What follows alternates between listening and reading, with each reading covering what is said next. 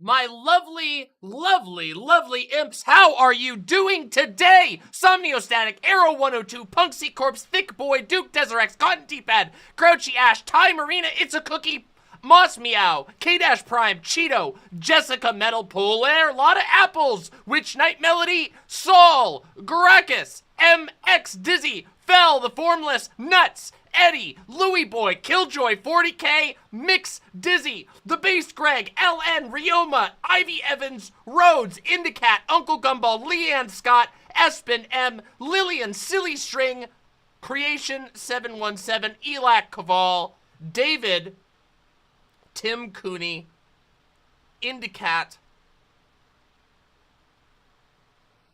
Witch Night Melody. All right, everybody, how are you doing today? I hope you are doing wonderfully. I hope you are doing incredibly, incredibly well. I actually didn't quite fix my camera, but it does actually look a little better, which is interesting. I don't really know what I did today. I did have to switch my setup just a tiny bit so that we can do the conversation tonight with OceanKeltoi.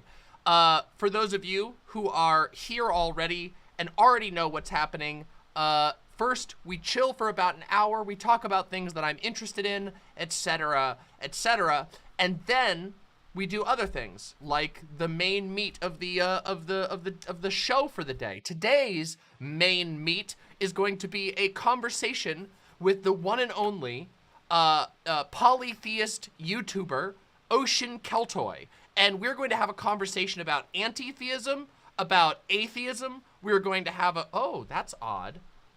Do you notice that? Oh, how strange. The alerts are fucking enormous for some reason. They're huge. They're really huge, and they're in the wrong location. They're supposed to pop up like over here next to the chat. That's really odd. There we go, whatever. They can pop up. We'll have them pop up over here, okay? You know what? We're gonna do things a little differently today, okay? Whatever.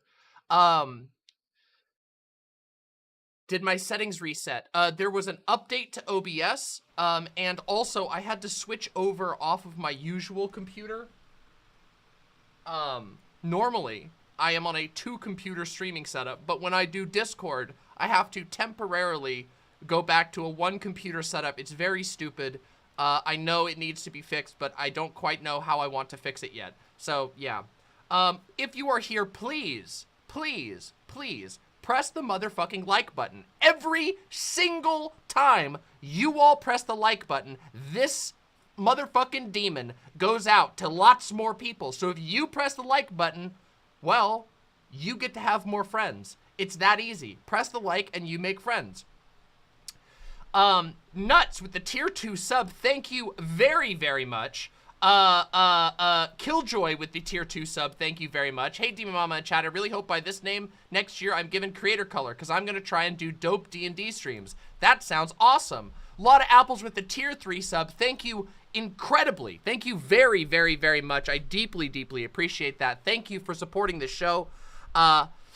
Yeah, all right, everybody. Oh, and Cheeto with the 4 tier 1 subs. Oh my goodness. A simple workaround is to have both computers in the call with 2 different Discord users so you can get the audio from one and the video from the other. That's actually a really good idea. That's a super, super good idea. I need to think about how I need to set that up. That is a better idea. Brawlerella with the 5 gifted tier 1 subs. Thank you so very much. You all are being so generous to me. I deeply appreciate that. I've been incredibly busy lately. I'm actually about to talk about some of the really cool stuff I've been working on and doing lately. And I'm really excited to talk to you all about it. Thank you all very much for your generosity. Again, this show is 100% viewer supported. If you aren't paying for it, I'm paying for it. That's just how this show goes. I don't have sponsors. I don't have like a production company. This is the indiest you can get. Still fucking as real as can be. Did you see the debate just now? I actually did. I was working on a whole bunch of stuff, and I was listening to the debate that Vosh was doing with the white nationalist, white ethno-stater guy. It was very funny. I actually quite enjoyed it. Yeah, some people probably saw me in chat. Yeah, of course. I couldn't help myself. It was ridiculous. Yeah. Yeah, lazy Nazi. He was very lazy, it's true. But that's like, intellectual laziness is a boon for most Nazis. You have to understand that. Like, most Nazis are the dumb meat piles that their superiors in the movement will send out into the street to get chewed up and destroyed. That's the way it is. And see, Nazism and fascism are ideologies that require like a giant, you know, like a bunch of bullet sponges, you could say, at the bottom. A Hispanic Nazi? You'd be surprised. There's a surprising amount of those. For those who didn't know, Spain actually had a fascist leader, and they also had feelings about Jewish people. It is fucking weird, but keep in mind that Nazism is not a, it is not a consistent ideology. It is always, and always will be, and always has been, feels over reals. And I mean hardcore. Every human, to a certain degree, is a little bit feels over reals. We're all, you know, you are not immune to propaganda, so to say. But fascists are like the most feels over reals people you could possibly imagine. That's basically it.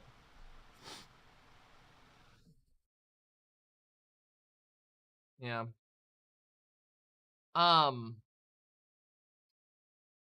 So, couple of things. First of all, I haven't streamed in a couple of days. You guys, I'm sure, noticed. My last stream was on Friday of last week. So it's been like, you know, like 5 days or so. And the reason for that is I was tired and also uninspired. And I prefer to do streams where I feel highly inspired and I feel not sleepy. And there were a couple of things that were going on online that really made me feel extra sleepy and extra uninspired. And we're going to probably talk about a number of those things today after the conversation with OceanKeltoi. Today is going to be a bit of a grab bag. I don't have everything 100% planned after the conversation. It's really going to depend on how long we end up talking, how much we, how much stuff we cover, and then what people are interested in after that. But there's a bunch of different stuff I want to talk about. There's a bunch of stuff going around on my mind. And the first thing I want to talk about today is social media, okay? Social media, oh my dear God. It is just, it's the worst, isn't it? It is social media is such an embarrassment. It is such a shoddy replacement for actually socializing. And when I say actually socializing, I mean, like, even in comparison to other online forms of socializing, like chit-chatting with your friends and whatever, social media is just bankrupt of any of the things that humans need out of social engagement. And I've been thinking about that a lot lately. And I've also been thinking about a bunch of other stuff, such as, my distaste and dissatisfaction with the state of like streaming as an art form. You guys know this. I have, pretty high ambitions for my channel. And I also care about streaming a lot. I've been really into streaming for a long time. But I personally have been streaming now for well over 2 years. So I've got some fucking crazy experience. And I mean a lot, by the way. Hey, thank you, Manic Jack. Yeah, y'all, check out the Patreon. I'm going to be doing an update on the Patreon really soon, so if you want to get in there and see some cool shit from behind the scenes, that's an opportunity for you. Anyway, I've been thinking about things that dissatisfy me about streaming, things that dissatisfy me about my own show, things that dissatisfy me about the environment around streaming. And it's discouraging, I look at streaming and I see a ocean of people who are all on the edge of burnout constantly, people who spend most of their time on the camera simply making like filler content, basically. Stuff that isn't all that important. Not even that it's not all that important, but also stuff that just isn't really adding anything. It's time filler, it's space filler, and I want to do like less of that. And it's interesting because I actually think that like gaming streams are in many cases like, even maybe this is part of the reason why I'm so like I'm always so hesitant to do gaming streams and I get so nervous around them. But gaming streams to me are like pure personality. It's pure personality and how you engage with the art at hand. And to me, that's very compelling. I find that really interesting and it's something that I want to get better at. But I don't know. I've just been feeling like I don't know.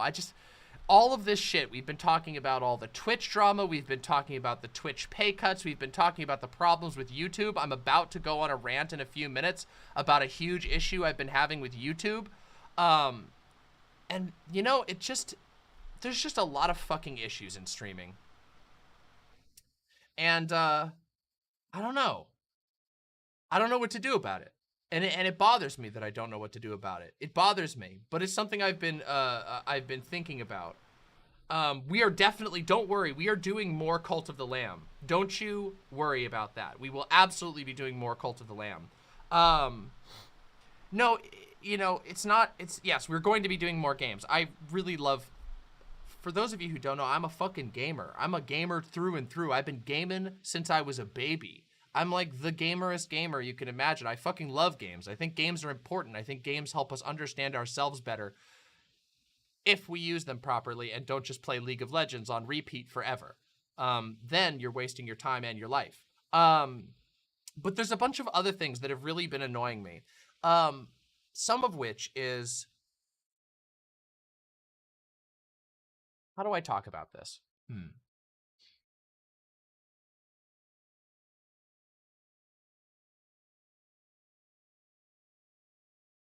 There's a lot of harassment, okay? There's a lot of harassment. There's a lot of derangement. There's a lot of damage that is done to people. And it makes for an incredibly hostile, like an incredibly fucking hostile industry. And this is the case across all types of streaming. It's especially intense in certain sub-niches of streaming, like, say, politics, of course, and, you know, and obviously certain types of competitive gaming are, like, particularly bad. We've talked about gambling a lot recently. Some of these, like, niches within streaming that are really bad. But, like, I don't know, man. Like, when I watch social media, I sit here and I go and I see what people are talking about, what people are getting mad about, what people are spending their time doing on the internet. It really makes me feel doomer, you know? And I want to challenge that. Not for everyone. I don't believe I have the power to do that, but for myself. And I don't know. I just want to bring a higher standard to streaming, you know? Not just a technical standard, a contentual standard, okay? I want to raise the bar for content. And I don't know. I've been thinking a lot about how I can do that. And I got some ideas, but it might be a big process. And I guess what I'm trying to say is that, I don't know. I felt really bummed out. I felt really bummed out watching the forever cycle of endless harassment, endless manipulation, just march on and just hurt more people, waste more people's time, throw more people into a never-ending gyre of like churning and betrayal and complete inability to make connections with one another of any meaningful level. I think people should do more collabs. I would fucking love to do more collabs, but also collabs take a lot of energy.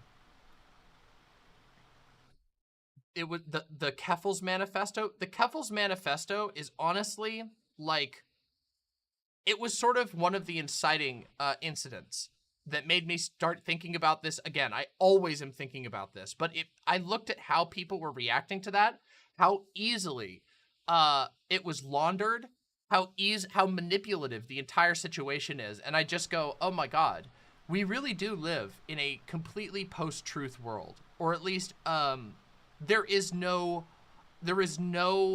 like, I mean, maybe we always have, and maybe that's the thing. Maybe we never, I think to a certain degree it's true that we never really did live in a world in which there was some level of truth. But I feel like the speed and the depth at which people can be manipulated entirely online, and the willingness with which so many people are, like, ready to be manipulated as long as it's in a direction that makes them feel good immediately, it really bums me out.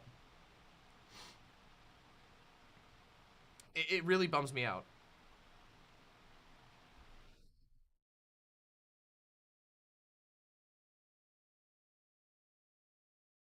Oh, you have no idea. It's unhinged.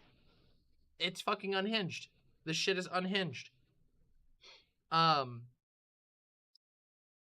there's a lot of it, you know? Like, there's a lot of it on all sides. There is, you have, you know, everything from the Tucker Carlsons and the Matt Walshes to the smaller, you know, to the, you know, Steven Crowders and the manifesto writers and all that shit. Well, and that's the other thing too. Witch Night Melody says, and then woke scolds trying to start shit with myopic incidents that mean nothing in the grand scheme of things. It's not even just that. It's that, like, there are people who are so devoted to their spite and their hatred that they're literally willing to impersonate trans people, to impersonate people, like to impersonate people based on identity to try and fuck up the narrative, to try and confuse the truth.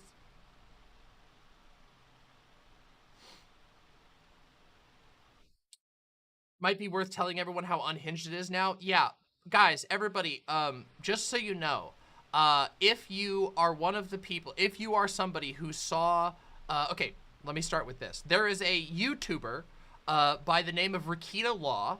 They are apparently a lawyer. They made what I would consider to be threats, and I think a lot of people consider this threats against a streamer by the name of Keffals. Many of us are familiar with Keffals. They did this on their live stream, and a lot of people felt that that was wrong, and wrote to the bar association for the state that he is a practicing lawyer in. Now, keep in mind, this is a guy who is a currently practicing lawyer, aiding and abetting in harassment, spreading misinformation, and also explicitly joking and making jokes and veiled threats against another live streamer. Now, people went and wrote to the bar because, at least in my opinion, that seems a valid thing to do. The bar, after all, is designed to be an ethics organization that all lawyers have to adhere to. They're lawyers. They're supposed to follow the law. That's their entire duty. Now, unfortunately, due to the way that certain things are set up, some states, all complaints to the bar are a matter of public record. Now, what this has allowed is, in this case, people who wrote in complaints against Rakita Law have now been doxxed.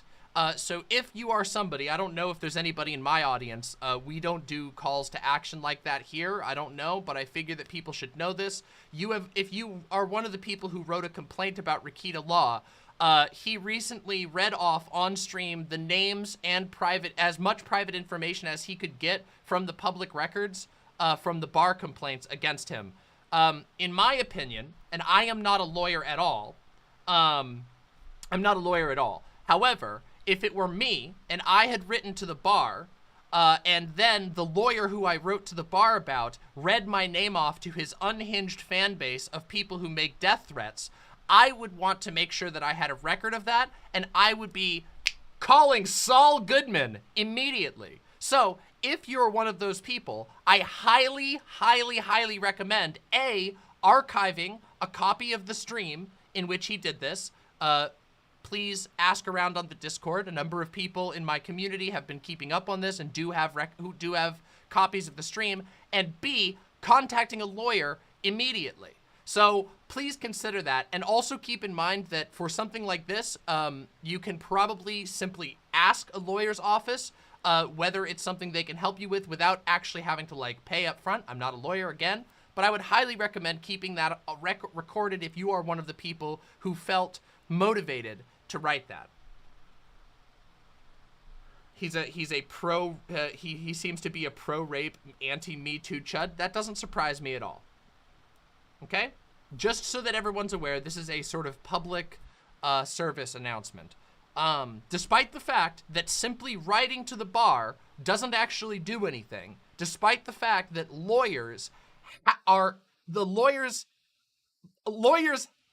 a part of bars. That's the whole point. They're like one in they have to exist together. It's not like calling the cops. It's literally the bar exists to ensure that lawyers are following the rules that they're supposed to follow. Again, I don't do that. I don't write letters to stuff like that because I don't give a shit. And also, I mean, I suppose there's been cases in which I think it has gone above and beyond that are not online related things at all. But yeah, just so you know, you're not in the wrong for wanting to make sure that you are legally prepared for doing something that that's its purpose. My lighting looks colder than usual. Yes, the lighting balance is a little bit different on this stream, but you know what? It's fall. It's okay. It'll be a little colder than usual. I think it's because when I reinstalled when I did the update for OBS, it changed a couple of settings. So yeah, I don't really like, I mean, I could probably change it, but yeah, whatever. Hey, Gallet, great to see you. Wait a second, Gallet. Wait, do you have a, you do. Okay, you do. Okay, never mind. I think it looks better. I kind of think it looks good too.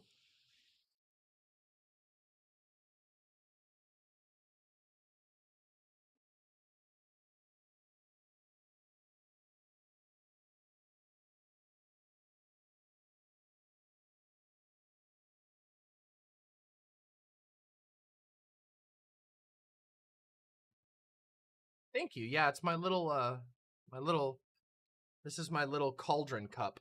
I'm also wearing my extremely cool demon shirt. So enjoy that. Thank you, Vorpal Replicant. Appreciate that.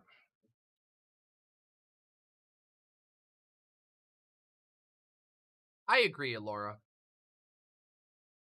Yes, everyone, attention, my lovely, lovely imps. Two things. One, press like on the stream right now, please. I would love it. We only have 120 likes, but we have almost 200 viewers. 195 viewers currently, but only 121 likes. It's free to press like, and every single time we get a burst of likes, we always get new viewers in here. So please press the like button if you want to help my channel grow a little bit. And secondly,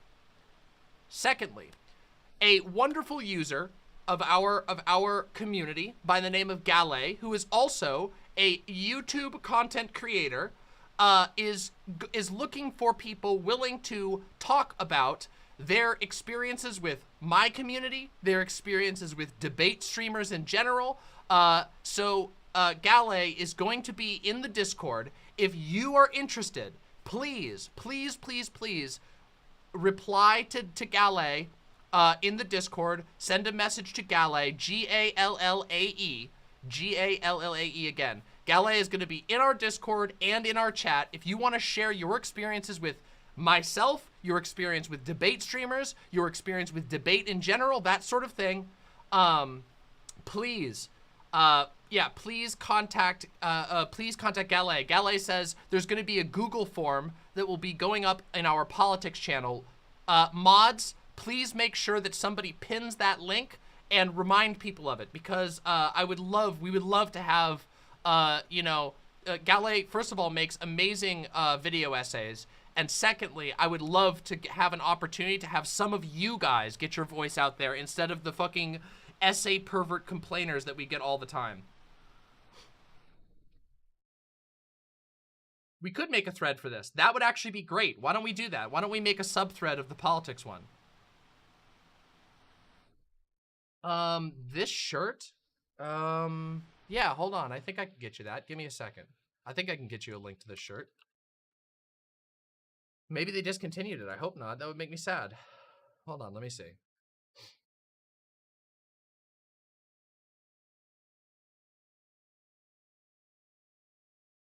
There it is. Oh, it's right here. There you go. There you go. If anybody wants a copy of this shirt, you can get it on Etsy at this shop right there. There it is. How do you join the Mama Discord? Discord.gg/DemonMama.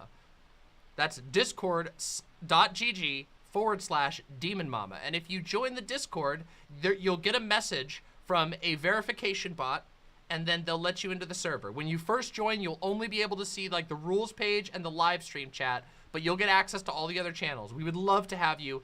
It is a super active Discord. I pop in there all the time. We have a lot of fun. So yeah, and Aaron, here's the link in the YouTube chat if anybody wants it, okay?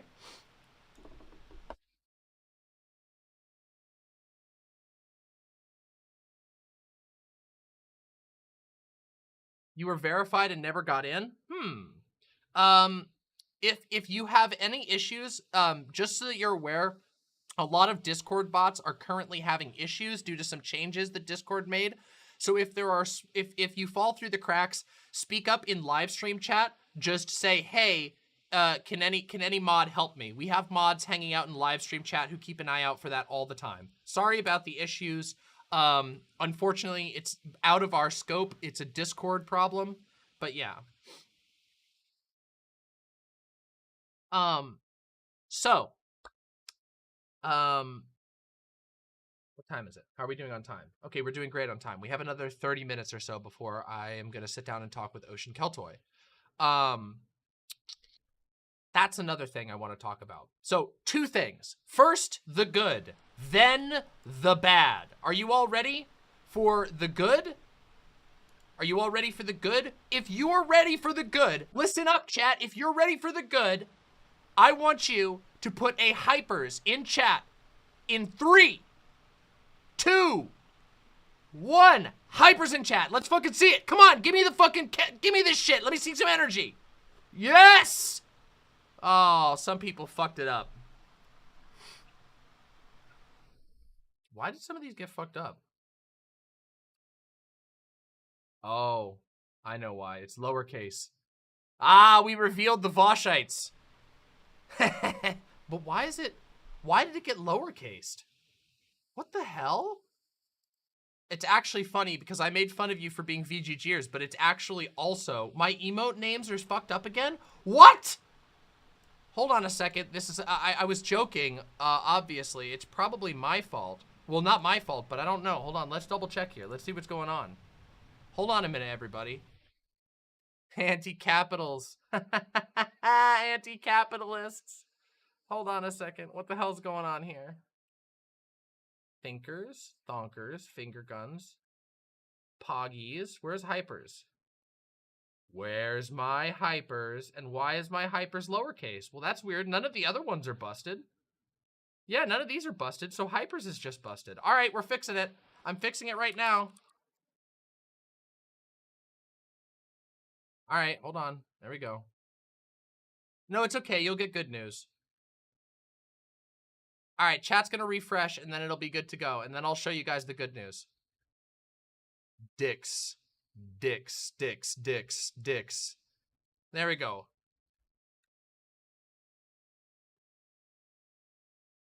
It's not done yet. Do you think that you have time to review Vosh's ANCAP nightmare debate? Actually, you know what? I was thinking of doing a debate review. Maybe that would be fun. We haven't done like just a chill-ass debate review in a while. There's a lot that are lowercase, but hypers is not supposed to be lowercase. Welcome, Canoon. The tampon debate. Yeah, interesting. That the reason why, there's a reason why I want to go over ANCAP debates, by the way. ANCAP debates are interesting to me, specifically because I like to poke holes in the claims of ANCAPs being anarchists. No, I didn't. Wait, I just did this. I just put hypers. I just watched myself put hypers in. What the hell? Is there something broken? Is there another emote or something? Are we running into issues? Hold on a second. What's going on here? Oh no, wait a minute. Hold on.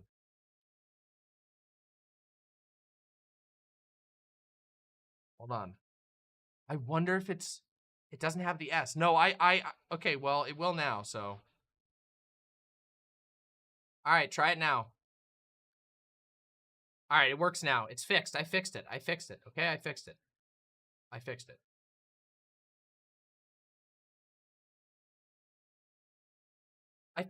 I fucking fixed it. Now I have to do this. Hold on. There.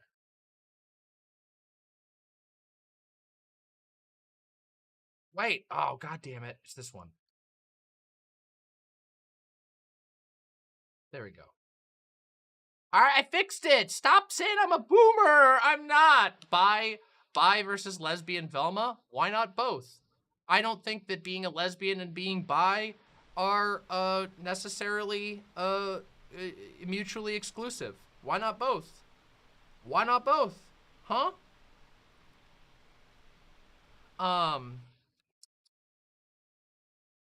See you later, Emily Ganguly. Thanks for coming by. Real quick though. Fuck. This has been the most ADHD start to stream. This is why I warm up, by the way. Vi? Oh no, not fucking League of Legends. Also, oh no, YouTube, what is going on? YouTube, no, what are you doing? YouTube, what the fuck?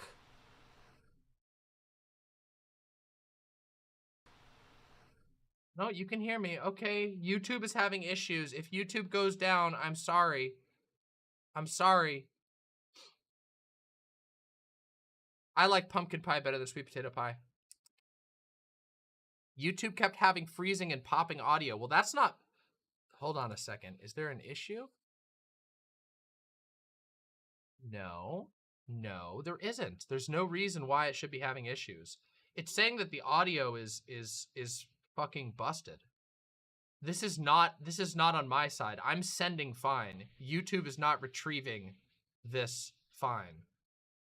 But why? Let me double check why. This is so fucked up.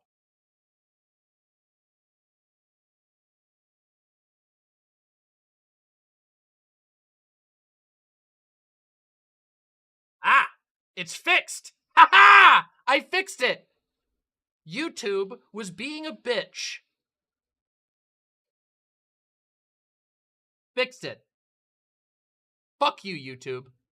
Anyway, done. No more boomer moment. No more fucking boomer moment. Now, all of this fucking distraction, all of this nonsense distracted us from the good news. And this, my lovely imps, is, the good news. That's not right. Hold on a second. Why is it being like this? Why is it being like this? Oh. Why does it gotta be like this?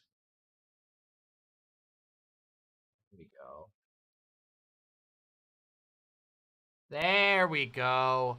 Now, as you can see, we temporarily don't have the cool, fancy, nice-looking overlay because I forgot that we needed to do that, but who gives a shit? This is the good news right here. We have gained 370 new subscribers in the last 30 days. We have crossed the 17,000 plateau, and we have gained 70 followers. 70 fucking subscribers since we crossed 17,000. We are fucking growing. Hell's power grows! And it will grow even stronger if you keep pressing like, okay? And I'm extremely happy about this. It has been a long time of slow growth, as it's been a very slow year. And as it turns out, YouTube doesn't like you slowing down ever.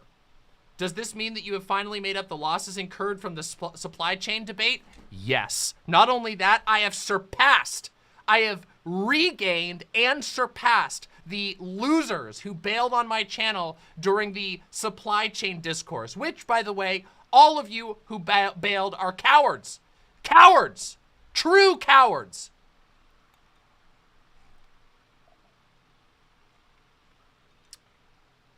And the rest of you who didn't bail are the real deal. Imagine unsubbing over one disagreement. You have to understand, some people on the internet are incredibly fragile. They are the weakest, the mentally weakest people. They have no will, they have no strength, they have no intellectual curiosity. So just keep that in mind. But it's not you. You all who are here are not that type. You are the real gamers. Now, I have to talk about something else, okay? That supply chain discourse was very messy. I side with Vosh. It's okay, you're allowed to be wrong.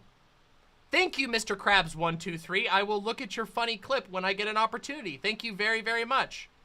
Looks like a Mario thing. That's kind of cool. Was that the bathtub insulin? Yes, that was the bathtub insulin thing.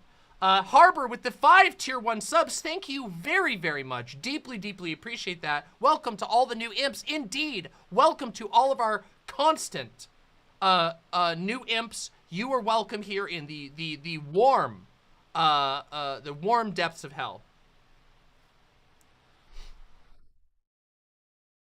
Well, hold on a second, Louis boy. Vosh can be both good and wrong, in my opinion, on that topic. I actually don't even know if it was a matter of him being wrong. I just feel like he was unwilling. Like, it doesn't matter. Who gives a shit? Will you react to the Channel 5 Alex Jones interview? Maybe. And none of it matters. It's the past. You walked into Bathtub Insulin.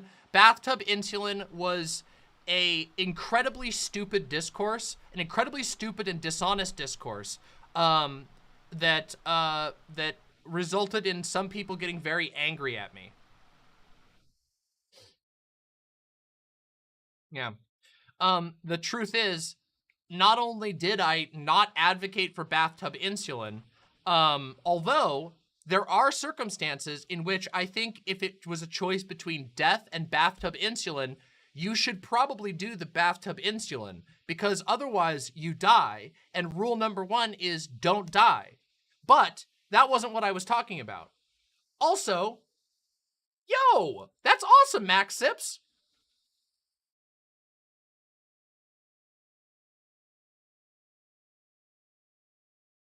It was. It was a stressful period of time, but whatever. The past is the past.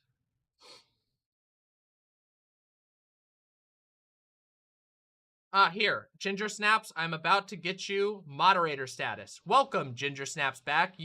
Oh yeah, everybody. Oh my God. I need to do this in order. Okay. First, welcome to all of the new mods. Ginger Snaps back and MP Exilum. Both of you, welcome to the mod team. We are incredibly, incredibly happy to have you. For you imps, these are your new overlords. You will obey them or you will pay the price. They are your superiors in every way. They protect my interests and yours as well, so you should show due deference. They are basically the thin blue line between you all and me. Yeah, so there you go. Welcome ACAB except for mods.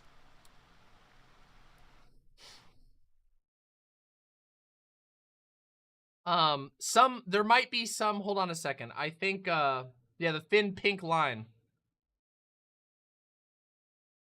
Or a blue if you're on YouTube, whatever.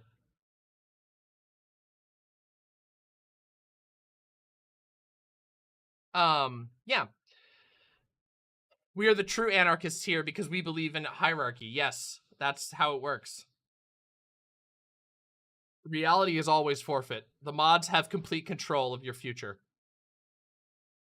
There may be some people who still need to be added, so it may take a minute for name colors to update or whatever.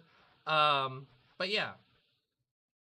Welcome to the new mods. Thank you for being here. Let me make sure I got everybody. Hold on. Did I get everybody? Let me just make sure. All right, hold on a second. Let me just make sure we got everybody.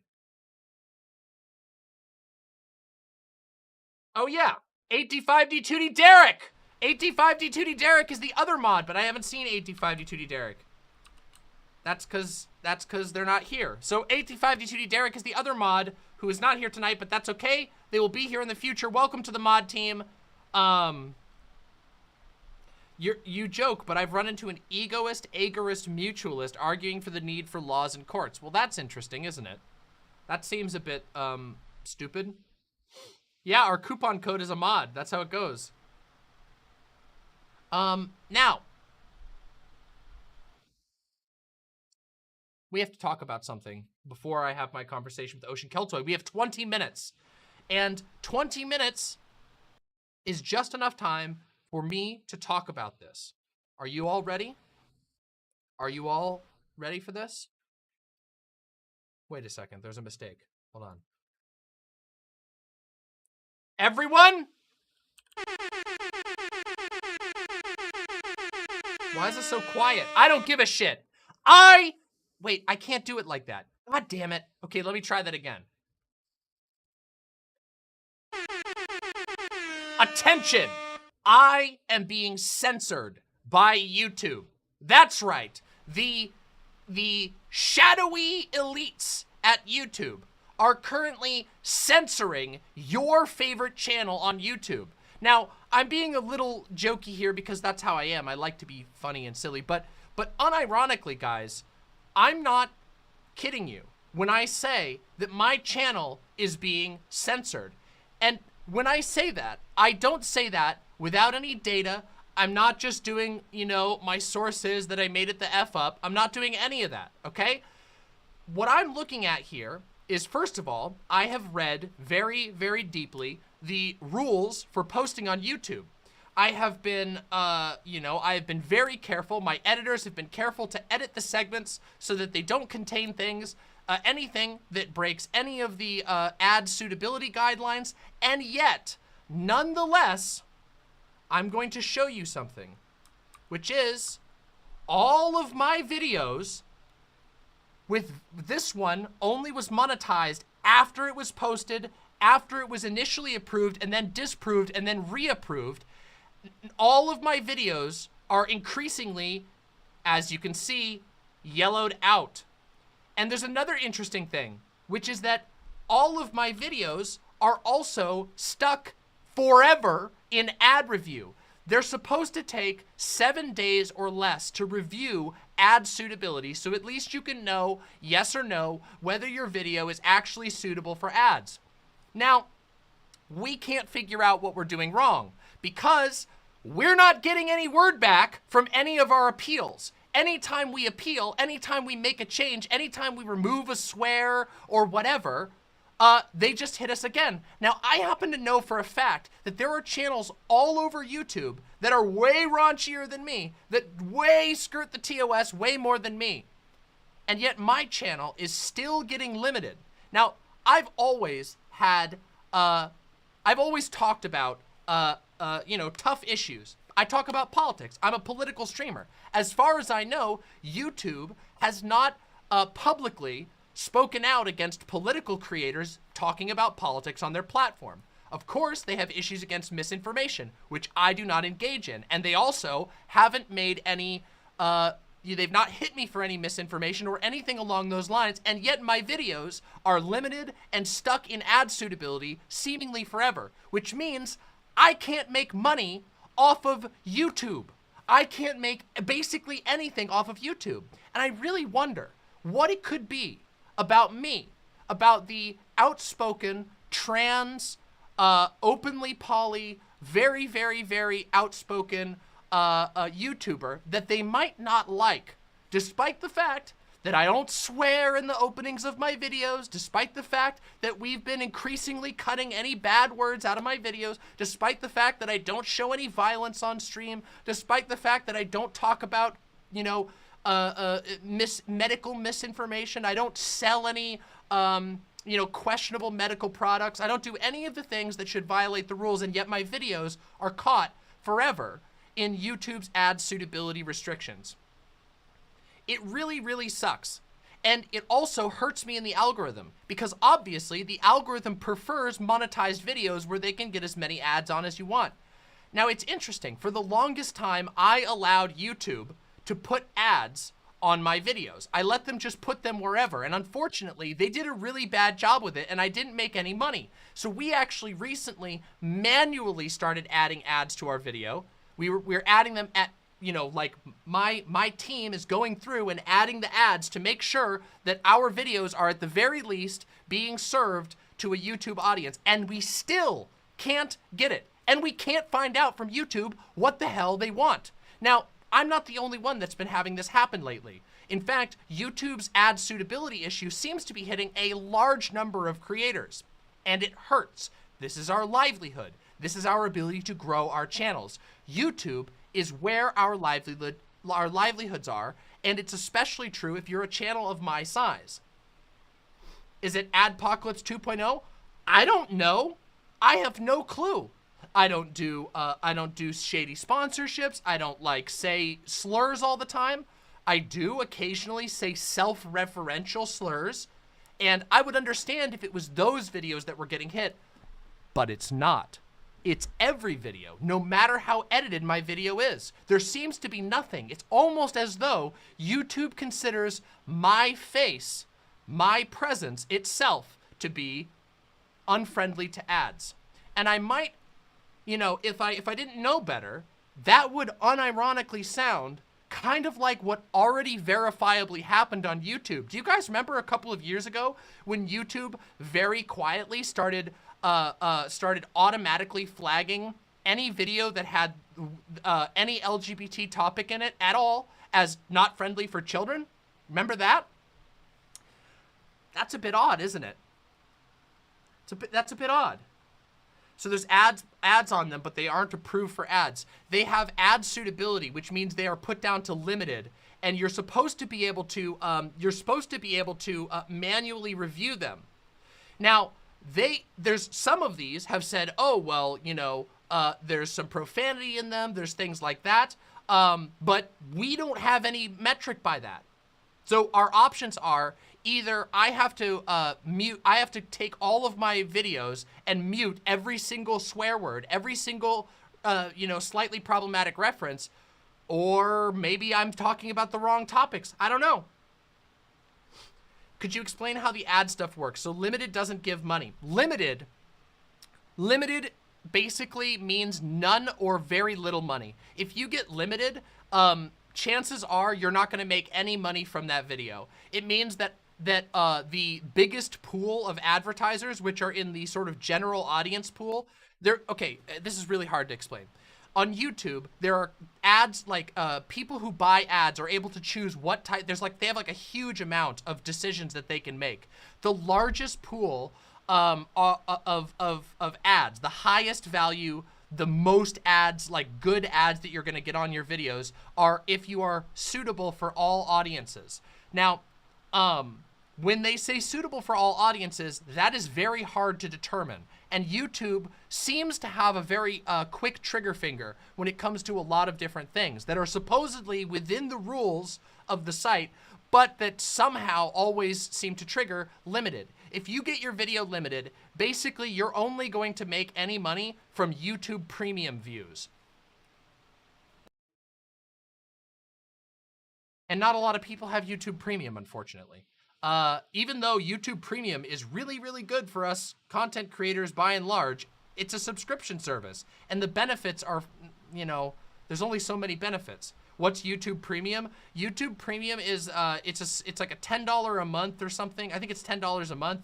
And it lets you get ad-free. It lets you watch in 4K. It lets you download videos in advance. And creators get they get a kickback, basically. They get a certain amount of money for every person with a YouTube Premium account that watches any of your videos. So YouTube Premium is actually pretty decent for the creators, all things considered. But it's not ever enough to, like, I'm talking like, I can't get, you're not, you know, I'm not allowed to talk about the exact specifics, I guess, but it's not a lot of money, okay? It's a decent amount. It's more than the ads. But if you get limited, it basically means that you're not gonna see anything. You're gonna see beans. I'm talking like a couple bucks for a video that gets thousands of views.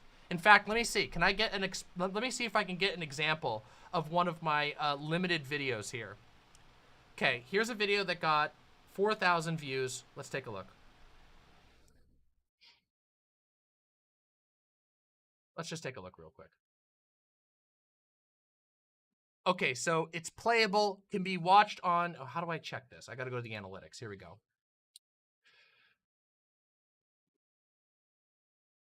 From YouTube Premium, for a video that got 4,000 views with a total watch time of 2.5 thousand.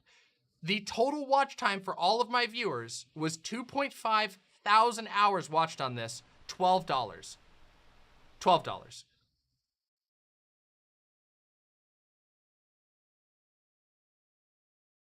For a 3-hour video. I got $12. Yeah, it's beans. Now, obviously, it's significantly higher for videos that do not get hit by that. But we can't figure that out. We can't figure out because they don't really care or let you know what the heck's wrong with it. And half of our videos have been frozen in review forever. So, YouTube please throw us a bone. Communicate more clearly what we need to do. If you want us to mute all swears, fine. I will hire someone to mute all swears. If it's because I'm gay, please fix your outlook on the world. If it's because I'm openly trans and talk about trans issues frequently and bluntly, just let me know, okay? Because I am very tired of having my channel squished down in the algorithm because of some unknown thing that we can only speculate at. It sounds like a shadow ban. I don't think it's a shadow ban. It's just one of the millions of ways that they find excuses to not give you money. And it sucks. It really sucks. Because I know that there's channels out there that are that break the TOS and still are monetized. It sounds like technology fucking up. Well, yeah, but that's a constant problem on YouTube. If YouTube's gonna implement algorithms, they need to make sure, like, what are we supposed to do? Do you just want to drive your creators off the site? Is that it? Is it you just want to, like, drive them out? You want like creators who are dumping out high quality popular content to just not succeed, to just not be able to do this stuff? It's terrible. So there, that's my little rant on the topic. I wanted to tell you guys the simple truth, which is that unfortunately, despite our great fortune, despite the fact that I have been on the grind and our channel is growing, our videos are being fucking slapped down. And if you look at this. I have made, look at this. Here, let me just show you. Let me just show you real quick, okay? Here's my old videos. Monetized, monetized, monetized, monetized, monetized, monetized, and then all of a sudden, boom. Limited, limited, limited, limited, limited, limited, limited, limited, limited, limited, limited, limited, limited, limited for fucking ever. What the fuck? We've made no changes. There's been no changes to the rules. There's been no changes to our editing style. I don't swear any more than anybody else.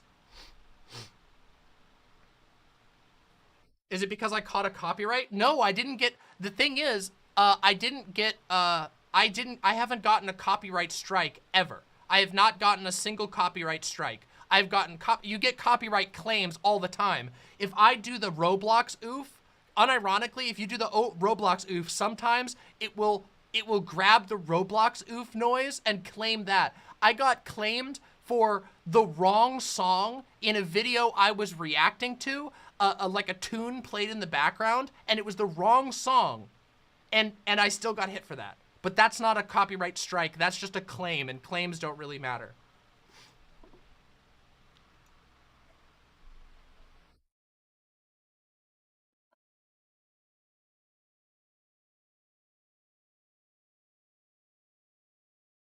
Wait, for real? Rakita Law just got banned? That's actually incredible. That's actually amazing. We'll talk about that after then. Good to know. Yep, that is correct. YouTube, hold on a second, everybody.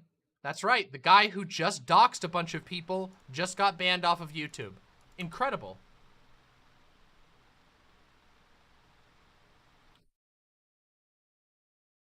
Hey, Demon Mama, I've heard that limited videos destroy your spot in the recommended, so maybe you should just turn monetization off since they make nothing anyways. Maybe that's true. Maybe I can just do that.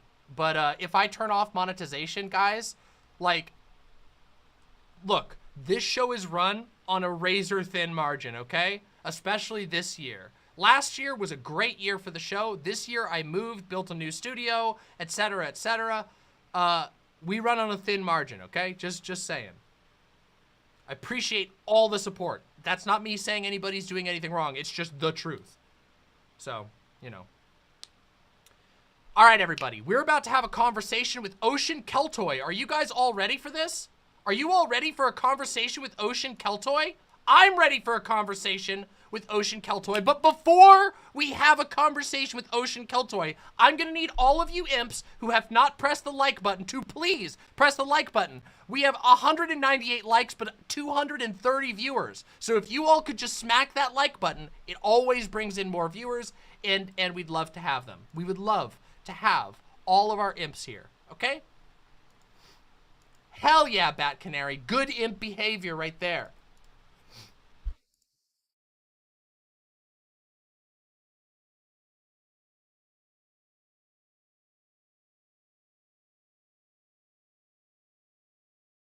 Hold on a second, everybody. Let me just get this, let me get this all set up. Got to get a little text here.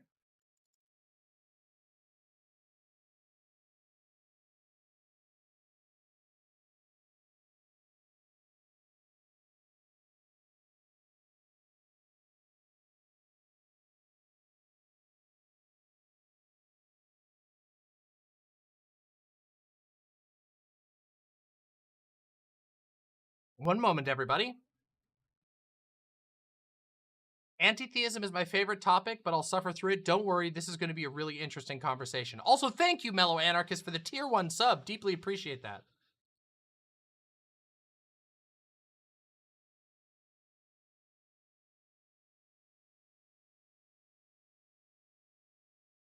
All right, one moment here. All right, we're going to get this set up real quick. We're going to move the chat just a tiny bit here. I'm going to shrink chat just a tiny, tiny bit. We're going to go like this. Boop.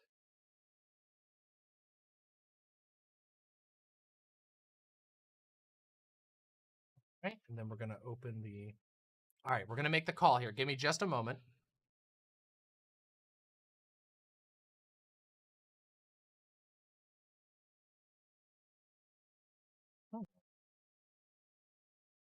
Hopefully my mic is working correctly. Hello. Can you hear me? Yeah, I can hear you. Can you Excellent. hear me? Excellent. Excellent. I can hear you. Oh. Hold on one second. I'm just going to get you up on our screen here real Echo quick. happening. Oh my God. All right. Maybe Lord, if you have my yeah, if you have my chat open, it might be. I had your stream going and the call at the same time. So oh, no worries. No big deal. Yeah. Let me turn you up, real actually. quick just grab this. Sorry, it's going to take me just 1 second to grab. There we go. Excellent. There we go. And you are on the screen. And I'm going to put this name right here. Oh, heck yeah. Hell yeah. Sorry, I'm just making sure. Yeah, there's always a little bit of thing. There's always a little bit of moving around we have to do. You know, whenever we start this stuff. So let me just adjust this to make sure it's readable, and there we go. Perfect.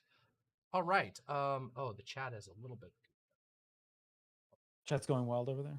Oh no, it's just the chat is.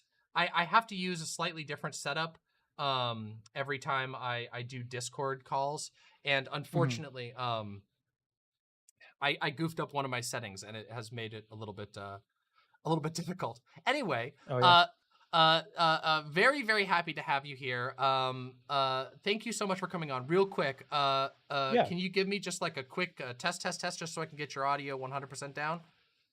Test. I'll go ahead and introduce myself a little bit, I guess, while we're testing out audio. I'm OceanKeltoi. I am a heathen YouTuber. I've got a channel where I basically go through various concepts relating to polytheism, break things down, make things as accessible as possible. There's a lot of it's definitely a complex religion, so with a lot of history to it and a lot of unknowns to it.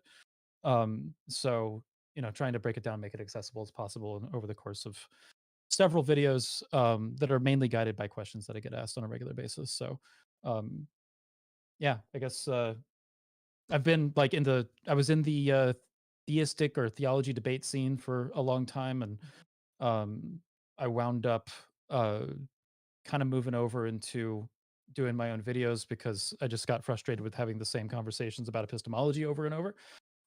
So I wound up just being like, you know, I want to have more nuanced conversations like about heathenry. So I started making just some introductory videos. And it seems to have done well. So yeah. Well, awesome. Thank you so much for introducing yourself, and thanks for coming on. You said you're streaming as well. Should I do an introduction then? Yeah, absolutely. Okay. Yeah. For I'm your streaming viewers, on Twitch, so yeah. Oh, cool. Okay. Yeah. Yeah, I'm not banned or anything on Twitch. I'll just avoid saying any sweet. Twitch banned words. I won't call anybody. You know, any That's right. slurs for Twitch has got white such a people or different whatever. dynamic than YouTube does these days, Yeah, doesn't it? it really is Yeah. drastic. It's pretty notable. Yeah. Yeah, my name is Demon Mama. I use she her pronouns. I talk about a whole bunch of different stuff. I do a lot of gaming streams. I do a lot of politics. I used to do a whole lot of debates. I don't quite debate as much as I used to, though I do occasionally still get back into the fight. I talk about gender. I talk about leftist politics. I talk about anarchist philosophy is a lot of the stuff that I talk about, and I talk about religion a lot. I grew up in a very, very extreme Christian cult. In fact, one of my like sort of flagship videos on my channel is talking about like it's my spiritual deconstruction. It's going through and talking about my process of leaving that religion and growing as a person from that experience and whatever. So yeah, that's my stuff. That's what I do. Again, Demon You're Mama. into So deconstruction. Are you familiar with John Steingard? I'm not by name off the top of my head. He's a deconstruction kind of advocate that he was a Christian lead singer of like a Christian band. I think it was lead singer. He was in a Christian band for a long time, and then he wound up deconverting, and that cost him his job in the band. So he's been on a kind of like a journey of self-introspection and stuff that has been really cool. Kind of deconstructing beliefs that he has, what is sourced from Christianity, what is not, how those things have been affected. Because he's like, for him, it wasn't enough to just leave Christianity. He wanted to kind of like go, okay, why do I? There's a lot of beliefs that I have. Let me like go into myself and discover kind of like why I have some of these things and where they might be sourced, if they're cultural or religious or combinations of that or whatever, even like what you can call those things and how they're related. And it's been a really interesting kind of journey for What him. was the name? What was the name? I'll check out his stuff after this. John Steingard. There's an interview with him on my channel as well about deconstruction and how it relates to what I call latent Christianity, which is, if you're moving from Christianity into paganism, you might bring with you some of your old Christian beliefs, and I think that this is even true of atheism. You can kind of like, 100%. when you become atheist, you might bring over some Christian baggage, or you might even bring atheist baggage into paganism if you go from atheism to paganism. And I think that it doesn't even matter if you were a former Christian. You can just be living in a world that has like a Christian background, and you kind of have these bits of baggage everywhere, and you're kind of bringing them with you. And I think it's true of like political positions and stuff like that as well. I was about to say, yeah, like this is something I've talked about a lot with various political movements. Like I mean, a lot of certain types of certain flavors of revolutionary communism. Typically those that come from the schools of Stalin, Marxism, Leninism, etc. I've talked about on many occasions how their worldview is shockingly similar to Christianity, and that they have. I like that term, latent Christianity. That's not something that I've used, but that's a really, really great term, because I feel like a lot of these, and it's not just these types of like left like revolutionary communism as they call it, but many types of political radicalism fall into a sort of apocalypticism or a apocalypticism and purity culture. Yeah, exactly. Where there's an obsession with certain moral signifiers, but also specifically they conceptualize revolution as an event that's going to happen and will be like an apocalyptic event. Oh, that's interesting. That ushers in the world. Yeah, and it's really interesting. And the more you look into it, the more you start to realize how many different groups of radical and revolutionary communist groups who claim to have sort of communist views essentially just sort of put it all off on an end times that looks shockingly like that of Christianity. This is something I talk about when the revolution comes. Exactly, and that day is talked about almost like a rapture event or something along those lines, where it's right. It's this thing that's going to happen. Some people believe there's like there's like actions that need to be done to trigger it. Other people believe it will just come when it does, like like a very Christian rapture kind of thing. And it's odd, and I think that it leads to a certain type of politics that is willing to eschew a lot of very important questions in the name of sort of like putting it off for this this grand future that's going to come in from some unpreventable or unaddressable apocalypse. So it's interesting you bring that up. Yeah, I wasn't familiar with this person's work when I did my deconstruction. Believe it or not, my deconstruction was inspired by an extremely mundane source, which is the spiritual deconstruction done by the YouTuber, the famous YouTubers by the name of Good Mythical Morning. I don't know if you're familiar with them.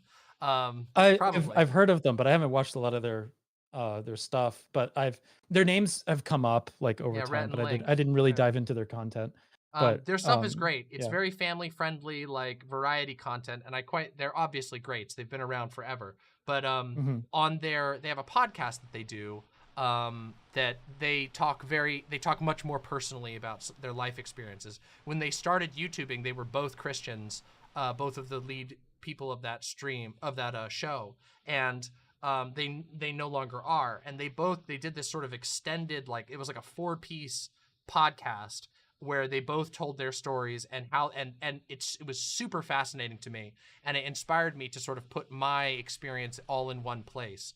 And I think it was a very valuable experience. And I think it's been valuable for a lot of people. On that video, of course, I've gotten a ton of correspondence from people who belonged to sister organizations of the church that I grew up in, and all kinds of stuff. So that's been a very interesting and valuable sort of exercise.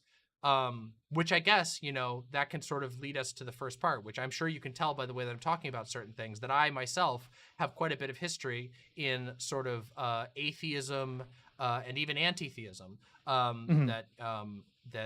This is something I've talked about for a long time, and I've sort of developed my opinions on it pretty extensively.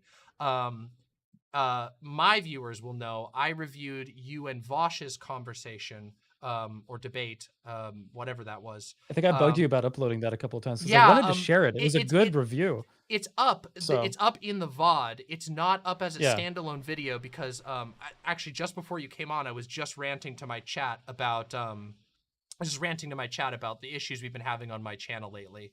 All of a sudden, essentially out of nowhere, all of my videos are getting basically gulagged into the limited ads, even though I've never had an issue with it before. It's like literally at the start of last month, every single one of my videos is getting stuck forever in limited, and it's very frustrating. That's one of the videos that's been stuck in there. YouTubers that have, yeah, I know a few YouTubers have been experiencing that.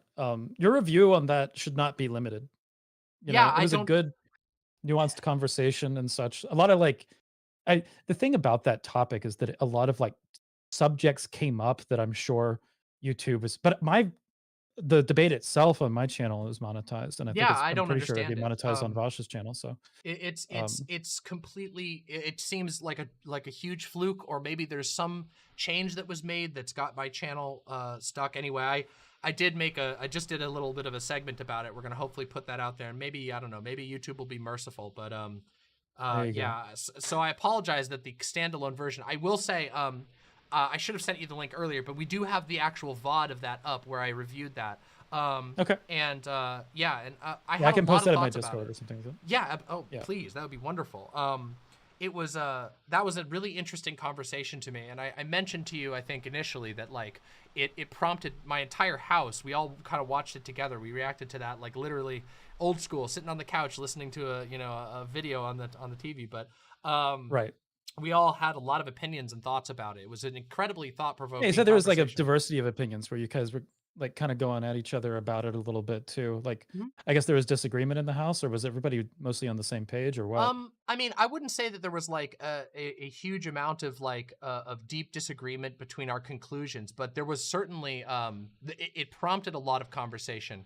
There were things that each of us took. That each of us thought was sort of odd in the way that it proceeded. And God, it's been a little bit now, but of course my commentary on it speaks for itself. It's just I think it's really, it speaks to the like importance of these topics, that all of us had stuff to say about it, that all of us were talking about it and thinking about it. And of course, my community has had multiple conversations on my Discord, in my chat, even back and forth with me about this topic, about anti-theism, about pluralism, about It gets really polytheism. contentious. I Yeah. agree. I mean, it is an Just ancient, like take the polytheism part out of it, honestly. There's the anti-theism versus pluralism aspect. That's a conversation that like has been the anti-theism versus pluralism thing is a conversation that has been had between just atheists, right? Like just atheists are divided on this.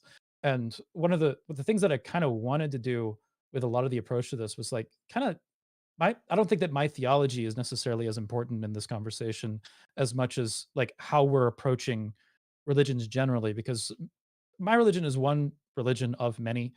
There's several different views on spirituality, and I think that pluralism has a really good approach about like how you can look at a society that has a diversity of traditions and how to operate within that in a way that is inclusive and respectful. yeah, And anti-theism, I think, does the opposite of that. It creates an exclusionary approach. It's kind of like a scorched earth sort of thing yeah, that I think that the strength of anti-theism in my experience is that it's easily transferable, right? You can package it and then give it to somebody very easily.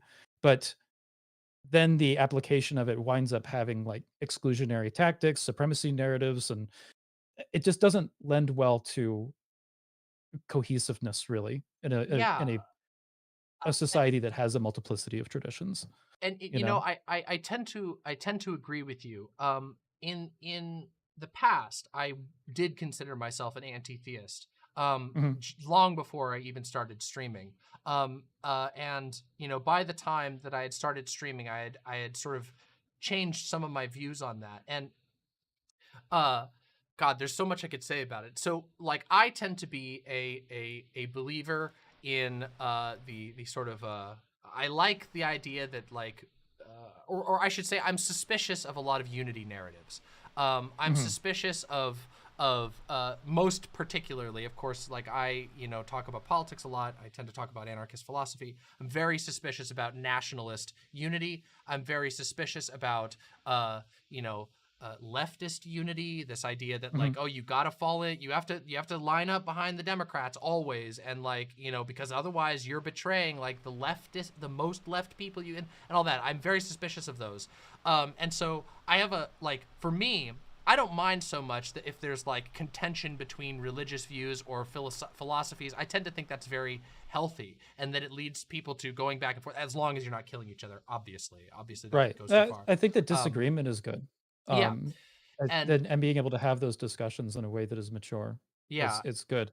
It's something that you just said about oh, go ahead. the sorry about that. Yeah, Something yeah. that you No, you're said fine. about uh the sort of tendency towards a supremacy narrative, and tendency towards I think you said something along the lines of like an othering or something along those lines. Right.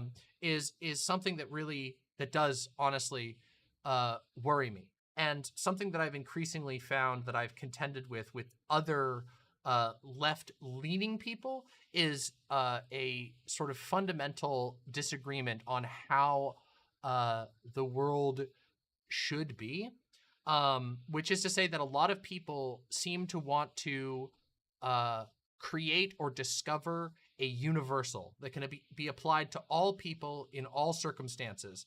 And that is something that I find is really common among anti-theist arguments, and it worries Mhm. me, because I can't help but think that there is a flattening of religion, a flattening of religious belief, a flattening of religious understanding, and a flattening of what spiritualism even means to anybody, in this desire to embrace so-called empiricism to like the maximum degree. And I found that aspect of the conversation you had in the past compelling, and I'm hoping we can talk about that some here. Yeah, yeah. We can dive into Yeah, that a little bit. I think that a lot of the criticisms that anti-theism winds up levying against religion have to do with religions that have proselytory narratives, supremacy narratives themselves. That there's proclivities to authoritarianism, which we covered. Like that conversation was kind of had with Vosh.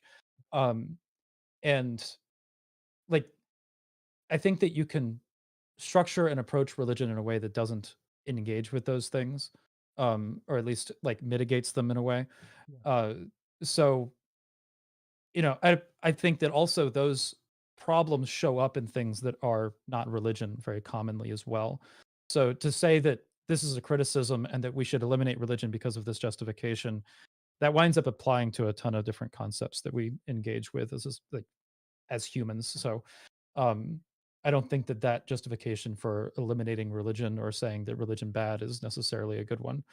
Yeah, Especially when you're talking about. Yeah, I'm sorry. oh, no, no, no, I Yeah, was I mean, I was train of thought is like going.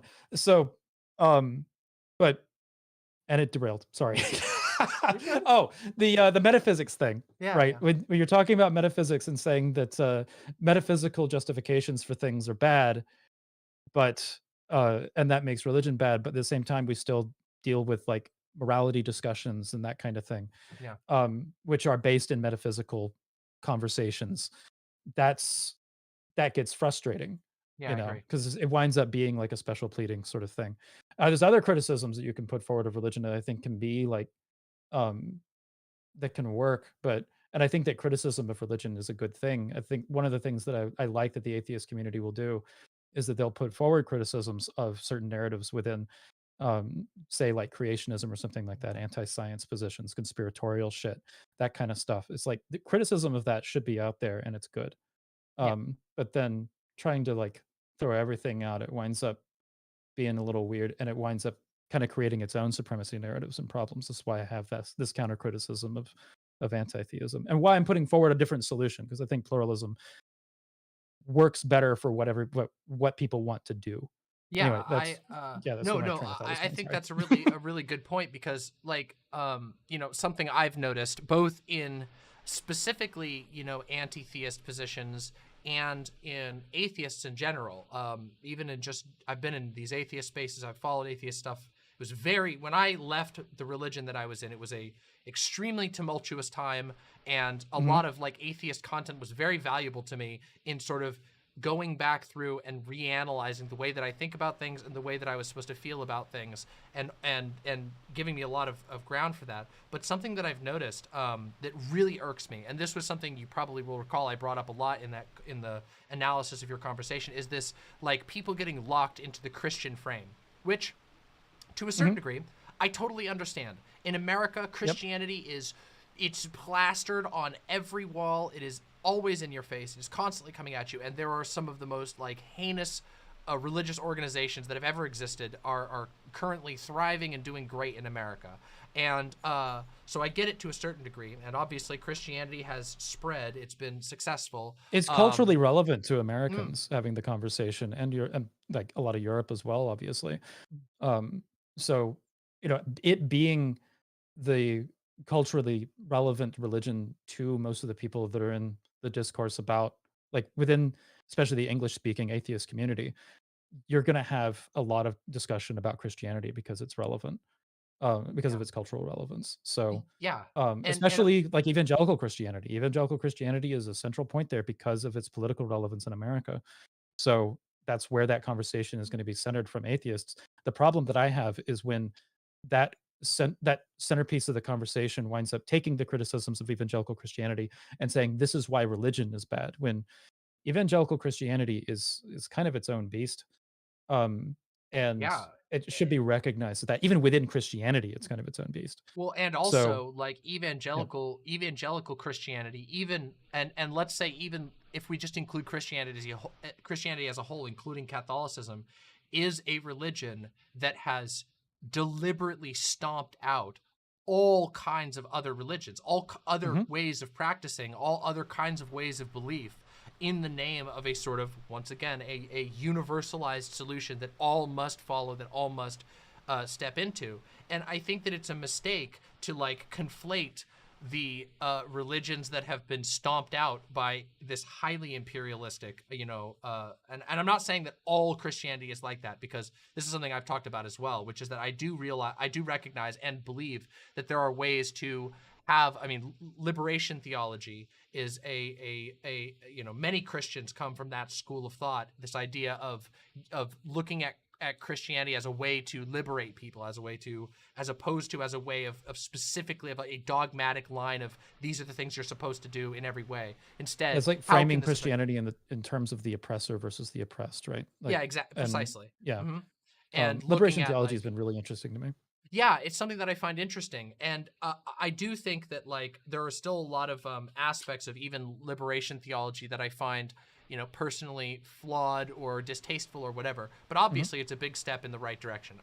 What I'm trying to say here is that I think Christianity has a lot of elements baked into it at a very deep level that lead it to become a particularly warlike, religion, a religion that is very much centered around supremacy. And as a result, like, I think it's a mistake to conflate religions that have fallen victim to that, like, that have been literally killed by killing the people who believed in that and then not allowing those beliefs to continue in any way, and conflate that with the religion that has done that. That might be something, like, as far as like how that applies to my religion, though. It's not like heathenry had a peaceful past. You know Right, what I right, mean? yeah. Like, there's so, like, I agree with you on what you said as far as, but there's points of application on it where, like, the history of heathenry, especially like how Christianity kind of overtook it, um, where that direct criticism, I think that criticism is applicable in many instances of Christianity's relationship with, uh, especially with its history in America, right? Um, but and well, honestly, a number of other places. It's just it's a common thread. Uh, but with its history with heathenry was, it did have like a very violent tinge to it. It was, you're talking about religions that can justify warlike behavior, uh, you know, Vikings, but uh, and the way that it was quashed out was largely economic. You had people like um, Christian lords would not trade with uh, kings who were pagan. So kings wound up converting to Christianity for the purposes of, like, the economic future of themselves, their people, their kingdom, and so on. I think this is in part the reason for the conversion of Harold Bluetooth. You had uh, because, and then there were also some future kings of Denmark that would do the same thing. Because I think that Bluetooth was the first Christian king, but then there were some. I think there were some pagan kings after him. My history on that is, I have to like go through it again. But uh, and with the conversion of Iceland, it was due to a blockade, um, that people weren't gonna. The Kingdom of Norway was not going to trade with Iceland, so they wound up. Iceland was like, we're going to starve out, so they wound up converting to Christianity. Um, and so you have this. The conversion to Christianity wound up being like a political force that had kind of a sword behind it, and there were definitely oppressive elements to it, but it was much more of like, it's hard to say it was like a capitalistic force, but economic force, definitely. I mean, um I would argue that I mean, and I would hardly be the only person who would make this argument, but that capitalism grew out of the church. That a lot of what we understand as modern capitalism grew from basically uh, uh, needing to take over these where the power resided in former societies needed to be absorbed in order for capitalism to become the way that the world did things. right. It was no ifs, ands, or buts about it. Almost like if this way of living, if this way of doing things wants to continue to grow as these ideas sometimes do, it had to incorporate with the church. And I think we see that, present in through all of colonialism, but also, even to the modern day where, there is sort of like church-like authority given to certain institutions in our society. They, in some places, literally roles that were done by the church, managing like social social services like, poorhouses or whatever, or even, sick houses would be taken, from the purview of the church and given in completely intact into the hands of a state, which the state was made up of people, many of whom had the same exact values as the people who were controlling it beforehand, maybe even been the same people and just sort of changed names. So yeah, I think it makes sense to say that there's like a sword behind it, but that also like I feel like that's the case with most of with a lot of Yeah, economic things. Like I think you're on point with that, in that like the economy is sometimes is like the economy can be the sword that it is is the used. sword, yeah. Because Yeah. like, I mean, I don't know how much of a separation there is between, between, dying from starving because you're literally being denied based on your religion or whatever you want to Hmm. say, versus, or you've been colonized or whatever, versus like a war in which we're just like, yeah, we're invading you and taking you over. These things are always very melded. And of course, like when you look at colonialism, especially, you see the fingerprints of the Catholic Church all over that process. That usually the Catholic Church was the first people in the area, spreading religion, converting people, taking over, using incredible amounts of wealth to buy up land and infrastructure and whatever, changing, aggressively changing these, a lot of cultures. And that's not to say, like, I like that you brought up like the sort of bloody history. I don't think that there's any group on Earth that can say that there's not some blood in their history. I think being a human, Right. to some degree, incorporates a certain amount of conflict. And sometimes that conflict is mortal conflict. Sometimes it's a matter of these people are sitting on a mountain of food, and if I don't do this, me and everybody I know is going to die. Or all kinds of other types of conflict. So, but I don't know that, like, I guess what I was trying to say with that is just like, it's not it can't be universalized to religion. It can't even be universalized to a single religion. This is just a human thing. We fight over I, stuff. We have needs. one of the ways that I kind of like approach this issue is that I think that humanity has been learning about morality over the course of time. And that can be framed in a way that is like a moral realist or a moral anti-realist position. It's you can kind of go either way with it, but whatever the case, we've wound up kind of learning either about ourselves or about morality over the course, especially of the past several centuries. And we can take those lessons that we've learned and apply them within our spirituality, whatever it is. It's clearly something that was done in the past. Traditions evolved in the past as well. When we're talking about heathenry, for example, we're not talking about a single religion. We're talking about multiple religions, as much as you can call them religions. Traditions might be a better term that existed over the like several independent traditions that combined with one another, um, that varied over geography and time, and that the practice that we're engaging with now is going to be different than the practice that was engaged with in the past. So Yeah. there's going to be lessons that we've learned over the course of time that are political lessons, moral lessons, spiritual lessons that we're going to be applying to our modern practice. Mm. So, um, with that, you can learn things like, you know, uh, slavery bad, for example. Yeah. You know what I mean? Mm. There were the heathen societies of the past practiced thraldom. Reviving the religion in whatever way that you're approaching it within a modern practice does not mean that you need to revive thraldom as well. It doesn't mean that you need to revive other elements of that came packaged with forms of bigotry, Yeah. which we can kind of get into. Especially, I know you wanted to talk about Loki. I think that winds up coming up there. Yeah. So Absolutely. yeah, There but was another thing I wanted like, to bring up too, which was two things. Well, actually, there was two things. One yeah, was, yeah, when you mentioned before, like the economic tie-ins with Christianity. One of the things, I actually had a conversation. I think it was with T.J. Kirk, the amazing atheist, like hmm, a year or so ago. We spoke again. We spoke recently. We didn't talk as much about religion this last time, but about a year ago, we talked about how, we went sort of into depth, and I talked about how the church that I grew up in, which is an incredibly popular church in America, they're like the most ultimate. They're like, it's like capitalism and Christianity have fused and become one totally new. They are very much in the like following in the school of the prosperity doctrines, and I think that's true for actually quite a lot of churches in America.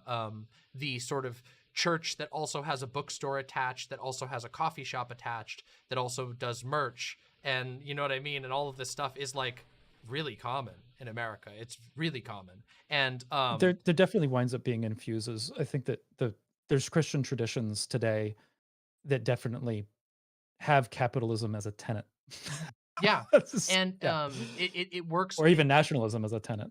Oh, It's just it's Christian yeah. nationalism is like, in my opinion, one of the biggest things, and it's one of the things that like from my position, I'm aiming at a lot. I actually, you know, I've had a couple of conversations even with my chat and talking about how like something that I want to spend if I'm gonna talk about like religion. And I'm gonna get mad about something and do little, you know, atheism rants or whatever. I'm gonna do it about Christian nationalism or you know, theocratic fascism, whatever you want to call it. There's a bunch of different names Right. for it. I mean, hell, we just watched a Trump rally where this guy who's just blowing up in the MAGA crowds is just openly talking about how he is a Christian nationalist. He believes that like God has dominion over America, that they are being called to take over the country by any means necessary and impose Christian values, which to me is like is not only is like the idea of Christian values being imposed on me nightmarish in and of itself, but the MAGA brand of Christian values is possibly the most disgusting thing I can even think of. It's just It's terrible. becoming a denomination in and of itself. Like Absolutely. sometimes Christianity likes to keep its like that might not be true. There's been uh the illusion, I think, that you can have Christianity as separate from politics, but I don't think that that's what bears out in American history, especially like even No. going back to the No. slavery debate. You know what I mean? Like Yeah. that churches would split over these issues. Politics has always been intertwined with religion. Um, through I'd argue throughout history. Um, so you know, It's especially yeah, true for it, American churches right now, which is like, I mean, like I said, the church I grew up in was they were blatant. And I mean, I was an active member of the church when it was it's hard to prove this, but I think they were essentially my church, which had huge attendance and a massive political say, was probably at least majorly responsible for delaying the legalization of gay marriage for 3 more years than it should have. mhm.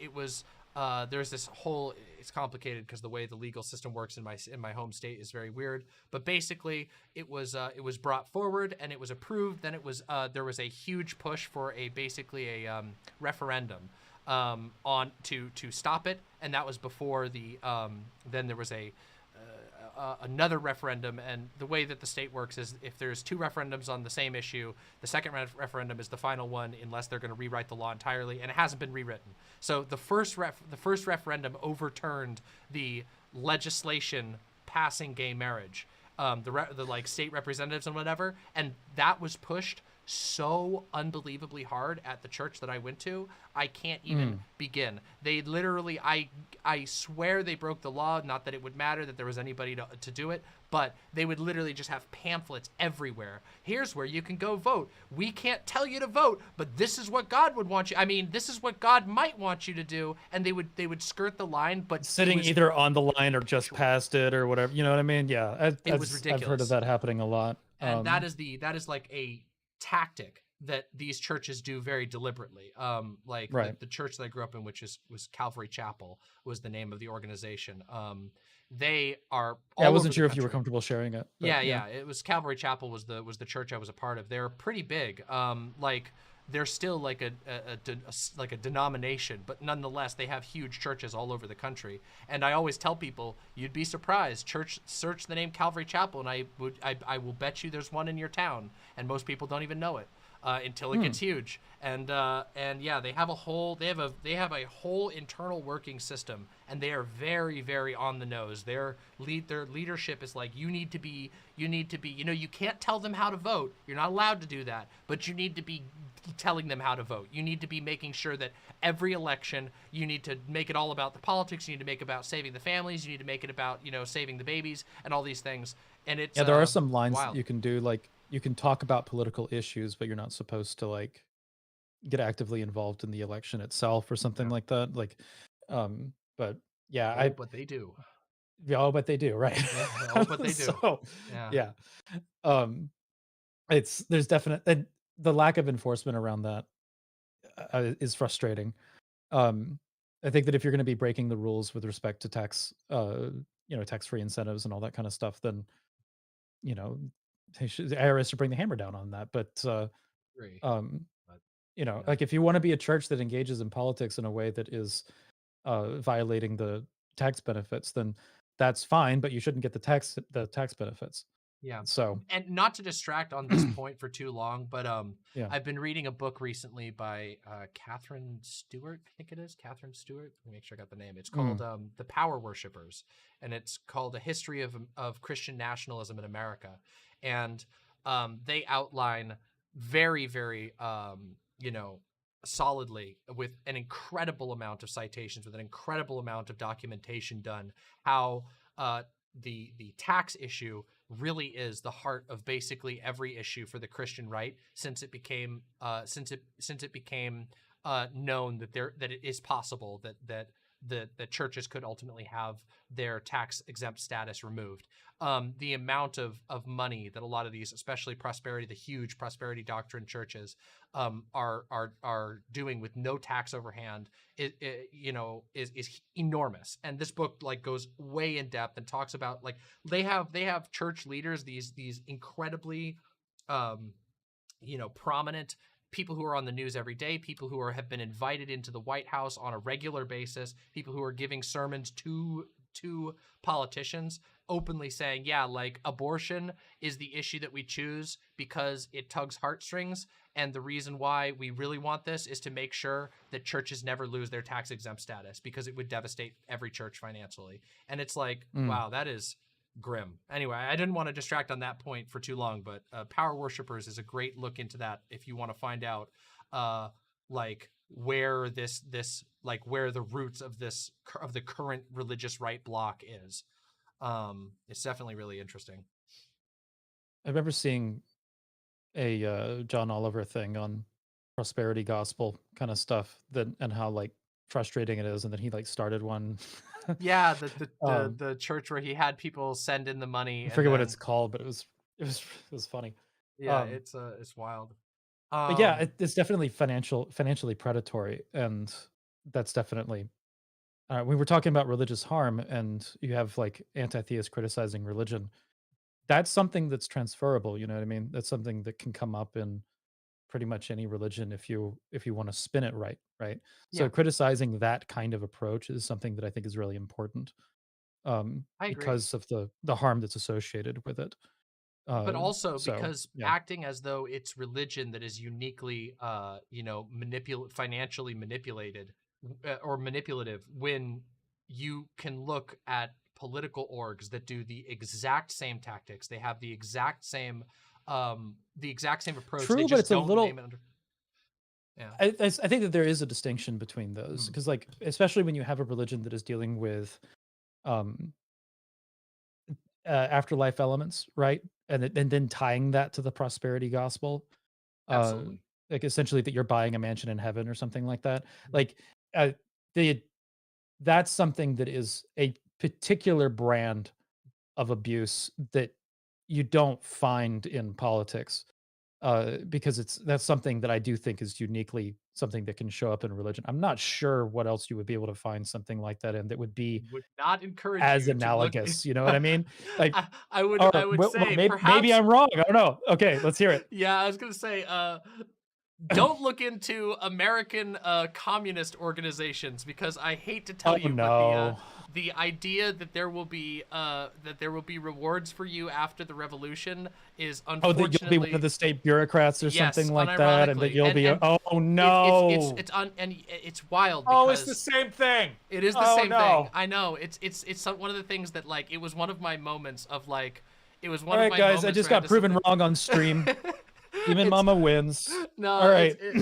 I don't blame you for not knowing about people like, you know, Bob Avakian and the Revcoms, or like some of these other there's so many of them. God, there's so many. Hell, as soon as I try to give anti-theism a bone, you just take it right away. What the fuck? I don't mean to. I did God. not. I didn't expect that the path of my life. Try to be charitable there. It's just that, like, Jesus. yes, I will agree that, like, the invocations of the spiritual can certainly grant a certain intensity and credence to that is not quite there. But unfortunately, I hate to say it, but there are an incredible amount of organizations. The mythology around, I mean, there's a reason why, like, Maoist groups, for example, talk about how lavishly rewarded Mao's revolutionary generals were, because they were. When I mean, hell, somebody I used to, my closest friend from years ago, like her entire family, they immigrated to the United States, but their family, her grandfather was a general, and in Mao, during Mao's revolution, and was literally given like a sepulcher, that flowers are laid at regularly, and like all these things, like literally like honored burial, lived a life of incredible lavish wealth, as a result of that. So unfortunately, even though these claim to be, you know, God, I mean, the most recent one was, God, there was a communist cult, called the Center for Political Innovation, that recently imploded. And there's like videos of him talking about, like, no, being a communist is not about being poor, which on the surface I do agree with. But then it spins into, yeah, you know, it's okay to be a billionaire, and as long as you're, you know, doing it for the right reasons. And, you know, the real idea is that everybody could be a billionaire someday when we achieve perfect unity. And it's just like, oh my God, it is outrageous, the level with which the like heaven can be exchanged for a utopian view of the future. And unfortunately, I will say it's not quite as ubiquitous, because the dogma isn't quite there to the same degree. Christianity has a couple thousand years of advantage on the communists in that regard. But that's fair. But yeah. There was something that. But you could easily have something like that become like the reigning concept within communism, and then, you know what I mean? Yeah, like, the only and thing I mean, that needs to happen is it needs to just overlap the other versions of it, and then become like the central defining one or something. You know what I mean? Sure. That could happen. You know. I would even argue that there's certain examples of it in existing countries that claim to be communist, especially countries that have had large capitalization, or or market reforms. China is a great example of this. Become state capitalist rather than communist. Really, exactly, but, yeah. and then it isn't implicit anymore. It's explicit. If you are a billionaire who is favorable to the party, you will be rewarded. If you are a person, you know, it's so yeah. I do think that is something that is concerning. I think that gives a point to the idea that, like, we should be careful of the practices and the structures, as opposed to assuming that it's religion that this all comes immediately from, because I think it is something deeper. I think that there's I think it's a way of manipulation that can be utilized in so many different ways. So to clarify what I'm saying here, when I've in my sort of own struggle in how I'm going to talk and how I want to talk about religion and how I want to critique Christianity, especially, which I contend with the most, I've started to say, not that I have a problem with religion, or even with religiosity, or even with spirituality, or superstition, which some people will use that sort of as like, oh, I have an issue with superstition, which I can understand. But what I tend to focus on is dogmatism, and like capital T traditionalism is what I usually will talk about it as. And that is, these are the things that I tend to believe are most like dangerous. That the dogmatism is a factor of basically every abusive belief system that I encounter, or specifically of the flavor that produce, like, we're like these cults that pull people in, is this idea of a dogma. There is a unchangeable inarguable set of beliefs that must be followed, and if you're not following them, then that is where that purity culture part comes in. And to me, that dogma, like the strict dogmatism, the strict inability to make any changes or updates or or challenge the basic precepts because you're invalidating the whole, is something that I believe is toxic in all of its forms. And the reason where I came to this was because I was trying to look at, sort of the mental exercise I did was I took the worst, like, communist cult that I could think of and the cult that I grew up in, and I made comparisons. I said, okay, so, oh my God. yeah, what are the parts of this that are like universal to each of these? And also, of course, like, being that I grew up in a cult, I've also been really, really, really interested and read a ton about a million different cults, especially like Heaven's Gate was one of the cults I did a ton of reading on. And dogmatism is like, it's there every time. It's all of these cults that end up just like chewing people up and spitting them out. Yeah, like not like you. It's not your place to question. This is the way that we indicate whether you're loyal or not. It's like it has the dogma has a multivariate purpose in that it allows for for like internal power jockeying of saying that's not the good one, you need to ignore that one. It allows for people to do like sort of tests of faith, to sort of bring people in slowly and expose them to the dogma. If they react well, bring them in deeper, etc. So that's one of them. And likewise, I sort of put another problem with most like when I'm talking about religious beliefs or beliefs that I have problems with. Another one that I look for is traditionalism, with a capital T, because I don't really care if people have traditions that are like, I think in fact traditions can be very good. Christmas, I fucking love it. There's a lot of traditions that I think are valuable in numerous ways. And this is something I do want to talk about more on as we go through this, but traditionalism with a capital T is this sort of idea that, somebody in the past did it right, and we have to. And if you are like, you're spitting in the face of all things good, if you don't accept these traditions, these strict traditions that we've done, we do it this way. Something that I see a lot of the traditionalism like comes out on is on conversations of gender. And it's really interesting because I think that traditionalism is like a turbo brain poison, which is that like people are lulled into a false sense of security by being told this is the way it's always been done. This has worked. The only reason we're here at all is because it was done this way in the past. They survived, which means we got to do it too, or we won't survive. How did you get here? Well, they must have been doing something right? It's a lot of these like fallacies that are intuitive. But what you see is that the historical figure or the tradition is being written freehand, almost on the spot by whoever is wielding it. The church leader, the church leadership, if there's a more centralized structure.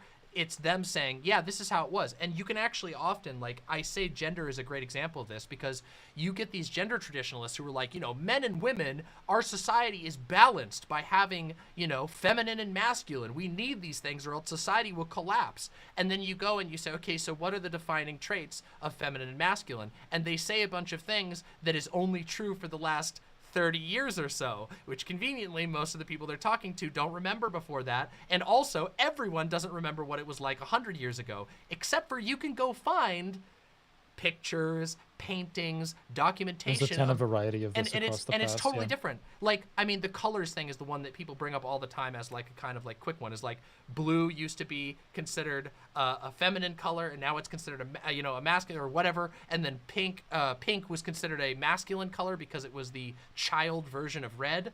Like blue was considered the feminine color, and it's like that's not the case anymore now. Now it's like literally people burn down their entire neighborhood with a blue firebomb trying to have a gender reveal party.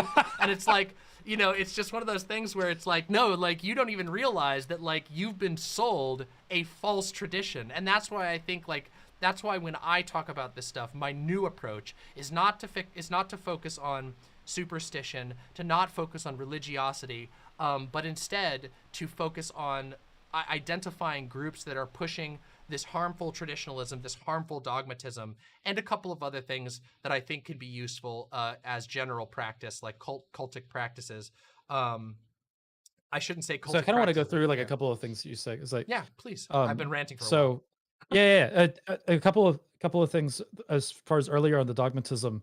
Um, I You're probably familiar with the bite model. I think that one of Mhm. the things you can utilize in order to figure out whether or not an organization or community dynamic is abusive is by applying the bite model and Yep. seeing like, okay, well, how much of these things apply? And like, there's a, it's one of the reason why I like it is because there is a gradient to it. Like, there's some things that are in there that yeah, you're gonna get like one or two of those things with any group dynamic probably. Mhm. Um, but if you have like a bunch of check marks in the bite model area, that's a big red flag, I especially agree. with some of Yeah. them that really shouldn't be appearing unless you're in like an abusive dynamic.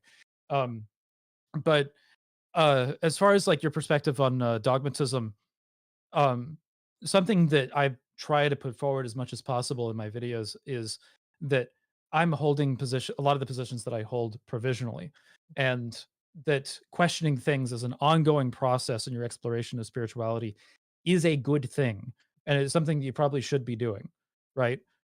So otherwise, you wind up becoming susceptible to those dogmatistic forces. Is that a word? Anyway, I think dogmatic so. forces. Yeah, dogmatic. So dogmatistic. We're just going to coin words today and Hey, use as whatever. many syllables as possible to transfer an idea. I think it's Um, good. I like inventing. I love fucking inventing words, okay? It's my yes, right. let's just Okay? As a language uh, user, as someone who had to be raised as speaking a a language, language it's my right. appreciator, truly an English enjoyer. Um, but the anyway, those the if I think that the ongoing journey of questioning as you're moving through your spiritual journey is going to like give you a stronger perspective, and also recognizing like one of the things that I recognized when I was reading like some of the older philosophers talking about this kind of stuff, like um, Cicero comes to mind pretty strongly in his book Academica, where he talks about um, the that knowing things is incredibly difficult and it's probably impossible on most stuff, right? So I don't think that you can walk away from a lot of concepts knowing for certain anything, and that's fine. That's just a reality that we should be grappling with, and we can explore further on that basis. Just like everything coming from your religious experiences down to the nature of the universe, right? Like Yeah. these things that we've been asking questions about philosophically for millennia at this point. Um, they're interesting conversations and we'll probably never know the answer to them, and we should temper our beliefs appropriately as a result of that. And like as an ongoing process, continue questioning our own positions and challenging ourselves. um it's I think it's just a good process and a good way to combat dogmatism, and dynamics that show up in the bite model like that, you know what I mean? Yeah, I agree with you. I think that yeah, I think that like I mean the bite model is a super good like shorthand of looking at these things. And it's great to be able to analyze certain groups, whether they're religious or not, and be able to point out aspects of that um that they appear as if by magic once you analyze them in that framework. Hmm. And it's interesting you talk about like the need for sort of critical thought and adaptability, and I think that's one of the reasons why I think like the dogmatism aspect is such a big concern for me.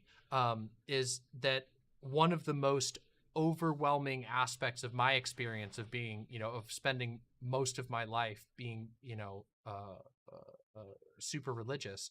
And I was like, I always tell people I was a true believer in every single way. Like bought into the worldview in whole. I was Hmm. very, very much convinced of it. There was no like, it wasn't, I was not an Easter Sunday type of Christian. Not that like I think there's anything, obviously I don't think there's anything wrong with that. I'm just saying that my type of belief at that point was very, very, very zealous. And one of the things that was most prevalent in finally leaving that environment was the ways in which uh, critical thought or even counter narratives were harshly shut down, extremely harshly, that over time your ability to even ask those questions is slowly worn down. And I have talked about this in the past, and in my spiritual deconstruction, I talked Like this just about. through social pressures you're talking about? Yeah, Like it, yeah, sometimes through through myriad social pressures. I mean, there was yeah. people who, I mean, I've talked to in I've talked about this in the I past with. found that when I was I have some bad experiences as a weak Christian trying to engage with churches. I would go to churches and I'd have like a bunch of questions, and I'd be like that guy that would you know um, go up to the youth minister and all whatever afterwards and be like have some questions about the sermon and that kind of stuff. And that was never received well, Yeah. unfortunately. Like a lot of times they didn't want to have those conversations. Um, and like, yeah, I can get that, you know, not everybody is prepared to jump into one of those kind of conversations every time there's a conversation like that. But it did like when you're somebody who's in the church and then you have a bunch of questions, you would think that the response to that would be a little bit more enthusiastic, but it never really was. I think it seemed like there was just a please accept this and don't dig Yeah. anymore or something like that. That I if you think get there's a too much lot of into it, it's churches a that are bad like that. thing. I think Yeah. there are unfortunately a lot of churches that are very much like that. And in my deconstruction video, I talk about it like an egg, that a shell is made like around your brain, and Mhm. your brain can work really great within that shell, but there are certain lines that are slowly over time like built up that are very difficult to crack into from an external Mm. perspective, and that's the That's an interesting purpose. Is analogy. yeah, it's like Yeah. it is an isolation. It is an intentional isolation. It is a bunch of repeated truisms. I don't know if that's the right word, but thought terminating cliches are one of those. I mean, hell, one of the best examples, the easiest. This is like the laziest, easiest example I can come up with is like the term "the wisdom of man," Mhm. which is like the wisdom of man. There's a bunch of verses that can be produced on demand. I could get you a bunch of them about being cautious of the wisdom of man. And the church that I grew up in, and many other churches that I attended over time, would use this as a sort of a euphemism for science. They would say, like you're Oh, buying okay, into I the see wisdom where of you're going. man. Yeah. Yeah. They would say things like, your teachers at school are pulling on the wisdom of man. It's this sort of disqualifier that, oh well, I used to and hear of the world. of the world is Uh, another one. Yeah, yeah. it's along the same line. It's like, well, oh well, your teacher that brought up these questions to you, they're of the world. They're pulling from a corrupted source, and you need to be careful around that. This is actually Right. interestingly, this is something that you see a lot too with like dyed in the wool anti-Semites, that they will say Mhm. like it's Jewish science. Is it that it's like almost one to one in the way that it's used is to create a thought terminating cliche. I don't need to listen to this data, even if it's compelling to me, even if it's emotionally compelling to me. In fact, if it's emotionally compelling, that just proves how sinister and evil it is. And so the goal is to get you to stop thinking about it, to dismiss it at any cost. And it's very successful. Especially when you mix in what you were mentioning before, these social aspects, whether it's direct hostility from the leadership or whether it's implicit hostility or whether it's just an atmosphere where questioning is not encouraged. I mean, hell, like the way that my church operated, people's entire social lives would slowly become wrapped into the church, where the idea that and the fact of the matter is there were families that disappeared from the church, that were functionally shunned or outcast, and often you never really knew exactly why. They would just a bunch of people who were formerly important members would just disappear, and you wouldn't hear about them anymore. They'd usually move away because they were getting, influential members who were plugged into the leadership or whatever would start, cutting them off, not talking to them, and then they would feel isolated, and then they would just be gone. And Mhm. it was never explicit. It was never told like we're going to kick you out, but you always knew if your entire social group revolves around that church, then um, you know, then there's always that threat. There's always the knowledge. Well, what made them disappear? What if I do the thing that made them be outcast? What if what if It's my kid is gay? Or something like that. yeah. It's and Yeah. it's frustrating because like one of the things that can be good about churches is they can be a point for community, right? Mhm. And so when that dynamic gets abused, basically, that's gets pretty fucked pretty quick. That's Um, actually, that specific just like topic is something that I've talked about on my channel increasingly, mhm, as a standalone topic, which is the right versus the left on actually building community. Um, I yeah, think that like in our society we have a shocking poverty of like social and communal connection. Um, mhm. Most people have I no. have a little bit of a rant on that actually. Oh, please, please. I think that that's been a problem for pagans lately because I think that what winds up happening, and I think this applies to atheists as well, is that churches church community dynamics, as we just talked about, can have like abusive properties and shit. And what winds up happening, and I think this is like a latent Christianity thing, that when people leave Christianity and they become an atheist or they become a pagan or something like that, there's a lot of like there can be often trauma that's associated with their past relationship with Christianity and a church that gets carried over as well. Yeah. And that changes from like the abusive dynamic within the church is bad to having a community dynamic around religion is bad, Yeah. right? And I think that as a result, um, atheist organizations don't quite function in a same way as like a in a way that fosters community as well as the church does. I think in part for that reason, and I think that pagans have a lot of the same problem. Mhm. That as they've left Christianity and then they form groups or something like that, there's a lot of growing pains. Mhm. Um, and sometimes there's a lot of pagans that are just like anti-organized religion entirely, and they're committed to being solitary practitioners. I was like that for a long time. I was like, I don't want to join any group or whatever, anything like that. Um, but like, I think that there's a long history of mistakes within Christianity that people can learn from Mhm. and be like, all right, well, those were issues that popped up. How do we take those lessons and apply them in how we build community? And I think that's a more healthy approach than abandoning it, which seems to be the status quo. Um, I could not you agree know, with you more on this topic. So, uh, really fascinating book recommendation for you. Super easy read. It's a short book called Hinterland. Hold on, it has a subtitle. Here it is. Hinterland, America's New Landscape of Class and Conflict. It was written in May. It was published in May of 2020 by Phil A. Neal. I've been recommending this book is a this the thing ton. about third places that I saw somebody covering recently? Um, Or Third no, never, places. I saw a finish your thing about the book, and then I got a Oh, comment to make from yeah, something that I saw somebody talking about recently that I think contributes to this. It might, but Hinterland talks about the sort of the way that America actually looks today politically, and it talks about like um, this term called the hinterland, which they have two types of the hinterland: the far hinterland and the near hinterland. These refer to sort of like current modern American socioeconomic, maybe even geographic categories, places that Mhm, people live. The far hinterland being extreme rural areas, small isolated towns. The near hinterland being the sort of like semi-rural towns and logistics towns that surround every major city in America now.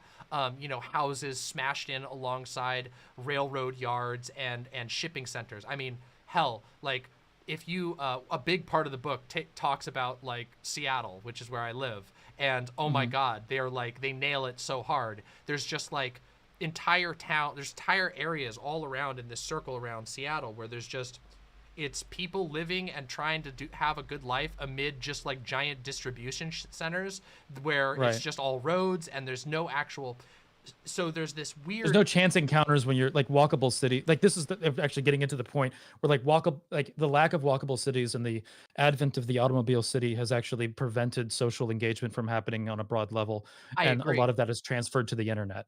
Um, uh, so like you used to be able to, and this is actually what I was seeing earlier, and wanted to reference earlier, and I can't remember what the source for this is or anything like that, but it was like the concept of third places and how that has been leaving our society. And third places are things like cafes, bars, concert halls, and all of that kind of stuff.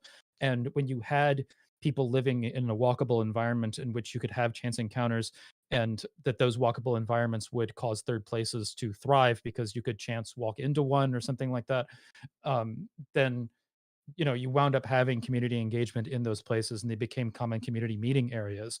Yeah. And now, since we live in automobile cities now, especially in America, that dynamic has been replaced with, and I'm in the South, so Yeah. it's automobile cities pretty much only down here. It's not very many Yeah. walkable cities unless you're Nowhere driving in to a America, walkable really. area. You know what I mean? Yeah. So, like I think New York City winds up being an exception here, kind of, but the general rule is that cities are not walkable.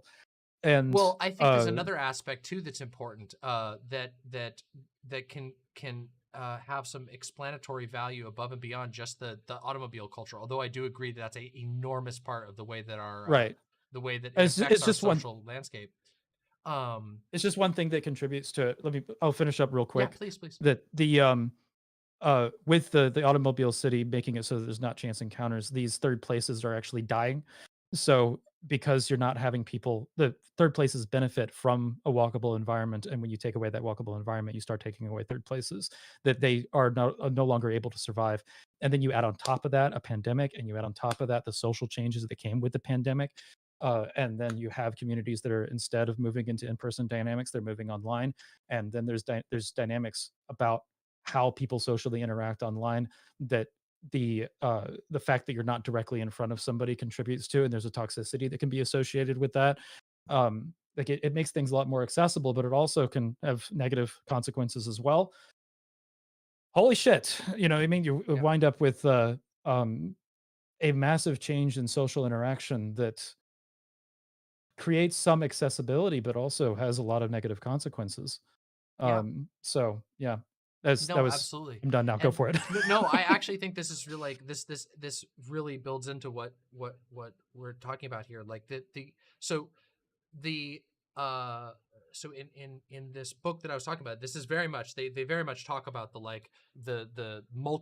sort of multifaceted devastation of shared spaces, because Mhm. also they note that in a lot of like the far hinterland, the way that politics is unfolding right now in the current day, this stuff is not stuff that has been written history books about it. This is somebody basically trying to do that now, is to point out that like a lot of rural areas, there is material solidarity, and care found, that is heavily right leaning, and it's also tied in with a whole lot of really abusive stuff. For example, churches, that are very extractive, that want to get a lot of money from the people that are involved with them, and also business owners, who are basically wield a fist over, an iron fist over their workers, because their workers are completely reliant on the owners of some of these businesses. One of the examples they talk about is like ranch towns, where almost all of the land in the town is owned by a handful of a couple guys. These people become big players in politics, and the increasing And they path, become like family dynasties as well, and yeah. but also that this is there is a firmly right-wing bent to this, which is that it's being used to, a right-wing local businessman who owns a large ranch can say, you know what, I'm going to start hosting on my land, I'm going to start hosting a shooting club. Or you know what, maybe we'll just call it a militia.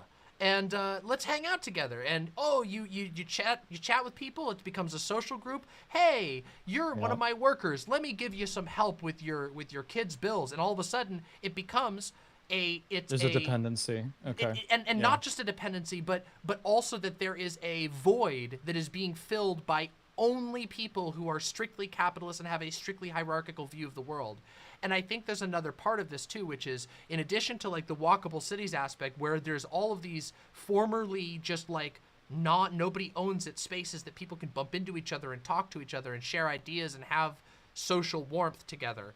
That you also have the final existing bastions of communal of like, well, communal I say, but with of anything even resembling a communal environment are materially owned by people with a very strong ideological bent that in my opinion is and very they bad. determine access, and they then determine access to those spaces, right? If atheist, and you mentioned this with the thing that sparked this whole line of thought was you mentioned that like atheists are and pagans, a lot of whom have left Christianity, are not so good at this. And to me, I go, well, the church is throwing them out.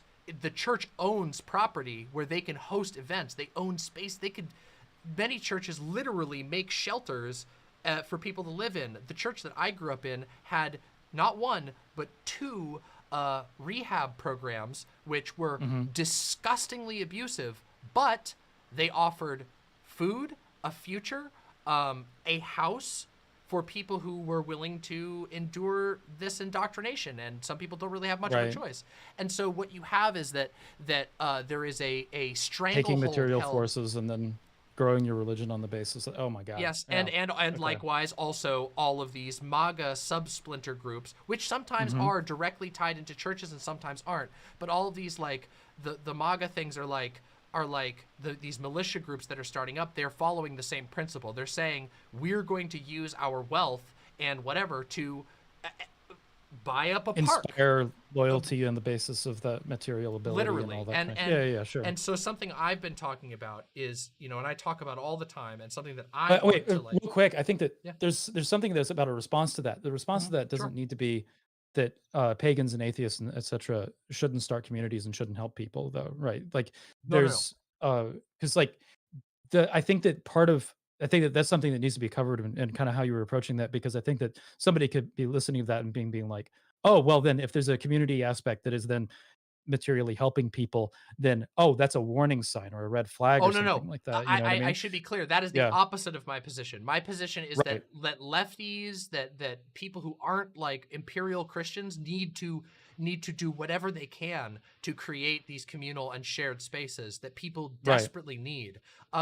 Because and part of this is just, I mean, I could go onto the rant about capitalism bad and about how it is designed to eat up anything that's shared and make it into something that can be commodified, that can be turned into money. No public parks. Instead, we have a park that's owned by a housing development and can be sold as a feature of the housing development. And they'll have their little security guards chase you out. Literally have lived in a place like this, where formerly there would have been a public park there that everybody can hang out at and do a grill or whatever.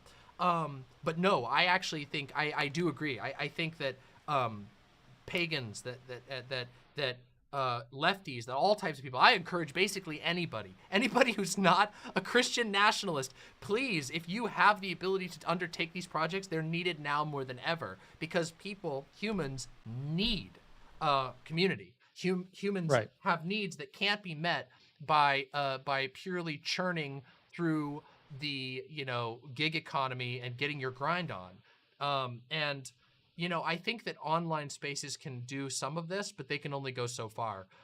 Especially right now when we're like literally staring down the gun of a recession. I want to be careful as well, though, because like there is a huge value to online spaces and I think that you did caveat that there's a huge value to online spaces and online community as far as being able to fulfill that. But there's also, like, just as we've been talking about, the challenges of that kind of become compounded by the lack of ability to be able to do that with ease in an IRL environment, right? Yeah. And I agree with you that I think that there should be more people putting resources into making more community spaces more accessible. I think that the Unitarian Universalists do a pretty good job about that, as far as people being able to use their space for gatherings and that kind of thing. It's definitely a resource that I think that it's something that is compatible with those on the left as far as being able to find a structure that is already in place if you want to be able to hold something, especially if it's of a religious nature. I think even as an atheistic nature, you could do this, where you have like an atheist book club or something like that that you can hold at a Unitarian church. Um, that's it's a place that is receptive to left leaning politics and is also receptive to um, uh, multiple paths, a multiplicity of paths. Yeah. So yeah. And on that, to add another example, some of my thoughts about this have been directly inspired by my engagement and observation of uh, modern small Jewish gatherings. Also, libraries have Um, meeting spaces. Somebody said, yeah, heathen librarian saying in my chat, that like, yeah, absolutely. there's a lot of options for this kind of thing. If you want to find a building that already exists, you know what I mean? You don't necessarily need to build something to start something. You can, if you have like, just take the resources that you have access to. And libraries are a good starting place. Unitarian churches are a good starting place. Libraries are, uh, would probably be considered more neutral, so you could Yeah. utilize them. I know, there's a guy that I know in person that runs a pagan version of AA, basically. You know, that's he thinks that the 10-step program is abusive, right? Yeah. So there's like he holds a version of it that is accessible to theistic and non-theistic pagans, Mhm. right? And makes it. I think that there's yeah. Anyway, he runs it out of a bookstore. Yeah. Um, that it's not a building that he owns or anything like that, but he's got access to it, and people come for meetings and all of that kind of stuff, and it benefits people. Well, and that's a So lifeline. Like that is the sort of thing that can be a genuine lifesaver. Um, right. I agree. Like I think that there are a lot of problems with like 12-step programs and there's Did I say 10 step? yeah, Yeah, 10 steps I think, shows but how much I know about AA. it's fine. No, But yeah, I do think that there's like there's a lot of I mean hell Alcoholics Anonymous like is um has a lot of there's not a small amount of criticism for the organization and its sort of soft and hard proselytization through it, but again it's one of those things where the only answer is to build alternatives, and those alternatives simply existing means that people who otherwise would have not done anything at all, have something. Even if it's not the most perfect thing, even if it's not a perfect alternative, even if it's not, it's better than just saying, wow, well, I know that I'm going to be judged in this place. I'm not going to go get help that I need. And instead, I'm going to go to this one. And this is something that can be welcoming to me. I think that's like super, super valuable and super important.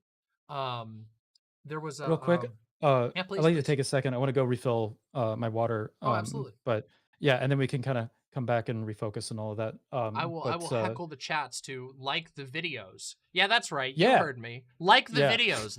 Like the video below. If you're watching on Ocean's side or on my side, I don't care. click the It's follow on free. Twitch or whatever. Yeah, Yeah, hit the um, follow button, hit the subscribe button if you're on YouTube, but most of all, I guess you're on Twitch. So press the follow on Ocean's video. If all of you guys don't follow Ocean yet, follow the links and go follow OceanKeltoi. And secondly, press like on the YouTube video. What the heck?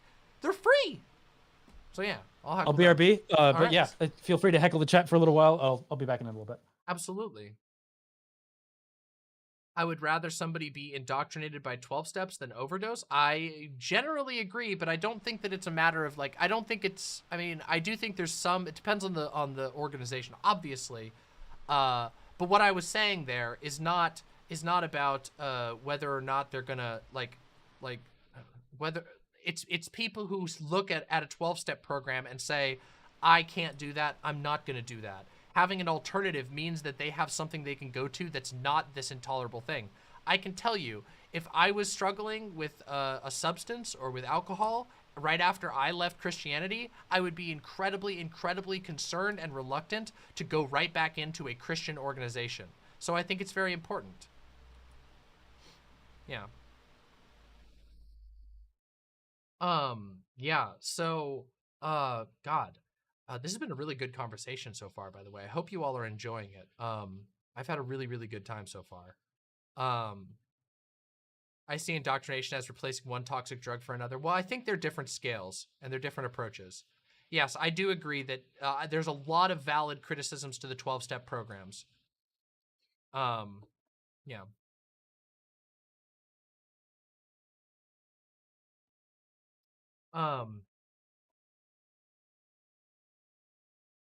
Yeah. There's so much we can talk about. I'm very excited. I've really enjoyed the way this conversation has gone. And as you can see, I have quite a lot of critiques for certain practices of, of religious belief. There's a lot of, my atheism is still a thing that exists. It's really important, to me. But like, I am very particular about what is being criticized, and I want my critiques to be accurate and not wasteful. So that's part of the reason why I care so much about, about these topics and whatnot. Welcome back. Okay, I'm back. Yay. Hydration mode. Yes, this empty cup was distracting, and I guess the ADHD flares up. No, that is You know that is totally valid. I highly believe in staying hydrated. That's why I have my little mug that has been refilled once by. That's a cool mug. Partners. I like that. Oh, thank you. It's a little Got cauldron. A little cauldron. It's my partner's one, but I steal it all the time because it is the most insulated cup that we have. So my drinks stay very cold when I'm on stream. So I think that like we've definitely been covering like a lot of cool stuff when it comes to community and such. But I guess I'm also kind of interested in refocusing back to like the anti-theism conversation and a few of the other things that I guess we wanted to cover as well. Sounds great. Because like some of the you said that there were conversations that happened with y'all after the Vosh debate. How did that like go, and what were some of the things that like you took from it or you saw that others took from it? Well, I think so. One aspect that, of course, immediately popped up in my community is sort of people discussing the aspect of the conversation of the sort of anti-superstition aspect of the conversation, which is highly contentious, obviously, and a lot of people have a lot of feelings about that usually because of things like, well, faith healing and astrology and fortune telling and some of these things that are sort of seances and psychics are things that are sort of full of abusive characters. I have a lot of agreement with you about psychics. Yeah. It's shocking how much I have been raided by Hey Shady Lady. Hey. Hey Shady Lady, thanks for the raid. All right, sorry, I want to. No worries. Yeah, I didn't want to let that go. Welcome. But yeah, I think that on psychics definitely. I had a somebody try to utilize their claims of being a psychic like in a way that was very obviously emotionally manipulative toward me. I identified it very quickly and I was like, I figured out exactly where they got that information and came down on that with a fucking hammer.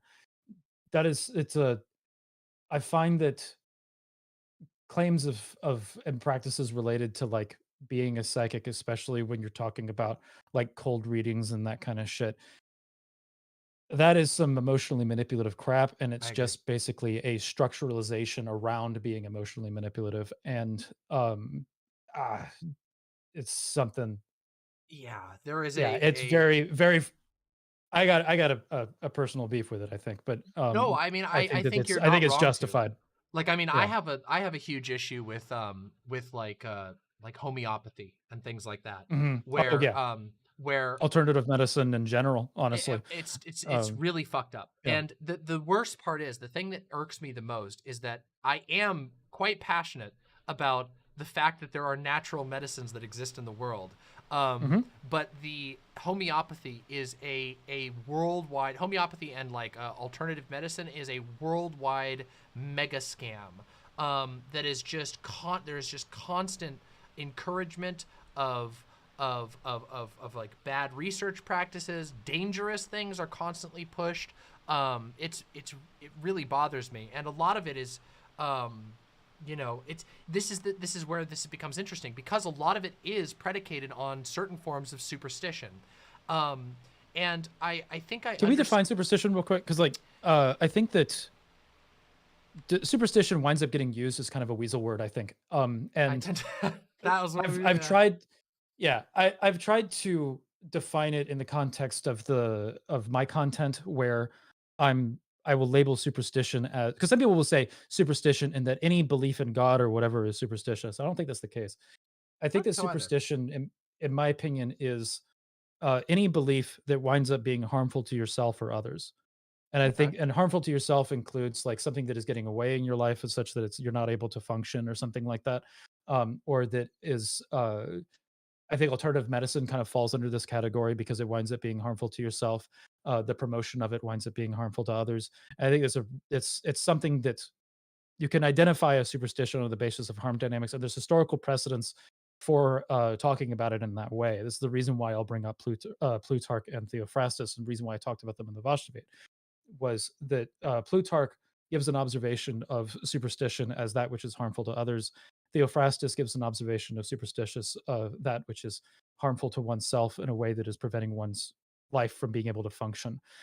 And I thought that I look at those two things and I go, all right, there's something you can construct out of this in a way that you can build a term that's useful, especially in having a modern conversation out of a word that is being used over and over in this discussion. And so building a definition and utilizing it in a way that has utility in the conversation rather than the nebulous weasel word that is typically used, Yeah. that is nothing other than disparaging. I think that it still should be disparaging. It's like what I'm talking about is something that should be disparaged, but it's more identifiable towards what is targeted around harmful practices. I So you think can some identify that people, as superstition. yeah, no, and I think you're onto something here. I'm happy that you called it a weasel word because I do agree with you. I think that the superstition aspect, I believe, at least in my experience, to me feels like a sort of cultural holdover from the early atheist days, where that was sort of Mhm. a phrase that was thrown around a lot, like I'm against superstition, meaning Right. usually what they take it to mean is like claims without evidence or What I find that to actually mean is supernatural. beliefs I think are dumb. Yes, I mean that is what that's the thing that's so frustrating That's about what it it is that actually means, whether it's like beliefs there's I think are no, dumb. and it's often put up against a incredibly, this is something that irks me so much, is this fake presumptive uh smug type of like empiricism, and Mhm, and I just it became insulting to me on a personal level, when I was, studying science professionally, and I see people invoking this sort of empiricism to justify the stupidest things you can imagine. That I mean, fuck, like empiricism was used as a way to promote eugenics, as a way to mhm. promote skull science. Empiricism is like, it is a very It's not an complicated end all thing, and be all, yeah, and it's not an and I invocation. It's so it's think about empiricism and its relationship with science, and then also I think that in the history of science, you've had to build an ethics around what kind of experiments you're conducting, and those aren't that's not something that we've wound up arriving to based on empiricism. It's something that we've arrived at based on moral analysis and uh I mean, there's empirical aspects to the conversation because we're observing effects of things, right? But the premises that we're engaging with, as far as like what we're looking for and measuring and trying to figure out whether or not something is ethical, is going to be based on metaphysical assumptions about morality. And so you can't get to those positions through empirical means necessarily. well, there's So always a line. I there's mean, there's a strict, there's it's a is-ought yeah, problem yeah, the winds up Azad, being. Yeah. exactly. And so there always comes a point of where assumptions or declarations are made in every belief Hmm. system. And Right. I recognize that some people, like, to me, part of the reason why I find the discussion around superstition both tiring and also interesting is because of the way that people approach that topic, and because of the way they talk about it. I think Hmm. I think a lot of people go into conversation. I think this is universal, like across all sides of an issue. People go in very convinced that their worldview is the rational and evidence supported one. Even people who don't really value evidence all that much as a general rule, they will always, of course, you know, sort of present it Seen that. as, yeah, it's very frustrating. Yeah. And it's like, it's this whole thing. And, you know, and it's funny because this, of course, the superstition aspect, I think, if I recall correctly, in your conversation, in your debate, was what sort of led to the, I'll call it the bloody portion of the debate, Are where you talking about the human sacrifice portion? no, Sorry, I did was I just talking mostly about the like breaking out the rock and the like, oh well, that's when you break out the rock and smash Oh, people's that. and Yeah, that thing. that was weird. And Um, it's funny yeah. because there's a certain aspect at which I do agree that that like the rock is like an ever-present aspect of human society. I just don't know. I don't know that it applies here very well. I feel like when you That conversation got into some weird places where it's it a wound up going, because I asked about, you know, policy positions on stuff at the beginning of the debate, and about how any policy positions related to anti-theism would wind up having a violation of human rights perspective. And yeah. he seemed to agree on that. And he's like, no, but you can still have like a social dynamic around it. And then we wound the conversation, I thought, would continue to be focused on that. But then there wound up getting into some positions that you can extrapolate into policy positions, such as institutionalization of people, and That was getting where I into lost my cool. the violence. I saw you lose your cool on that, and I think that you're entirely justified in how you reacted to that. I had to keep a lid on myself in that conversation as well, because uh, I didn't think that blowing up in that conversation would at all be productive. I attempted to be like, look, here's a resource for you that is somebody who has an education background in this subject. You can go check them out. For anybody that's interested in what that resource was, it was Shannon Q's video on stop calling religion a mental illness. Very informative video about the dynamics surrounding mental illness and the comparisons that are made to religion, and that are generally something that you find in like the edgy Reddit atheist community kind of crap.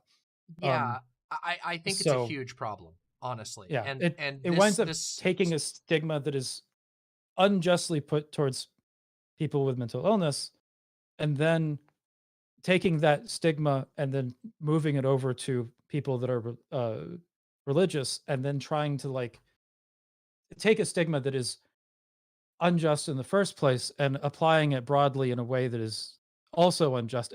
There's a ton of layers of shitty dynamics to it. And it's something that I push back pretty fucking hard against whenever I encounter it. But with Vasha, tried to be like, all right, this is where you should probably go to in order to find out more about this information. Let's also move the fuck on, because that I did not find that aspect of the conversation to be helpful at all.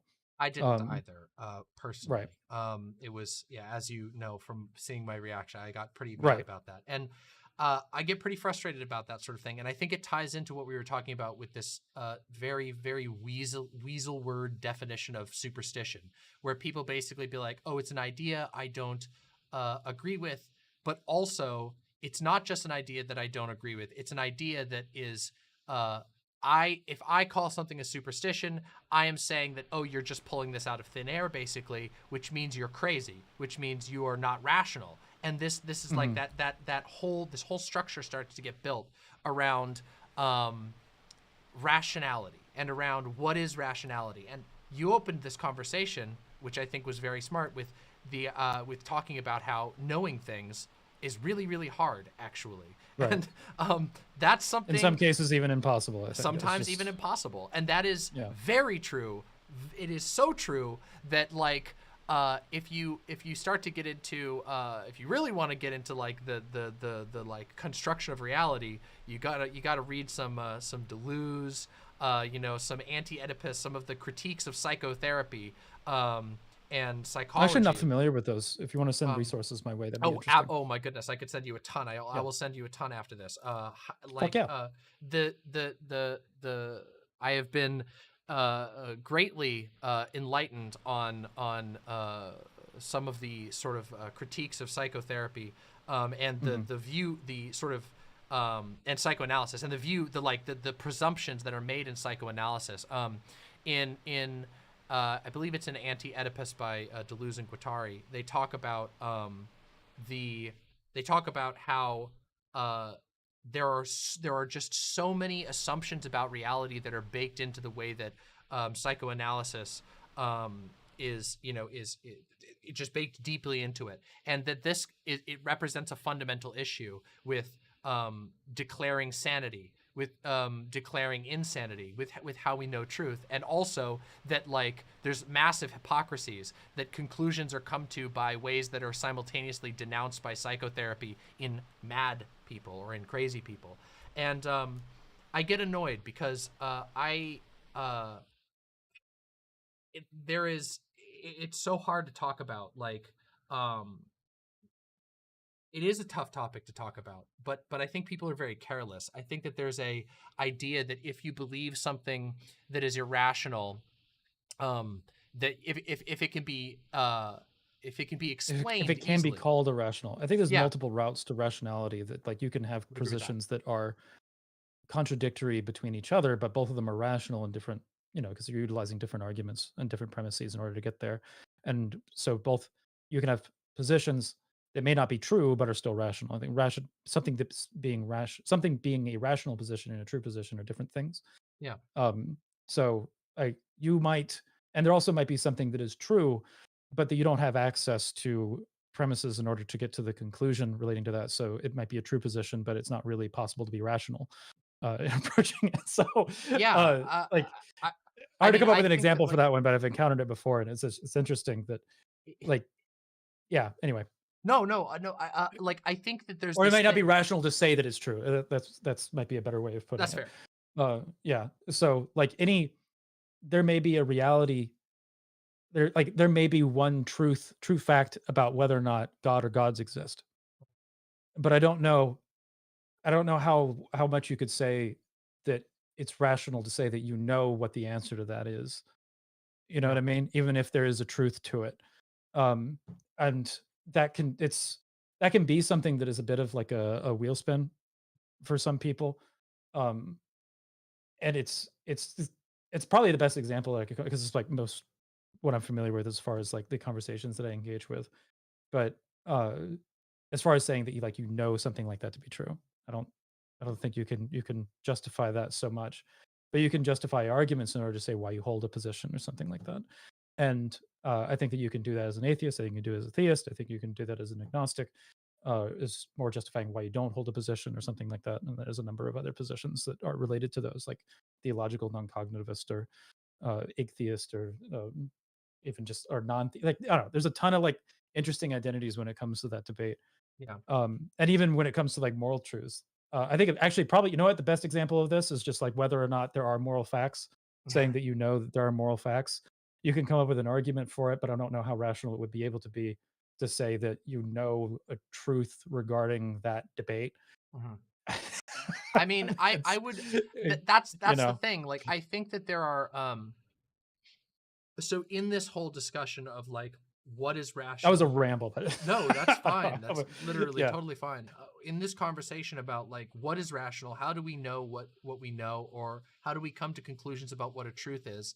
Um, so And there's a what is couple. knowledge in the first place? What is knowledge in the first place, Trying and to also figure because like how I don't many yeah, sorry. people like there's a quote. God, I'm gonna butcher the quote, but it's from Deleuze, and it says, I'd much prefer the schizo on his daily walk ranting at the clouds than the rational eugenicist or something along those lines, where it's like Mm. there's like, oh yeah, so you're there's a demonization of the idea of irrationality when it's not actually true that that just irrationality is necessary. Just irrationality, however you define that, is even like a first of all a useful term to acknowledge, or whether it's even whether in the context there's actually a difference in harm. Like I think there's this desire to sort of uh, act as though act as though like, and this is a common of course with people who put a very very very high value on empiricism and rationality, And I think that people should temper that to a certain degree because Agreed. we're all electric powered meat bags, and it can be very difficult to know what we know. And as somebody who grew up with a completely different like conceptualization of reality to what I have now, and when I say that, I mean I did not like the way I look at the world now is utterly different than the way that I was taught to as a child. As a child, I grew up believing in miracles. I grew up believing in signs, in these sorts of things, that meaning can be derived from strange events. But there are structures and justifications that are of a different shape, and within certain assumptions, there are rational beliefs within that system. And this is something that irks me when people do. Sorry, I'm trying to tie this together to the I think that original where you're portion. stuck, there's It's a like dynamic that I bumped into it that's similar to what you're talking about, where people believe that that what is rational is a set statement of a set of beliefs, and that if you're outside of that set of beliefs, well, then you're irrational, right? yeah, And a lot of people will put atheism in on this set of beliefs, and they won't put theism on that set of beliefs. And that if you're outside of this stringent set, you're irrational. But that's not quite how logical arguments sort of work, as far as like what. And it also depends on what you're defining as rational. Is rational going to be the most likely position considering all of the things that we know, or is it something as far as like this is something that is logically coherent, or is it something in which you have justification for? There's a number of ways to look at, and rationality has been used in different ways over the course of the history of the discussion on what rationality is. But the idea of like there is one list of what is rational, and anything that deviates from that list is irrational, just contributes to dogmatism. And I think that that's something that you wind up seeing as a representation of dogmatism within the broader atheist activist community. You get something like that, where that kind of belief functions as a doctrine, if that makes sense. as a doctrine, and also that that it can make atheists who have a genuine desire to engage with and challenge certain religious people. It can make them blind to certain approaches. And this was something that you mentioned to a certain degree in that conversation, that you have had conversations where you've talked people out of irrationally held religious beliefs as a process of having a conversation and having them think about it more and whatever, that this is something that occurs. Well, that's also something that I've experienced firsthand. And I have usually utilizing the Socratic method. I find the Socratic method to be the strongest approach with this kind of stuff. I actually would agree. If you're trying to move people out into a new position, Socratic method is super useful. It is very much so. But also coming to understand the rational structures that can exist within certain assumptions. So for example, like as an illustration, if you meet a hardline Catholic, it can be very, very difficult to engage with a hardline Catholic on many, many issues until you step into their frame, because obviously they have a framework in which all of their beliefs are stringently justified in religious law. If you meet a hardline Catholic who's super devoted to it, they can find you an entire justification. And all of these things are within the framework, super rational, as long as you're willing to make the assumption that yes, God does exist, that yes, God declared this church to be the chosen church. And as long as you make those assumptions, they're correct. They are rationally correct. Their arguments are logically sound. And justified.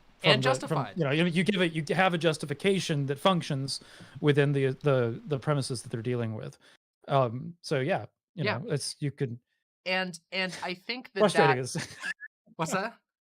It's so one of the. I think you're touching on something that I'm glad you're touching on this, because this is something that I've tried to communicate to people before, and I find that it doesn't go over very well. But yeah, that has to do with kind of what I was talking about earlier about here's the list of rational beliefs, and if you deviate from that, well, then now you're irrational. And I think that this is something that also pops up with what you're talking about one of the pitfalls with the dynamic that you're discussing of like the straw Catholic that we're sort of dealing with here, straw Catholic, I don't know, sample Catholic that we're sort of dealing with here, that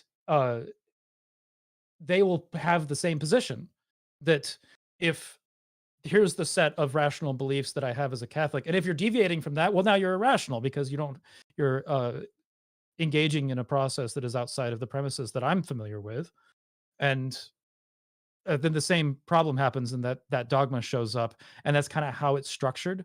So Mhm. then, when you have that structure happening outside of religion, you've taken the problematic aspect of dogmatism and made it portable and moved it over here to Exactly. something that is not in religion, and Well, and now you the same encounter problem is this shown up. all the It's time separate from religion. You encounter people um with just sort of um blatantly contradictory or inconsistent worldviews regardless of their religious status. I mean, you're right. telling me that you're telling me that like your average atheist Democrat voter actually knows like goes through and rationally analyzes every single belief that they have. I No, find they that's picked just up a whole generally bunch. not true. It's just not true There's about some that do. anybody. I've i I've i will seen agree some there are that some do that people, will yes. be like, I have a rational justification for anything, and if you push them on it, it's they're pretty well thought out. I've met a lot of people that are like that, but that is few and far between. Most of the time, it's somebody will say something like that, and it's because they believe things that certain thought leaders within their community have repeated over and over, and then they'll start repeating those kind of things. I find this to be it's I'm not going to mention names, but um, there are like certain thought leaders, especially within the atheist community, that you wind up seeing people repeat certain things that kind of come from them, and uh, that's they're not justifying themselves rationally on everything on the basis of a unique argument that they came up with. They're taking a package that they got from somebody else and they're applying it, and that's not necessarily the same thing as what they're claiming to do when they're saying is like, I am an entirely rational human being. Especially when sometimes the arguments that they wind up running with that they got from somewhere else. I just think everybody gets their arguments from somewhere else, and I don't know. There's also a wide conversation to have about that, about Of originality course. and Yeah. logical justification, but um, that uh, a lot of times that the justification that they're trying to defend is not very well thought out. Mhm. Uh, so then when you kind of call them on that, the conversation gets interesting and fun, which again is kind of where Socratic method comes in and can be useful Yeah. as far I as getting people to see that. So there's two things I want to talk about here at this juncture, which is the first thing is the anti is like sort of tying this all back to anti-theism. Hmm. And what we've been talking about here is that, knowledge is a very difficult thing to quantify. It can be difficult to justify certain types of knowledge. Hmm. And a lot of people don't exactly have they don't have knowledge that's purely based off of there's an Always Sunny in Philadelphia bit where it's like science can be a bitch sometimes, and Hmm.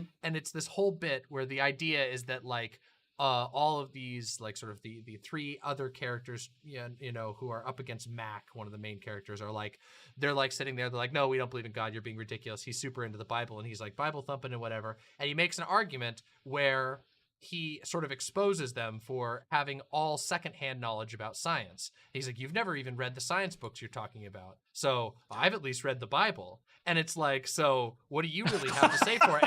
And there's this part where they're just like, they get all pissed off and they get really mad at him, and like he does this presentation where he's like, okay, which science book did that come from? Where did you learn this fact about science? And they're like, well, it's in all kinds of books. It's like, okay, have you read any of them? It's like, no.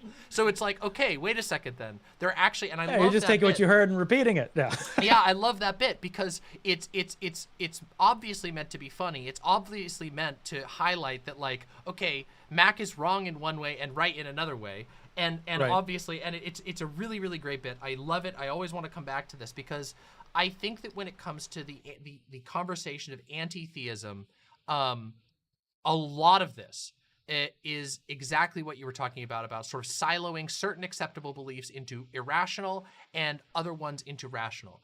Anti-theists push the idea that theism in and of itself, a belief in a god, in any god or in gods, is inherently irrational. And I don't And then think from there, they build the justification that it's therefore harmful. precisely, exactly, from there that Right. it's harmful because it's irrational. But I don't think that irrational beliefs are always harmful. I don't necessarily, and also, I do think it's a good thing to rationally interrogate your beliefs, but it is a simple fact, and this is the part where a lot of people get uncomfortable, is we all have a lot of irrational beliefs all the time. And most of us haven't. I think that people generally do not think through their positions Yeah. rationally. Like It's a thing. So when you're saying that, yeah. Anyway, continue your point because I think yeah, I think I see where you're going, but go ahead. it's that people have tons of irrational views that we hold passively, and many of them don't have any immediate or long-term or apparent harm or benefit. They just exist. They just are. Now, of course, there are exceptions to this, but that is the whole game. The game becomes then, how do we identify harmful beliefs? How do we choose better practices? How do we build better practices? How do we build better beliefs?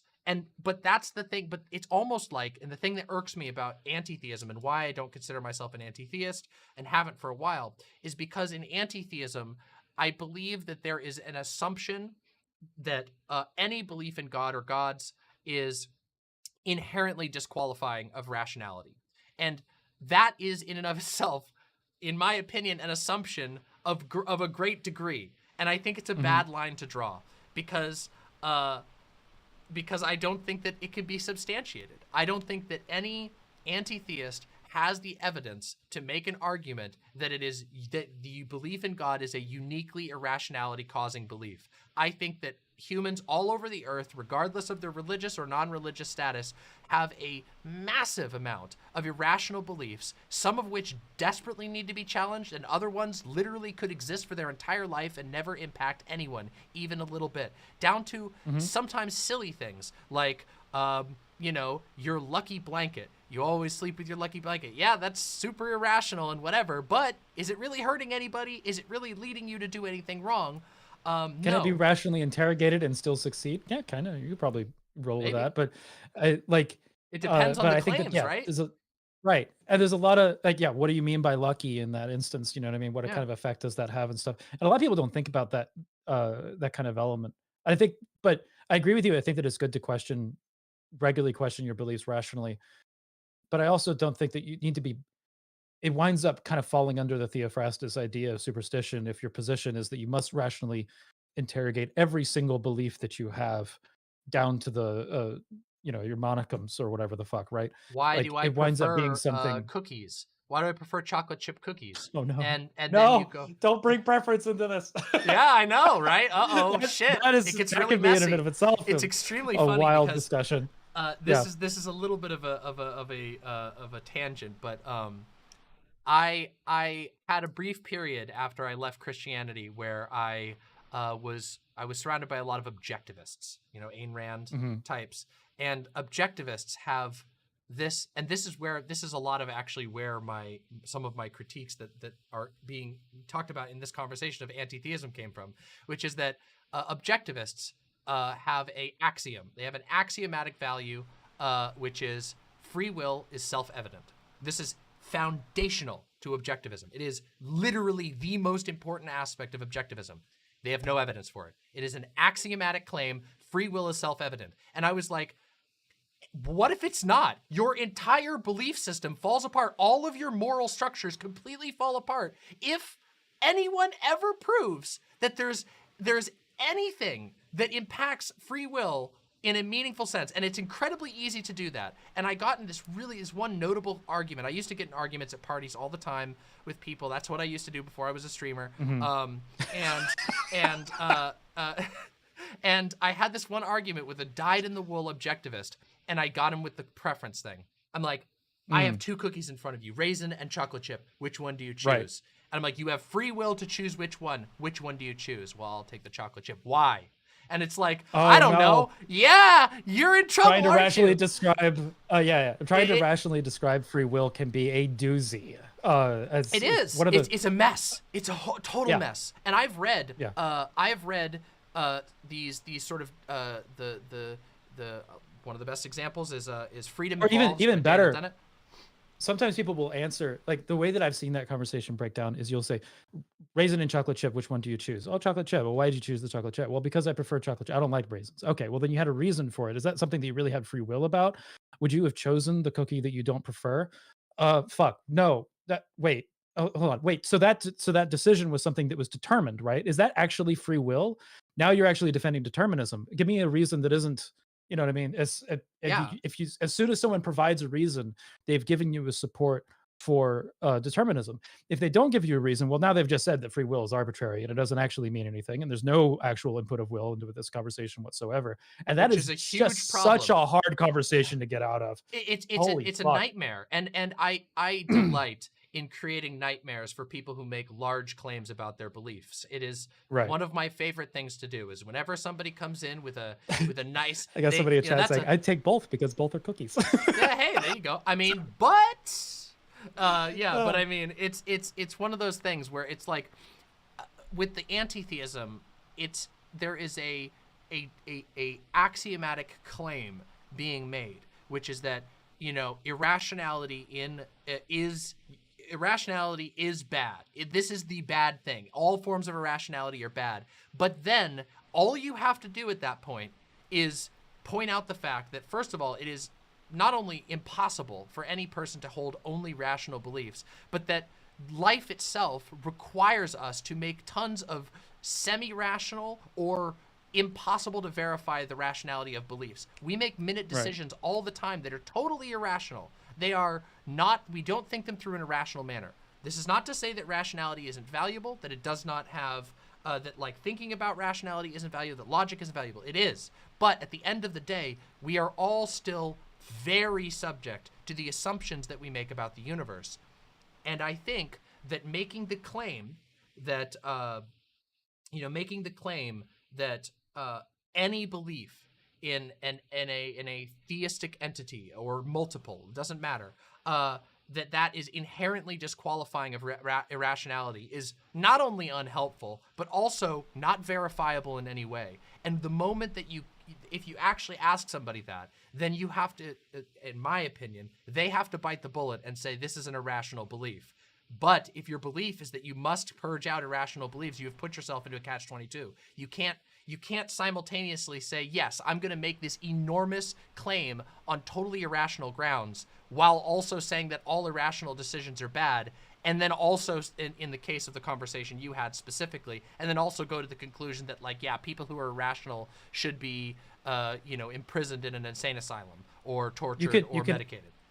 you can analog this even further with the free will argument, right? That is the belief in free will, given the conversation that we just had about it, it becomes really easy to show that there isn't really a good rational justification for belief in free will.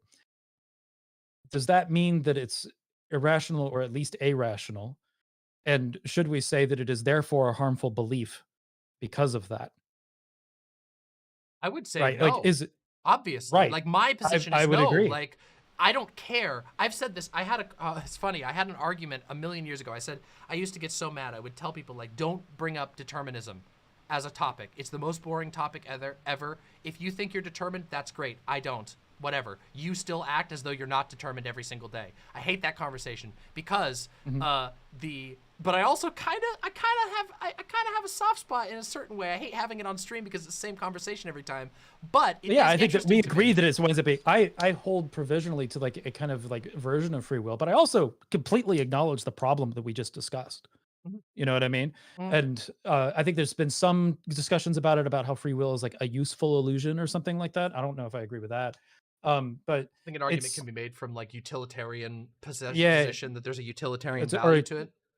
Yeah. a ut that it's a belief that may be irrational that has utility or something like that. And some of the same arguments have been made about religious beliefs or Yeah. belief in God and that kind of thing. But I think that if you're going to say that irrational beliefs or that it's irrational or even irrational, something a belief that is not rationally justified, you kind of have to take that approach with free will, and you have to say that a belief in free will as a result is harmful because it has the same problems. And I don't think that's true. I don't think Yeah. that that's something that you could justify. So I think that that winds up showing that there is a problem in the logic stream of anti-theism saying that even if we assume that theism is an irrational or irrational belief, it is not therefore harmful as a direct result of that. Um, because it's something that we don't find to be true about other beliefs that have the same problem, right? Um, but again, there's some assumptions being made in there, but I think that the argument works out. Which Oh, at by that the way, point for means that chat, anti-theism is irrational, which means that it's harmful. Anyway, so yeah. For chat, real quick, I'm seeing some. This is the portion where I'm starting to see some people have a lot of opinions about this. Please write down your questions. I will answer them in the post conversation section to the best of my ability. I will contend with you. But yeah, just don't lose your questions. I find them very interesting. Just we've wanted to got a make sure raid that. from my friend Infinite Third. Shout out to Infinite Third. He does some music streams on Twitch that are really really chill. Damn, cool. Thanks for the Well, raid, man. welcome to the Raiders. Yeah. Yeah, somebody asked in chat real quick. I will answer this one. Like, how is the free will conversation relevant to the conversation about anti-theism or theism? The And rationality element. yeah, the Yeah. irrationality, and it's based in the irrationality element. It's pointing out that there are countless, whether we like it or not, there are countless irrational or irrational, as the word you use. I like that. Um, uh, uh, Things that we do on a constant basis, and even anti-theists will acknowledge this. No anti-theist has an argument against. I know for a fact that no anti-theist I've ever encountered has a meaningful argument for or against the existence of free will. The most compelling argument I've ever read for the existence of free will was from Daniel Dennett's Freedom Evolved, which I've read twice. It is incredibly, incredibly dense. It is a computer science. It's a guy. He's a computer scientist. He uses a series of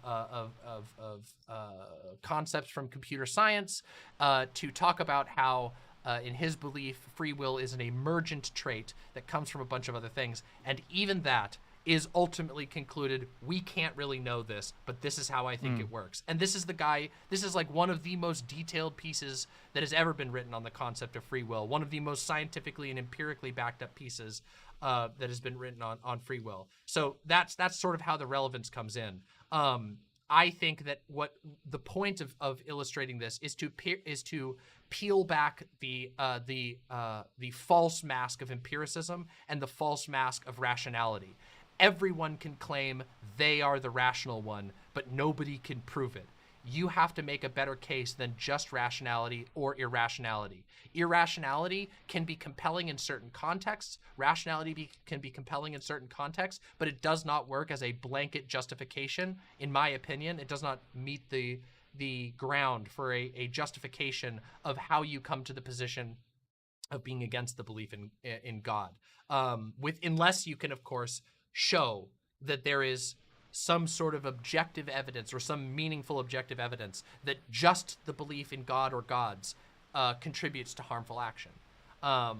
Yeah, so that's I kind think of my that's kind of the linchpin of it. I think that yeah. when you see the harmful aspects that kind of that that come out of religion, right?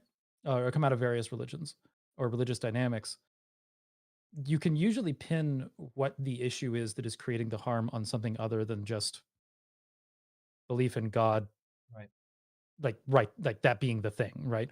Yeah. You might be able to say that there's some aspects of it that follow from belief in God or something, but you can definitely operate within a religious mindset or within a theistic mindset and not have these issues. I think the same can be said of like an atheist position of saying that God does not exist or something like that, or and you've got I don't know. There's various points in history in which atheism has gone a little wild, Agree. but it's I think that those examples are things that aren't resulting from atheism necessarily, but they're resulting from things around it. Usually, some sort of political dynamic that um, is supporting behind it. And I think that one of those things that can get really extremist and has been extremist in the past, uh, and in ways that are very very harmful, is anti-theism. Mhm. So um, I think that the if you're going to look at the harmful actions that have happened and try and identify what the issue is, it's too easy and simple to say, "Oh, it's God belief. Just get rid of that, and then we won't have this issue anymore. I think that's first. I don't think it's true, and it doesn't actually like contribute to something that is going to be productive, in my opinion. Um, so I think that one of the things that I'm trying to point out in the debate as much as possible in that conversation with Vosh was that there's things that I think are like the central issues, which are supremacy narratives, fundamentalism, extremism, authoritarianism.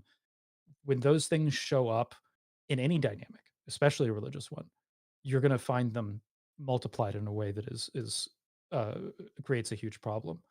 Um, and I think that those things when they show up in other lines of belief. Like if you have these toxic beliefs that show up in like veganism or something like that, you'll have like a really toxic form of veganism that can show up as an oppressive element. If you have it in leftism, you'll see it show up in tankies and shit, right? Yeah, yeah. If you have it show up in Christianity, you wind up with like these crazy fundamentalist perspectives. Mhm. In heathenry within my religion, you wind up with folkists, like racist Yeah. authoritarians that engage in these supremacy narratives.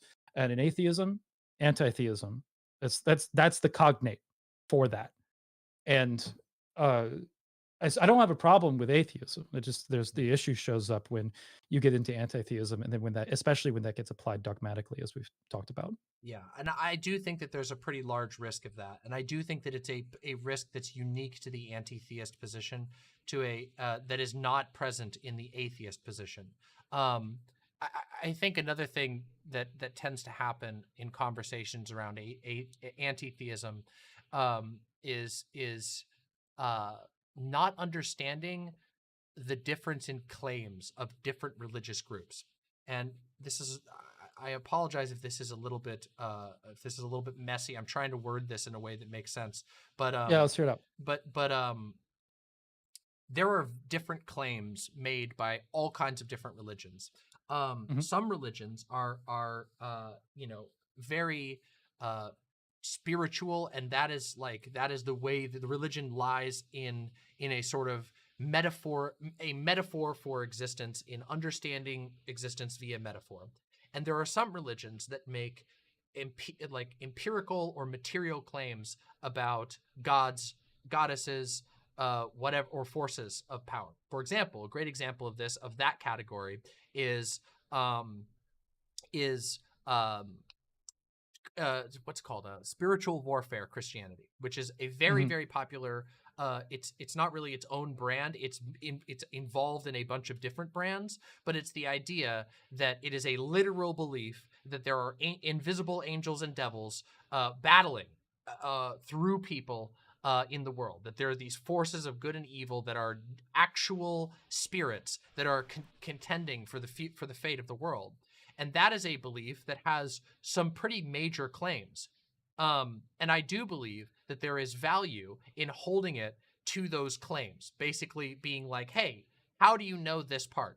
How do you, where are you doing this? But I would say that there are a lot of religions that don't make any such claims. There are a lot of people who are religious who make no such claims about, or they make different claims that are different, that are, I believe, are, have to be approached differently.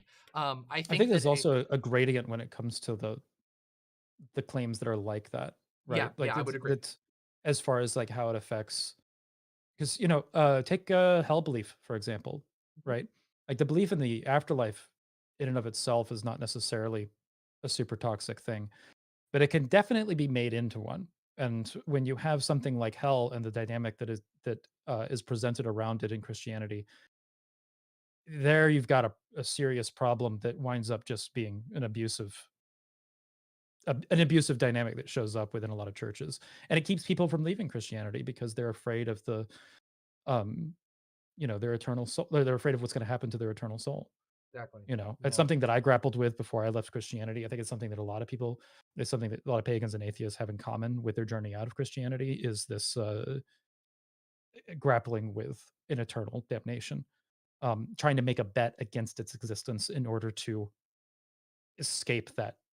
It's an abusive dynamic, I agree. honestly. Like, um, so, but that doesn't mean that the belief in an afterlife or even belief in a punishment afterlife or something like that is necessarily like a terrible thing. Yeah, Um, I think that there's something else that's interesting to me when discussing specifically the afterlife is that like people narrativize, uh, even atheists narrativize an afterlife, not mhm. necessarily a conscious afterlife, but an afterlife that nearly everyone acknowledges, which is that your body gets broken down and continues on as worm food or plant food or whatever. Your atoms are reused and inevitably become a part of new life. Whether you're conscious of that or not, well, that depends on the claim, right? Some people, would believe, some people might make claims that obviously most atheists are not going to make claims of a conscious afterlife or anything like that. But I Some don't think, might. It don't yeah, necessarily some have to some be might, theistic in order to hold it an afterlife, but yeah, I yeah, think I, that I would most agree. often an afterlife has like some sort of foundation in a God belief of some kind.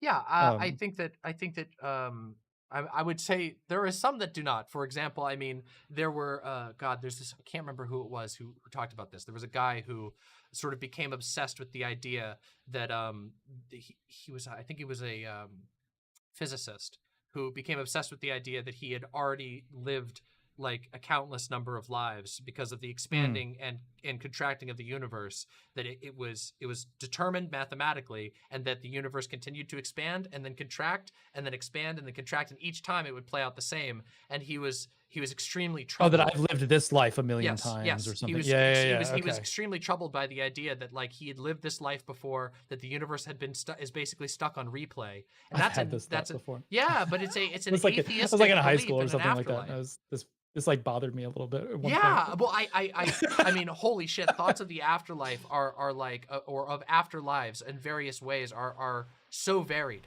and I would Am I apply doomed to this. make the same mistakes over and over again as the universe contracts and recreates itself time and I time mean, again? Yeah, how horrifying can that be without even talking about God? There's no right. invocation of God there whatsoever. As a wholly atheistic belief of a form of a afterlife. You are going to come back to life after you die in the And you'll future. do the You same you won't remember any stupid of it. shit. It You won't literally. have any lessons.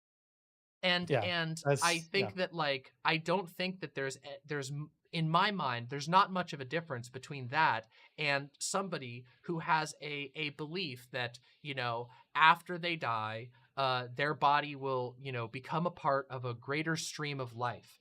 I think a lot of times um there is a hostility, um in a lot of uh, atheist and anti-theist arguments to the idea of metaphor, and that there is a lack of charitability to what claims are actually being made. That's sort of what I was trying to.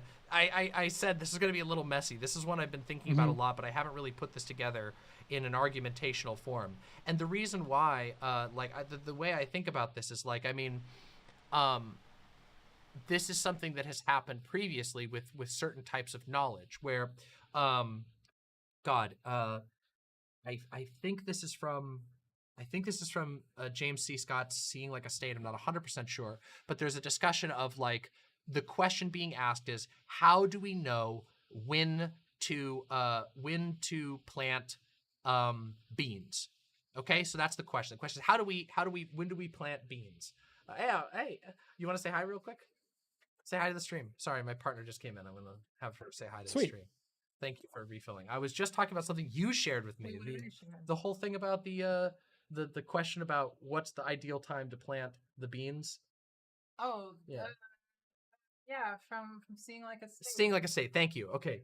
I want to continue explaining this. But yes, I'm glad to confirm it is from Seeing Like a State. Um, so that's my partner, Doe. She's bringing me Hello, food. Doe. Follows me on Twitter. What's that? OceanKeltoi. I Oh, do. you follow. Okay, great. Well, Mutuals there's on Twitter. mutuals. Damn, that's advanced. Um, yeah. So from Seeing Like a State, is there's this idea of like, okay, you're posed with the question of when do we know when to plant beans, and there is a sort of uh, oral history knowledge, which is you plant the beans when you see this certain type of bird flying away for the season. That's when you plant the beans. Or I can't remember if it was the bird or if it was like a certain type of leaf that changes colors. Now, a scientist is given the same thing, and he goes through a million different tests, tons and tons of tests to try and figure out when, like, what an objectively Was the accurate specific time. day? Yeah. Yeah, what is the, and what he comes up with is, it's like, I will never be able to quote it back to you. It's like a day in which the temperature is this after a certain period of days after the first temperature change of this. And it's like literally useless. It's like, wow, I have been given information that is completely impossible for me to use. And it But is, you know what's more transferable? The leaf yeah, thing. it's Yeah. it's precise to a T, and it is more rationally justified than this this observation of a way of a flow of nature. But nonetheless, it's not as useful. It's not as useful, nor is it even as Or it could be useful. It depends on what instruments you have, right? Like it of might be course, useful yeah. to a farmer that has like all these apparatuses that can be like, all right, well, there's going to be a ding when it's the right time to plant the beans. But that's not useful to somebody that doesn't have access to that kind of equipment. Well, and And the other thing so too that's is why you that, have like folk beliefs and folk practices around that kind of shit. It's just yeah, and there was one a of the point where it things worked. on Not all this are true, particular though. Some of them sorry, I oh, like no, there's no, caveats to that as well that wind up from that because what because like this is kind of getting into a justification for like folk beliefs and folk practices, and there's a lot to be said for that. There's absolutely, also a lot to be said for sometimes that process can get shit wrong of and course, of course, can get into like a harmful territory, and uh, that's why like it can be nice to have it can be useful to have some of these beliefs, but also they should be rationally interrogated of such that we're course. making sure that the ones that we're utilizing work I and that we should 100% drop the agree with you. ones that don't work, right? I think though Um, that that I would this agree applies to 100%. farming, applies to medicine, it applies, you know what I mean? Like, Mm, as because there's these same kind of folk practices show up around medicine, and that's where you can get into some justification in which people will uh, invent narratives like what you're talking about, where they sound like they're a folk practice, and then they'll apply them in an alternative medicine environment and try and sell them to somebody who isn't as familiar with the folk practices in which this is being like construed as being associated with, and it becomes a marketing tactic in order to scam somebody. Um, 100% agree on that. I think yeah, that skepticism in and of itself is valuable. Like being someone right, who believes that you should interrogate things and not just take them at face value, especially when it comes to life or death or your health. I think that's important.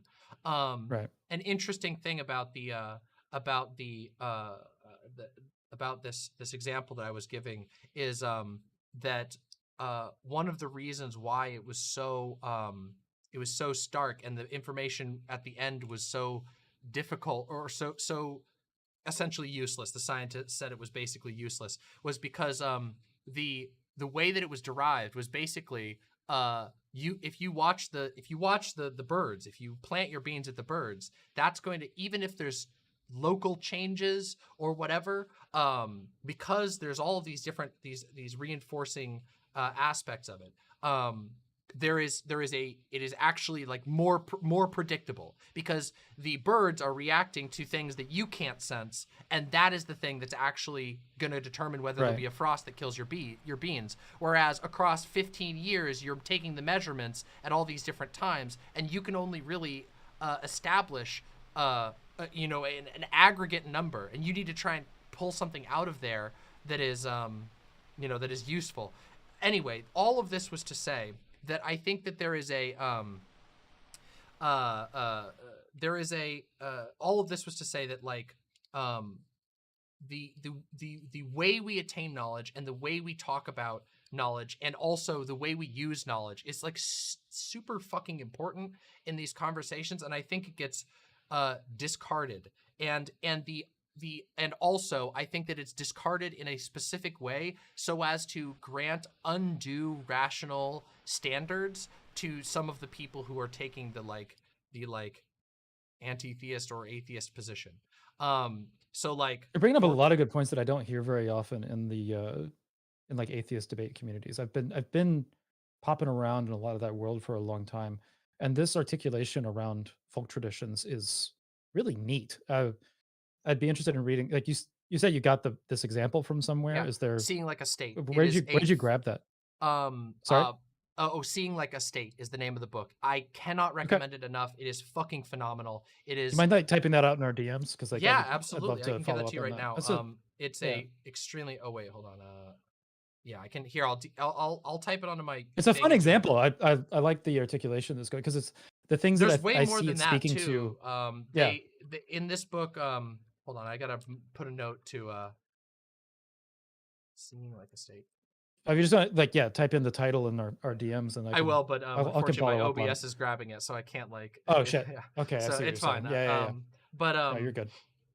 But yeah, there's a bunch of different examples of this, of like talking about how how ironically irrationally empiricism and the declaration that we are the rational position and the person that we're challenging is not, that assumption can like can just severely cause like horrific issues. I mean, there's a ton of examples that are talked about. This is just one of them, and it's a pretty innocuous one. One of the more major chapters is devoted to the idea of inefficient farming practices that were like taken apart by colonialism, and like there's an incredible amount of citations, even down to old photographs that were taken of like farms when colonists were arriving, before they had basically before colonial powers imposed certain types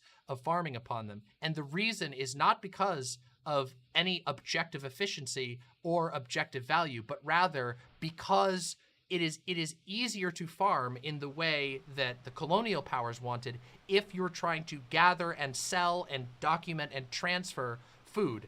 But you actually completely ruin the ability to, have any sort of self-sufficiency, or not just self-sufficiency, but you also make it harder for other types of farming. Without explaining all of this, it probably sounds kind of ridiculous. I think that there's a certain land will get used for one type of crop over and over, and it damages the soil.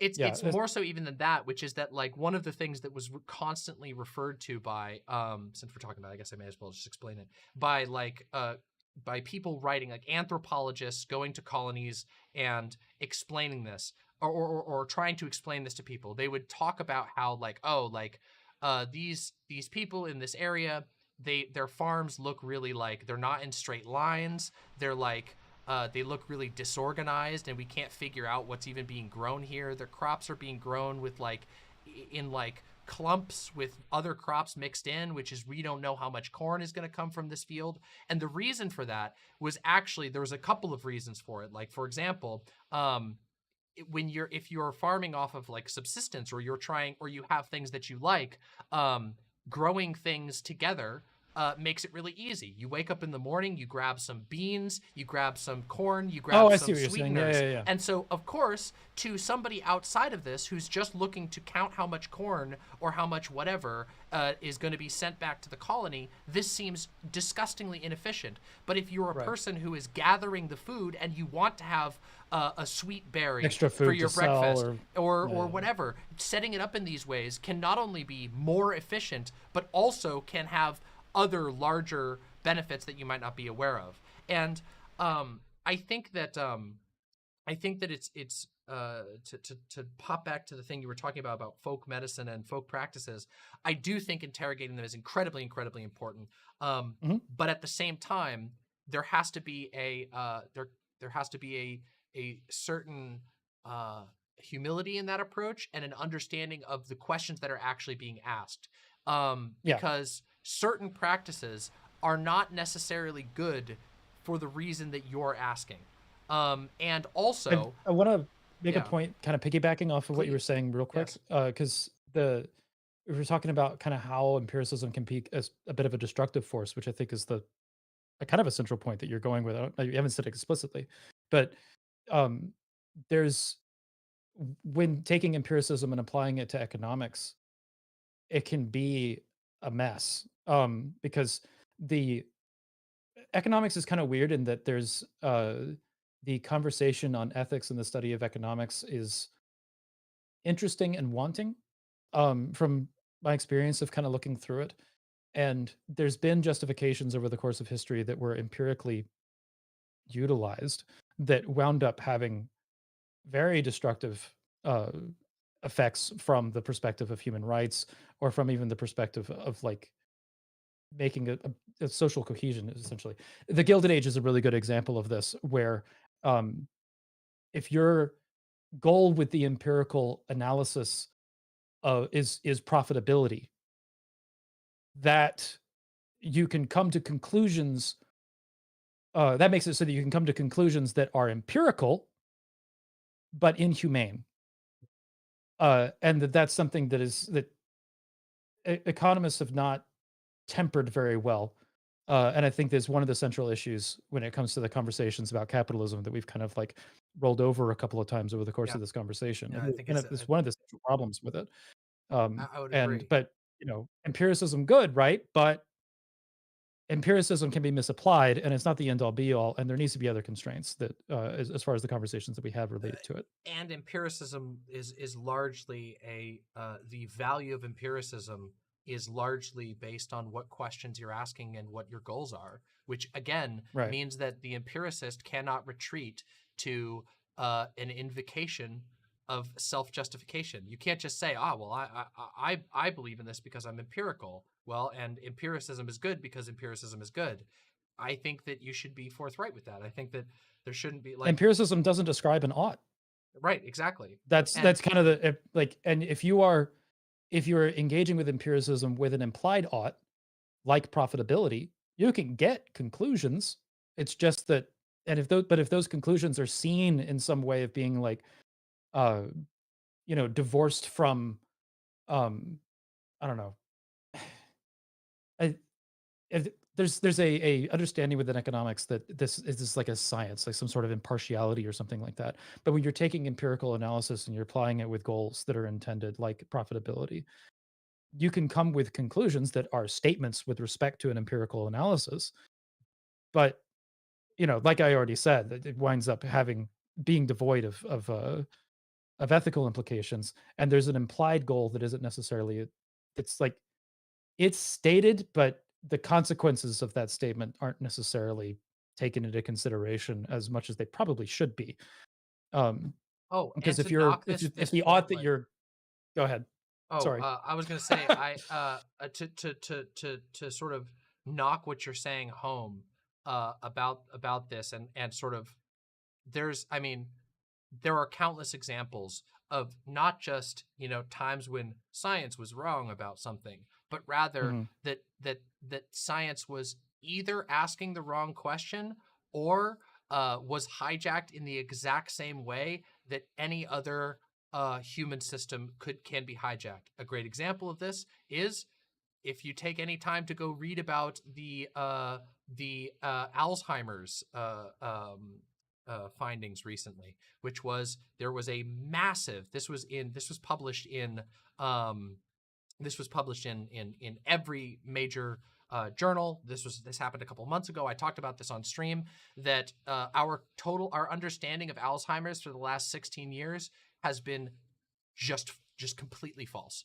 There has been millions of dollars thrown in the complete opposite direction because somebody falsified photos and made a claim to push forward their idea. And what this has shown, in my opinion, is while yes, 16 years later it has been discovered, is that really demonstrating that the hallowed halls of science are really above the problems that they ascribe to other people? And I think that the answer is no. There is nothing intrinsic about considering yourself an empiricist or considering yourself a scientist that makes you immune. These things in and of themselves are useless unless you're actually taking the actions and the structures to prevent them. And so I think that ends up putting us. I think that ends up putting people back on a on a similar foot with certain types of folk practice, which is they need to be interrogated. They must be interrogated, regardless of what your claim is. Claiming or putting on the mantle of empiricism or scientism or whatever can become in the exact same way an act of irrationality that they would condemn in somebody else. I think that there was a debate that popped up within there's like a small little kind of conversation within the atheist community at one point about whether or not science could have bias. And there's a lot of atheists that were saying no, that science is impartial. But as soon as you have humans conducting science, you might be able to say that about like the method or something like that. But I think that this is one of the same problems that we were talking about with economics a second ago. That as soon as you have people doing science and that they have some kind of implied goals that they may or may not be stating directly when it comes to their scientific analysis, you're going to wind up with bias. And bias also shows up when it comes to what kind of questions get funding and which ones do not. And uh, is, so you wind up with a data set that is motivated by what resources are available. And you're building models on that basis rather than something that is necessarily impartial, right? The data set gets screwed because it's data sets that are motivated by research that people were willing to fund rather than just questions about the universe impartially, right? Yeah. So, and that's something I think that this is a conversation that winds up getting into some interesting territory when you're talking about science skepticism, right?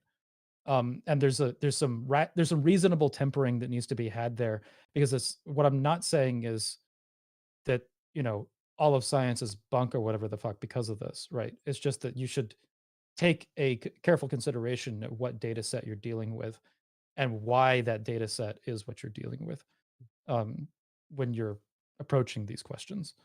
So 100%. yeah. It's a I don't know roundabout way of making that point, but I think that we're very much on the same page when it comes to this. Yeah. Damn. Well, I mean, I feel like we hit a lot of stuff about anti-theism. Was there anything else you wanted to say in particular about that topic? Because I know you also wanted to mention. I think we covered sort it of pretty a positive, angle of pluralism and things like that.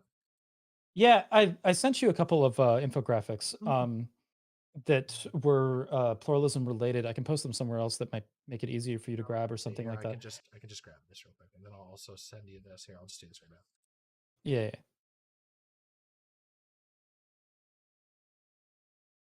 To it. I'll do the refill water thing again, and then we can come back to that. All right, that sounds grand. Yeah. I'll open these up on my computer real quick. I'll be right back. All right. All right. So I'll bring these images up so that you guys all can see them when we're talking about them. We have two infographics we're going to talk about with regard to a stance against certain types of proselytization and also pluralism. So that's going to be really interesting. Atheism, anti-theism, and pluralism are not all mutually exclusive. I don't think that. I haven't made that claim. I just think what we've talked about here is that there are issues with anti-theism that a lot of anti-theists like to pretend do not exist. And I think that the blindness to those flaws makes a toxic form of anti-theism or leads to that, that we can see. This entire discourse is predicated on that assumption. I disagree. I strongly disagree. I think you, perhaps, are the one who is predicated on an assumption. This is a very broad conversation about anti-theism and other things. Nobody has posed this as like that assumption. I'm sure there are those people. I'm sure, but yeah. Notice that this entire time I have never made a single claim about what. No predictive or prescriptive claims about what the phrenology or psychology of anti-theists, simply analyzing how these ideas play out and flaws in the ideas. Notice. It's because I'm based and big brain pilled. That's what makes me just built different, you know? I'm interested to see what people have to say about this stuff. By the way, if you're here, press like and subscribe. Welcome back. Yo. So I have your images here. I'm gonna put them up on the screen right now. Hold on, I'm gonna grab them right now. Yeah, let's go through them one at a time. I'm gonna put one on my screen as well. So which one do you want to do? Let's do the anti-proselytization one first. Okay, let's do that. All right. So these are ones here. Let me grab this image. These are from an activist named Chrissy Stroop, by the way. Chrissy Stroop. Just to want to make sure that that name gets out there. Chrissy Stroop is a pluralist activist. She's an atheist, and she's also trans. Just to, Poggers. you know, facts about there. So, she does a lot of conversations about Christianity and its effect on culture and everything like that. And she's been a really good resource on how to talk about pluralism from a way that is productive. And I think that these infographics are fucking cool in how. Let's see if I can. There's somewhere on my here they are. I wanted to pull it up on my screen independently, but I think that this highlights something that's really good about pluralism when it comes to anti-proselytization. Proselytization is one of like the big problems with Christianity that makes it a problem for a pluralist perspective. Yeah, I would agree. So, so one of these things is like, I am not your mission field. I don't owe you a debate. There are no shortcuts to being a good person or having at least of all the right belief. Leavers are not a crisis in the church. Treat us humans with moral autonomy. Proselytizing is always objectification. Let people follow their own consciences. Our stories are ours. Leavers are not believers. Object lessons.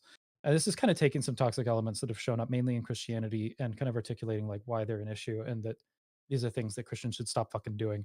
Yeah. If you want to be a Christian and be pluralist as well, which I think is possible. It's reasonable. It's just, there's some things that make it a challenge for Christianity, but this is kind of a roadmap to that with respect to the proselytizing aspect of it. So anyway, I don't, if there's anything that kind of like jumps out to you, we can kind of discuss there were it a a couple bit, of things. Like, first of all, I really like this prophylactic protection against evangelical aggression. In my other videos, talking about not just Christianity, but also contending with propaganda. This is basically, I haven't used the term prophylactic. That's, a little, I love that word, but it's not in my general vocabulary. But what I have talked about. Yeah, I'm going to have to look it up right now. Is a vaccine. Prophylactic is a. Oh, okay, yeah. It's basically something I was that like, what the fuck is. Promote I've heard that immune word. response. Yeah, prophylactic is like anything that'll make you. I think generally it refers to like antivirals, like things that prevent your body from being prophylactic, infected. Right. But I've actually, in multiple of my videos, and some of my longtime fans will know about this, I've talked about how I don't really think that I don't really believe in most like YouTubers, whether you're a debate type or whatever. I don't believe that like de-radicalization is really what any of these people can do. But I have talked about the immunizing or vaccinizing effect, which is that if you get information to somebody before they encounter a deeply manipulative misinformation, whether it's misinformation or a deeply manipulative organization, that can make them immune. It can make people immune to the manipulative tactics. It's really hard to get somebody, I know this from firsthand experience. It is really, really hard to convince someone that they should not be participating in a fundamentalist belief. It is really difficult. And a lot of people talk about, there's been an ongoing conversation for years about whether you can really convince people through the internet, through debate, through talking to people, whether you can convince people to leave the right and whatever. And I do believe you can, but I think it's uncommon. I think most of the time when people leave extremist views or when they leave cults, it is because of an interpersonal process. They've connected with somebody, they've had a personal revelation, sometimes a mixture. For me, it was, I had a lot of personal growth and revelations, but also I had a very close friend who was basically willing to and interested in talking through all kinds of very Socratic method, all kinds of my beliefs and contend with them. So that interrogation process started, you know what I mean? Huge. Yeah. And it totally, and I was quite, it was, I'm sure, I know for a fact that they found a lot of our conversations very compelling. It wasn't like a condescending thing. It was a contention of views. And through that process, I found holes in my own belief, and also they did as well. And it was a very personal process. It's very difficult. And I had I I find that had that exchange egg. is something. I find Yeah. that exchange is something that anti-theists have an issue with. That the Yeah. fact that the exchange could take place, um, in my Yeah. experience, is like, wait, no, hold on, because they. Well, I'm I shit think it's talking hard. anti-theists a lot in this conversation, but it's kind of what this is about, I guess. But that there's a because of that supremacy narrative aspect, right? You wind up with people that are um, saying, well, we should be going out and convincing others to de-radicalize or something like that. But it winds up being like a proselytization effort because there's no exchange. I think a Socratic conversation can be fun, and like a good Socratic conversation does go two ways, Yeah. where Well, I think people are also kind too of a lot of sharing like and exchanging, even though it's the not technically Socratic method, but yeah. no, I think a lot of the people that you're mentioning, like that you bring up of the anti-theists who are very bad at this, I think a lot of them um, are people who have only really engaged with with like theists and believers via the internet, and Mhm. usually via YouTube Or call-in comments or shows, or Twitter call-in shows, maybe a little bit, yeah. very intrinsically contentious. But contentious in a way of where there's a lot of ego on the line. And Mm. so I can understand where, like, in that engagement, you're never going to make, first of all, nobody's ever going to convince you. And I mean, you're never going to convince anybody else. Obviously, that's a general rule. Yes, there are tons of things I've read on the Convincing internet and counter. happens and all that. It Yeah, does, it's but just not that, reliably. On the internet, right? people double And a down lot of almost times not always. through debate. Hmm. At a like in the times in which I've moved somebody in a debate environment, it has usually been through a Socratic process, Usually not somebody one you're where we're familiar shouting with, I'm facts at each guessing. other or something like. Yeah. No, sometimes no. And in fact, a couple days ago, there was a conversation that I had with somebody in which I moved them on a position that was very foundational to them, just through having a Socratic conversation. They were basically a stranger, Well, and it was one I think conversation. that's So awesome. um, yeah, but it was productive. And then they were like, "Oh, okay, well, this is something I'm going to re-examine and everything like that." But I think I agree with you that this is not, this doesn't work. Yeah, once you had the conversation a number of times, there's so much that matters in that kind of conversation if you want to engage with an idea that's coming from somebody in a way that you want to change their position, straight down to tone. Like the content of what you're saying can matter, even the tone can matter just as much as or even more than Yeah. the content, you know? I would so Um, I can't even believe how much I agree with you on this particular subject. Like I think that part of the reason why I think part of the reason that like I don't know, there's an attitude among I would say among a lot of groups that you cannot reach the other side completely is because it depends on the context. You can't reach the other side as a total stranger who's shouting at them on the internet. That is mhm, very low likelihood of that happening. However, having a sit down conversation where it's a person to person and there is, the egos are diffused and you can actually explore ideas can actually often be very, very valuable. It just doesn't happen on Twitter or YouTube very much because that's not the type of platform that this thing is. It's uh, not the type of moving environment. people on Twitter is a really rare It's experience. extremely It rare. happens, but Yeah. it's not very common. And also I think that like there's like this is magnified when you encounter like like a zealot or a fundamentalist online where their entire purpose for being online is to spread their belief. They're not there to really interrogate it. They're not, you can't get them to that point. But this is one of the reasons why I talk about like how important it is, like if you have relatives who are like in like pipelines to like QAnon and stuff like that, that it's really Mhm. fucking important. The best thing that you could do is like socially connect with them. Obviously, don't hurt yourself if they're an abusive person. You do not have to engage with that. But if they're not at that level, if they're like, getting into that stuff and they're not being abusive or whatever, engaging with them and ensuring they have social connections outside of the group that's pulling them in is super important. And the reason for that is because, well, people are likely to disarm their defenses. They're likely to disarm the little egg that we talked about earlier that gets made Right. by constant reinforcement of certain beliefs, by constant thought terminating cliches, that egg starts to just become a little bit weaker when there's a real social bond there. So all of this was to say off this image that you've shared. Like, I very, very much like the idea of like prophylactic protection, because I do think that most of the job of like people online engaging in this discourse is to ensure that there is an alternative, that it isn't just the proselytizers out there putting out their worldview and declaring their worldview, but rather that there's an abundance of information, so that when people encounter a fundamentalist who's telling them that they're going to go to hell, they're not convinced by this. They're not scared by it because they've already encountered other ideas. I really like that aspect.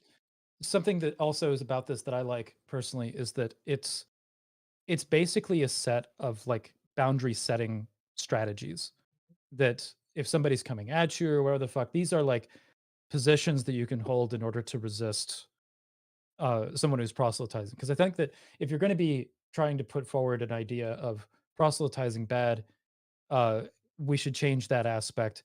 You're not going to be able to just do it by going to evangelicals and saying, "Hey, here's a bunch of rational reasons as to why you should stop proselytizing," and be like, "Fuck you." So what the best approach winds up being is arming people who are getting proselytized too with a set of defenses that can set boundaries against it to neutralize proselytization in a way that is helpful to the person that is the target of the situation, and while also having these precepts being advice for churches on this is actually a really toxic thing that you're doing, but also here's how the person who's being proselytized to can communicate that effectively. Which is Exactly. I really like that. It's done simply in a little infographic with 6 points that covers a lot of ground. Yeah. And we're talking about transferability earlier. I think one of the challenges of pluralism is making it transferable, and this is one of the things that does that really well. Which is why I love Chrissy Stroop's approach with the infographics and the content that she makes and the articles that she puts out there, because it's something that's really helpful in making pluralism transferable. It's inspired me a ton. Um, and I find that I don't. There's some times where I disagree with her on like a minor thing or whatever the fuck, but the general themes of what she's putting forward, it's good shit. And this is like one of the highlights in my opinion. I Um, really like this point that says, proselytizing is always objectification. Let people follow their own consciences. And yeah. and so that's one that I wanted to mention. The other one I wanted to mention was there are no shortcuts to being a good person, which we just talked about for Mhm. like the entire last section was I feel like I could have just said that and maybe I would have done a better job, but I think Maybe we that's should have true. started with the infographics. I don't know. Maybe, No, I maybe. think we had No, a lot of really good conversation in yeah. that process of discovery there.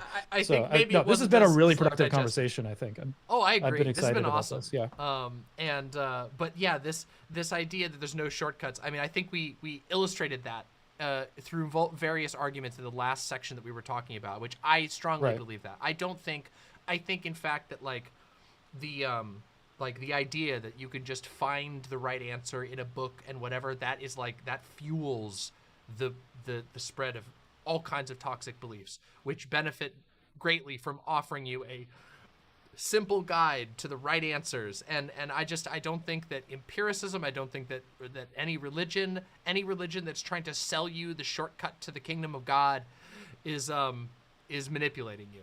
And I really, really like that idea that there's no shortcuts to being a good person, least of all right belief. And then the other one, this proselytizing is always objectification, is so goddamn true. Oh my God, is it true? Yeah. It is. Not only is it true in like the fact that that's how it makes everybody feel, it makes people feel like unless you're like a really talented street preacher or something, which are very, very rare, most of the time the people who are listening to you are going to feel very uncomfortable and pressured, and that is by design.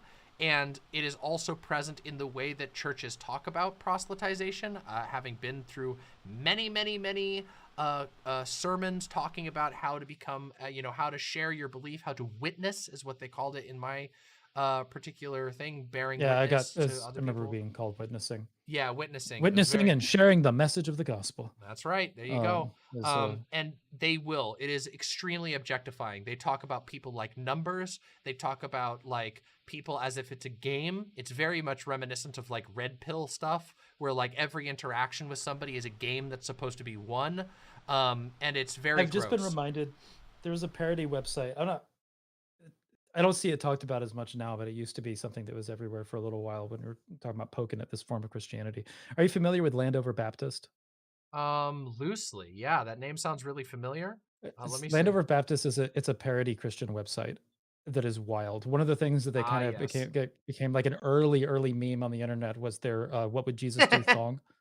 Is So breastfeeding a gateway to sin is on their homepage. Okay, yes, I yeah, do recall this website. Yes. I remember one article. It's like when Harry Potter was popular, and I think, but it was taking the Harry Potter attitude that a lot of Christians had and applying it to Lord of the Rings, which was like strangely absent. And it was an article written by a woman that it's a parody article, but it was like, and I went to the Lord of the Rings and I saw magic being conducted, and I stood up in the middle of the theater and I started witnessing the gospel to everybody in there, and the whole theater converted before me. It's just like one of those like wild kind of like Then things everyone that you read, clapped. and yeah, it's like Yeah. yes, Thank goodness. thank you for converting Yeah. me and saving me from the depths of hell from Lord of the Rings. It is Um, boy, is this whole anti-proselytizing thing. I really like this. I really do like that it gives people who've dealt with it like language that is mhm. useful and can also be illustrative. Um the like the there's so many god like the proselytizing is always objectification, and the idea of like I don't know you a debate is like stuff that I've encountered a lot of Yeah, times. Yeah. I tell people I don't know I'm a debate. There's just people that'll try and goad me into one, and I'm just like, no, I'm not interested. And that sometimes people get really mad about that. Yeah. And it's like, nah. As far as like the conversations that I was wanting to have around this, I'm not really interested in like debating my theology or anything like that. This is kind of the context of this conversation. But like talking about anti-theism and how it affects various communities and that kind of shit, I think that there's a really valuable conversation to be had there, and I want to have it. I think that it's something that could be helpful. So you know, like the debate thing, again, I feel like I've done it. Um, I may jump back into it again or something like that. But it's like when you get into debates about theology, it's not as interesting. But a discussion about anti-theism and pluralism, even if it is a debate, can have utility. I think So, because like the conversation gets started around it, and people kind of suss through a lot of this stuff. Um, and a useful conversation or results around of it, out of it, I think. We've been streaming for a while, so yeah. I'm gonna be flubbling through No, words it's okay. By here the in a little way, bit. if you feel like you want to wrap up at any point, just let me know. I will probably want to I wrap up am. soon, but I Yeah, that's definitely fine. want to go through this because like this is really important. Yeah, So let's yeah. do the other infographic, right? Is the one you want to Yeah, do yeah. next? So let me grab that one real So quick. let me get rid of this guy, and I will bring on the other one. It's right here. Here is the I'm not sure how one. long you were wanting to stream, but Oh, or I how long stream like typically you like to really go. long streams, so don't worry if you if you feel like Sorry, Chad, I'm gonna cover you guys up. yeah, no, it's all good. Don't worry about it. I stream like I stream stupid hours. And so yeah, feel free to like you will not be judged in any way at all for being like, okay, let's talk again another time or whatever. I'm done. Right, Like right. it's nothing bad at all. Like I stream for really long. I do like above average stream lengths. I don't know. It's just how I am. Yeah. Sorry, chat. Because I'm covering up my chat now Oh, with it's all this good. giant infographic. So, but yeah, I guess we can kind of go through this a little bit. I need to make it bigger on my screen here. Um, but this is basically talking about pluralism and what it is, uh, and what is good pluralism and what is shitty when you're not doing yourself some pluralism. This is something I brought up this infographic in the Vosh debate, but we never got to it, and because I think that the conversation got really contentious. Which is like one of the problems that I have with that conversation is that it just wound up getting a lot more contentious than I expected it to be. I did not expect it to get as contentious as it did, and Yeah. maybe that's my ignorance. I don't know. Fuck, but No, um, I don't know. I feel the like it was particularly bloody as well, personally. yeah, Yeah. uh, but this is the kind of conversation that I usually prefer. Is something that's like we're kind of sussing through ideas together, comparing, and having a good discussion on things that I think is productive. So here we go with the pluralism, right? Where you got genuinely listening with no agenda when others share about their beliefs, versus something like asking strangers what church they go to. And I think there's a ton of fucking examples that can fall into that category over there, where it comes to like looking at a conversation with somebody about their beliefs as the opportunity to interrogate versus sharing ideas, right? That was oh my Um, God, did I have to learn that one hard? That when I realized, like, leaving my church environment and like having to learn how that, like, I had been taught how to have conversations about beliefs really poorly. Yeah. So, yeah. yeah. Uh, it's yeah. Um, I had to learn this kind of like through because I was pretty punchy in debate conversations like long time ago, and I wound up kind of like having to unlearn that. Yeah. Um, and it was a process, right? But let's see, OceanKeltoi, we're still doing the Loki conversation. We'll see. I definitely want to get through this, but I think that touching on Loki is going to be good because I was doing research on Loki yesterday in preparation for this conversation. Oh, it's So amazing. I'm I was- sorry. I'm yeah. sorry we've been so No, rambling. we're We're good. sorry. We've been everywhere, and I think that the stuff that we've covered is actually really foundational and good. So I think that even if we don't get to that, this has been super productive, and I don't, It makes me happy. I've we quite went enjoyed this. the right direction, I think. Mhm. So but anyway, yeah, I used to be really punchy. I had to learn this pretty kind of because like there was something that had to unpack from like my Christian past, because there was in my initial kind of like inroads into learning about religion, I was looking for like the right belief, man. So if there's the right belief as far as that can be discovered, then um you know obviously that truth should be shared and all that kind of I no longer look at it that way. And that's something that I had to like.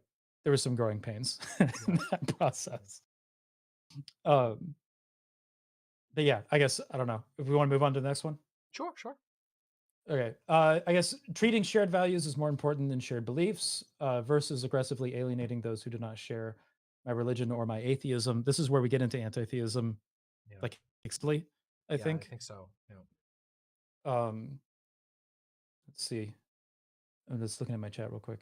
But um, yeah, I think that we've covered this pretty substantively, but Yeah, like, we talked about this one a yeah, lot this in that is last one, like the idea of like how if you have a foundational belief that someone who has a different belief but the same values as you but a different belief, uh, if you put that higher, then you end up in a position where you can end up talking down to, and again, like it says, aggressively alienating people, uh, where your values might not even be out of sync. right. And the next one kind of feeds into that, which is like refraining from proselytization, including for atheism, because like the proselytization principles that we talked about earlier, I think apply to atheism as well, especially in the way that a lot of like, especially ex-evangelical Christian atheists approach atheism. Um, and so yeah, versus viewing others as potential converts, because what a lot of atheists will do, especially when they have a former evangelical background, they'll be like, well, I'm an atheist, therefore everybody else should be an atheist as well, or this is the realizations that I came Deconvert. to are transferable, so I need to deconvert people or something like that, right? Yeah, exactly. um Yeah. so and they'll use deconvert, not convert. It's not converting, which Yeah, even it's though converting just deconverting. means change, it's deconverting. Yeah, I don't Good convert version. to anything, I'm an atheist. um but yeah, anyway, I guess any response to that, or do you want to move on as well? Oh no, I think that's pretty straightforward. I have a distaste for a politics that is centered around like making people into numbers, like, oh, got to get those numbers up, buddy. Like, I think that that's use like that is a dangerous like framework to operate in if you're just being like, ah, yes, I'm looking out on my world, and I just want to convert as many people over to my views as possible. I think that leads to a habitual dehumanization that is not helpful and also is dangerous on a larger level, if it lulls you into ultimately making those conclusions on a broader scale about your beliefs. It's part of that objectification thing that was in the prior infographic, I think. Yeah. Mhm. It's just like if you're looking at people as numbers, you're objectifying them at that point. Yeah. And severely so in this case, yeah. You are all a statistic. Posting messages of inclusion in my place of business versus flying the Christian flag or posting religious content at my place of business. This one I think is kind of a gray area for me because I think that like religious expression can be good, but keep in mind what kind of religious expression that you're putting, especially in a place of business. Yeah. Right. Because like I think that in a pluralist society, you can be tolerant of beliefs and tolerant of the expression of those beliefs without being,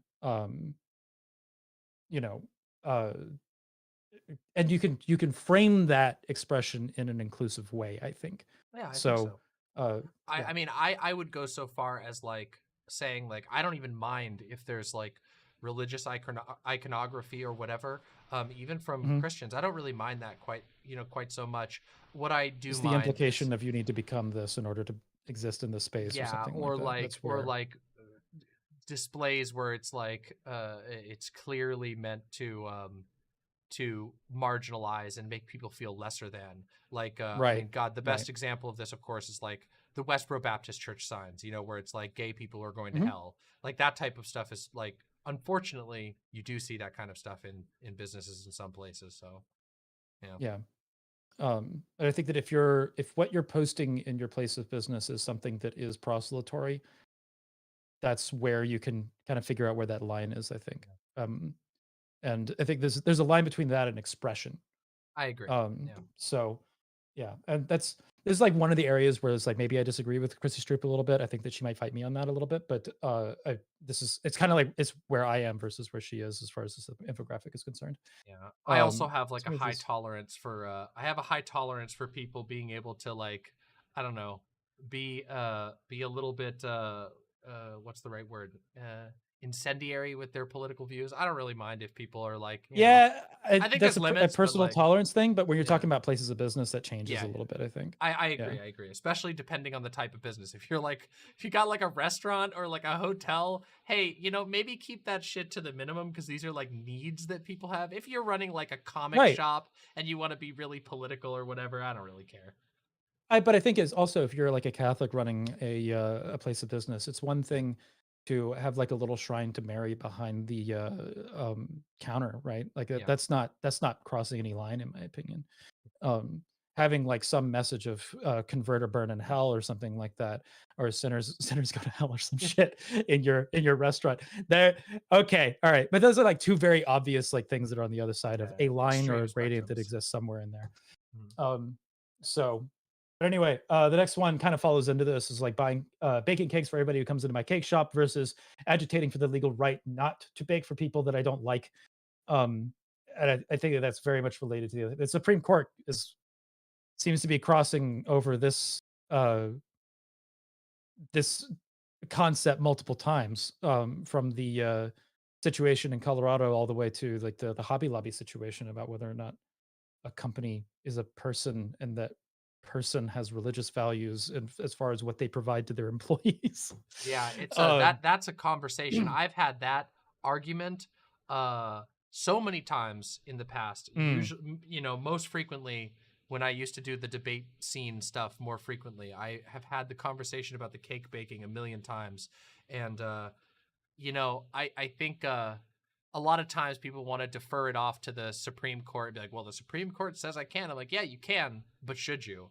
Is the real question. And I always think the answer is, fuck you. Like, make a cake.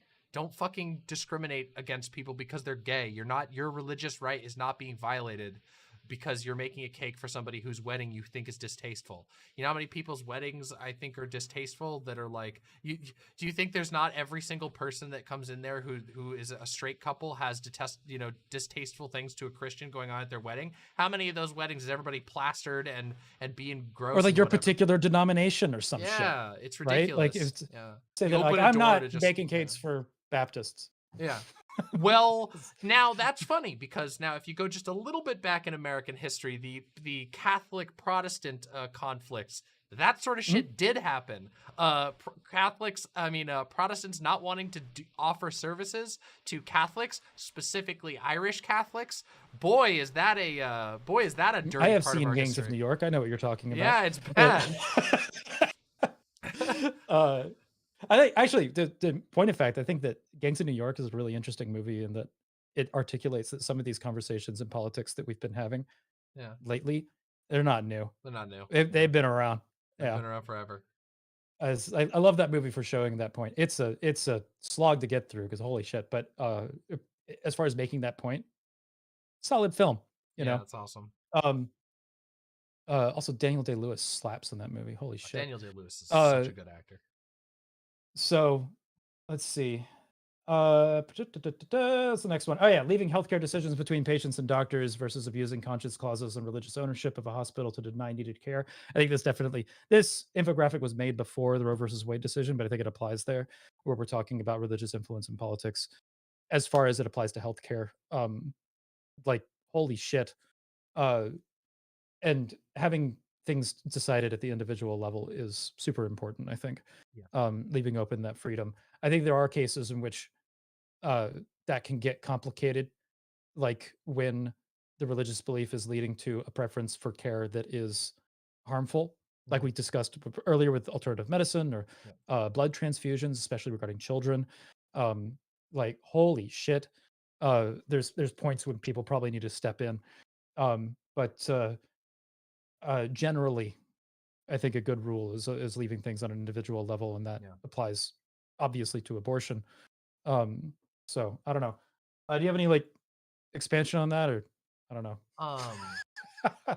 Oh, like with the leading healthcare decisions between patients and doctors versus abusing. The thing that this is pointing out is like administrations and hospitals denying care on the basis of their religious belief. That was like the thing that was kind of at the time. This is made in 2019. I mean, I have a lot of thoughts about that topic as a or whole. 2020. I mean, I think there's tons of issues where I can understand like, God, like, fuck. There's so many types. I think at the end, the problem that you see with the conscience clauses and like, first of all, religious ownership of hospitals is mega sus in the first place. Can be fine as long as you're just giving care. It can be, but you know what I mean? will say that like, God, like, I mean, the last place that I used to live, the only hospital in the area was it was a semi-private, formerly Seventh-day Adventist run hospital, and they did not like. They tried to squeeze in proselytization all the time, even though they were the only hospital in the area. They received all of the public funding, and yeah, this feeds back into what we were talking about earlier, with respect to like cult dynamics taking advantage of material needs and impressing them upon the people in their community, right? And so there was a lot of value judgments that were made at various, like, that even I saw just going to the hospital for, you know, comparatively mundane needs. I didn't have any like I didn't have any issues that would come up against most of the like the moral things that like a lot of the Christian right would have issues with. I mean, my gender care was old. I was just transferring all of my my pre-existing things, so it was just like there was no like I didn't have to go through a process of transition with that hospital. I don't know if it would have been bad. I wasn't getting an abortion. There wasn't anything like that. And even in that, I experienced multiple areas where their approach and the way that they talked about certain things clearly showed that they had a religious bias that showed through even as a presumably publicly funded hospital. So I mean, yeah, there's a lot of things about that I could talk about, but I don't want to spend too much getting into like the nitty gritty. I do think that like it's a conversation worth having, but yeah, it definitely is one that has a lot of depth. And yes, healthcare should be between patients and doctors, and I don't know, maybe this is an argument for socializing healthcare. I mean, I think that there's a lot of God, the healthcare conversation is so big. I could go on about that for a long time, but I do think that like social or communal approaches to healthcare are significantly better and significantly less vulnerable to hijacking, to ideological hijacking that can lead to really horrible shit. I mean, God, like, Right. I think that, like we were talking about earlier, if a religion, if that space is lacking and a religion needs to fill that space, right, as far as like a communal or social support element, in concept, there's not much wrong with that. But then you get into some situations there's where abuses are taking place, like what we're describing here yeah. with what you experienced um, with a hospital that has like a prostitutory attitude about it. And again, the problem with that is the prostitutory attitude, right? Not that the fact that a religion is providing care. Oh, I mean, I The don't religion could be have like providing a care, but Oh, like, yeah, I should be clear. you know I what I don't mean? really have a problem with religious people or even religious organizations providing care. It's how they But go they have to about doing it. provide the Yeah, care, they do. They have to provide, right? the care has to be provided. Yeah. And I if think there there's if like there's like great certain grounds kinds there. of care that they object to or something like that that you would find in a standard hospital, then they need to not get fucking involved at that point. If there's something that ideologically stops them from providing all the care that is necessary in order to be the place that provides healthcare within a community, because if you're in a community, you're serving the community. You're not just that the idea of restricting what care that you're giving access to on the basis of like your religious beliefs as far as a religious organization winds up being a very self-serving attitude rather than one that is a community serving attitude. So if you're going to be running a hospital, you need to have a fucking conservative, a community serving attitude. I agree. Um, Yeah. so, uh, yeah, this that the thing that the dynamic that we're talking about just walks all over that premise, I think. Yeah. Um, I think that, so you run into issues when you have um, like, uh, highly ideological healthcare. You know, whether it's like a Catholic hospital is literally the only hospital in the entire northern part of a state. I've lived in a mhm. state like that. And they refuse to do abortions, and they refuse to hire anybody who will give like good trans healthcare. And so what you end up with is like, a functional ban on it without them ever actually saying it. Right. And I think Yep. that's pretty disgusting and bad. And I think that that should be attacked with, from many, many angles. But I But don't yeah, know that if you're I don't know that I would ever explicitly, like, I don't think that I would ever take the position of like there should be a ban on religious funding of medicine or anything like that, because I just don't believe in that. I think that there's many right, good reasons to. I agree with that. But again, like if you're a religious organization providing care, then you need to be community focused rather than self-serving, right? Yeah, I So, agree. uh, yeah, um, maybe you're a Catholic hospital and you just happen to hire a doctor who isn't a Catholic that is providing services that people who are ideologically Catholic can't provide. It's like fine, on an individual basis, sure, but you need to be able to make sure that those services are provided. And if there's some sort of objectionable element about providing funding for those kind of things, as far as running the service, you either need to find a fucking solution for that in which care is provided, or you need to not get involved because the limitations which you impose upon yourself are insufficient to be able to actually perform the duty that you're trying to sign up for.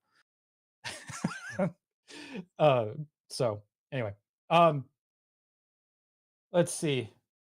What do we have next? Recognizing rights to refuse participation in any religious activity, coercing participation in prayer, or demanding sec sectarian practice in the workplace. This is one where like the second one, I'm not quite sure what the wording is, but I think it's just like, hey guys, let's have like a group prayer to start the day or something like that. And in workplace environments, I've been in those workplace environments that kind of suck. They fucking suck. I uh, hate that shit. I yeah, didn't like that shit when I was religious, because of course they were never the religion that I practiced at the time. So right. like, which is agitating. I think that like I think it's like a pretty major social faux pas to like, there is an implication, especially if you're like a boss of a workplace. It's incredibly awkward, and there's also an implication that you're going to be frowned upon for not participating with other people. I think that's not good. Um, it's a story around that for me that I sometimes tell. Um, that I was working on my background is in filmmaking, and I was on a Awesome. project. I worked in Christian filmmaking for a while, and which is interesting as a pagan. But it's it paid well, so I did a few jobs, and the every once in a while there was like little things that you needed to put up with in order to keep your job that probably should not be things that you need to put up with in order to keep your job. There's one particular point in which there was a project in which certain people found out that I was pagan, and then in the opening prayer, somebody stood up and gave their testimony regarding their past with witchcraft and Nice. prayed for everybody that may be dealing with these challenges and as group prayer time. And like 4 or 5 of the people on the project that knew me started to kind of looking at me like, I think this is about you, buddy. And I'm like, yeah, it's probably about me. So, uh, and it was something that wound up being like a short conversation. I had a talk with the producer about it, and it didn't happen again. But That's good, at least. it's just like That's little extremely things that uncomfortable. popped up. Yeah, it's like if you want me on this job, you know what I mean. This is the thing that we're gonna have to talk about. Yeah. Um, Holy moly. but I drew the line at that. I was like, yeah, when I do opening prayers, I'm not gonna give a shit. But like, Yeah. you know, this was crossing the line for me. Yeah, I think that's like a very fair thing. Like again, once again, I don't really care if people are like I'm not gonna get pissed off if somebody wants to pray at their job. I don't care at all about any of that. Like whatever. But it was the group prayer that this is the anti-pluralist part. Is the group prayer that implies coercion in order to join. Exactly. That's where it's anti-pluralist, like, right? oh, you're not. I You're was not a part personally of us. saying We're I don't gonna give a look at shit you about weird. that, but it is a problem.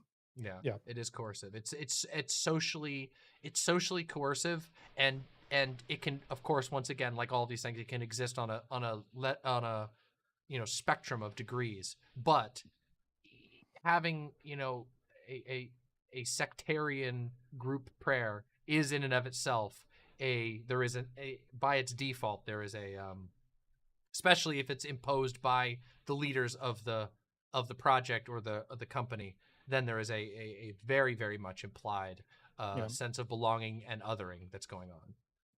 And to an extent, I was willing to put up with it because it's money and I'm working for a church. What do I expect? Yeah. Right. Or working for a church or working for Christian filmmakers and all that kind of thing. There's a certain ethos around that I found out that's around Christian filmmaking that isn't present in a lot of the rest of the film industry. And is like, okay, well, you know, within the context of Christian filmmaking, a group prayer at the beginning of the day is an argument for that. It makes some sense. It's anti-pluralist, but I can see the justification. But singling me out, that's where there was the problem. Way across the line. Yeah. But even that winds up falling into an anti-pluralist territory, and I'm now like running over that point and backing up and running over it again. But but here we go. I guess let's go on to the next one. Since that horse is dead. Tempering my free speech by considering whether my speech will do more harm than good versus saying offensive things towards people who do not share my beliefs because they can.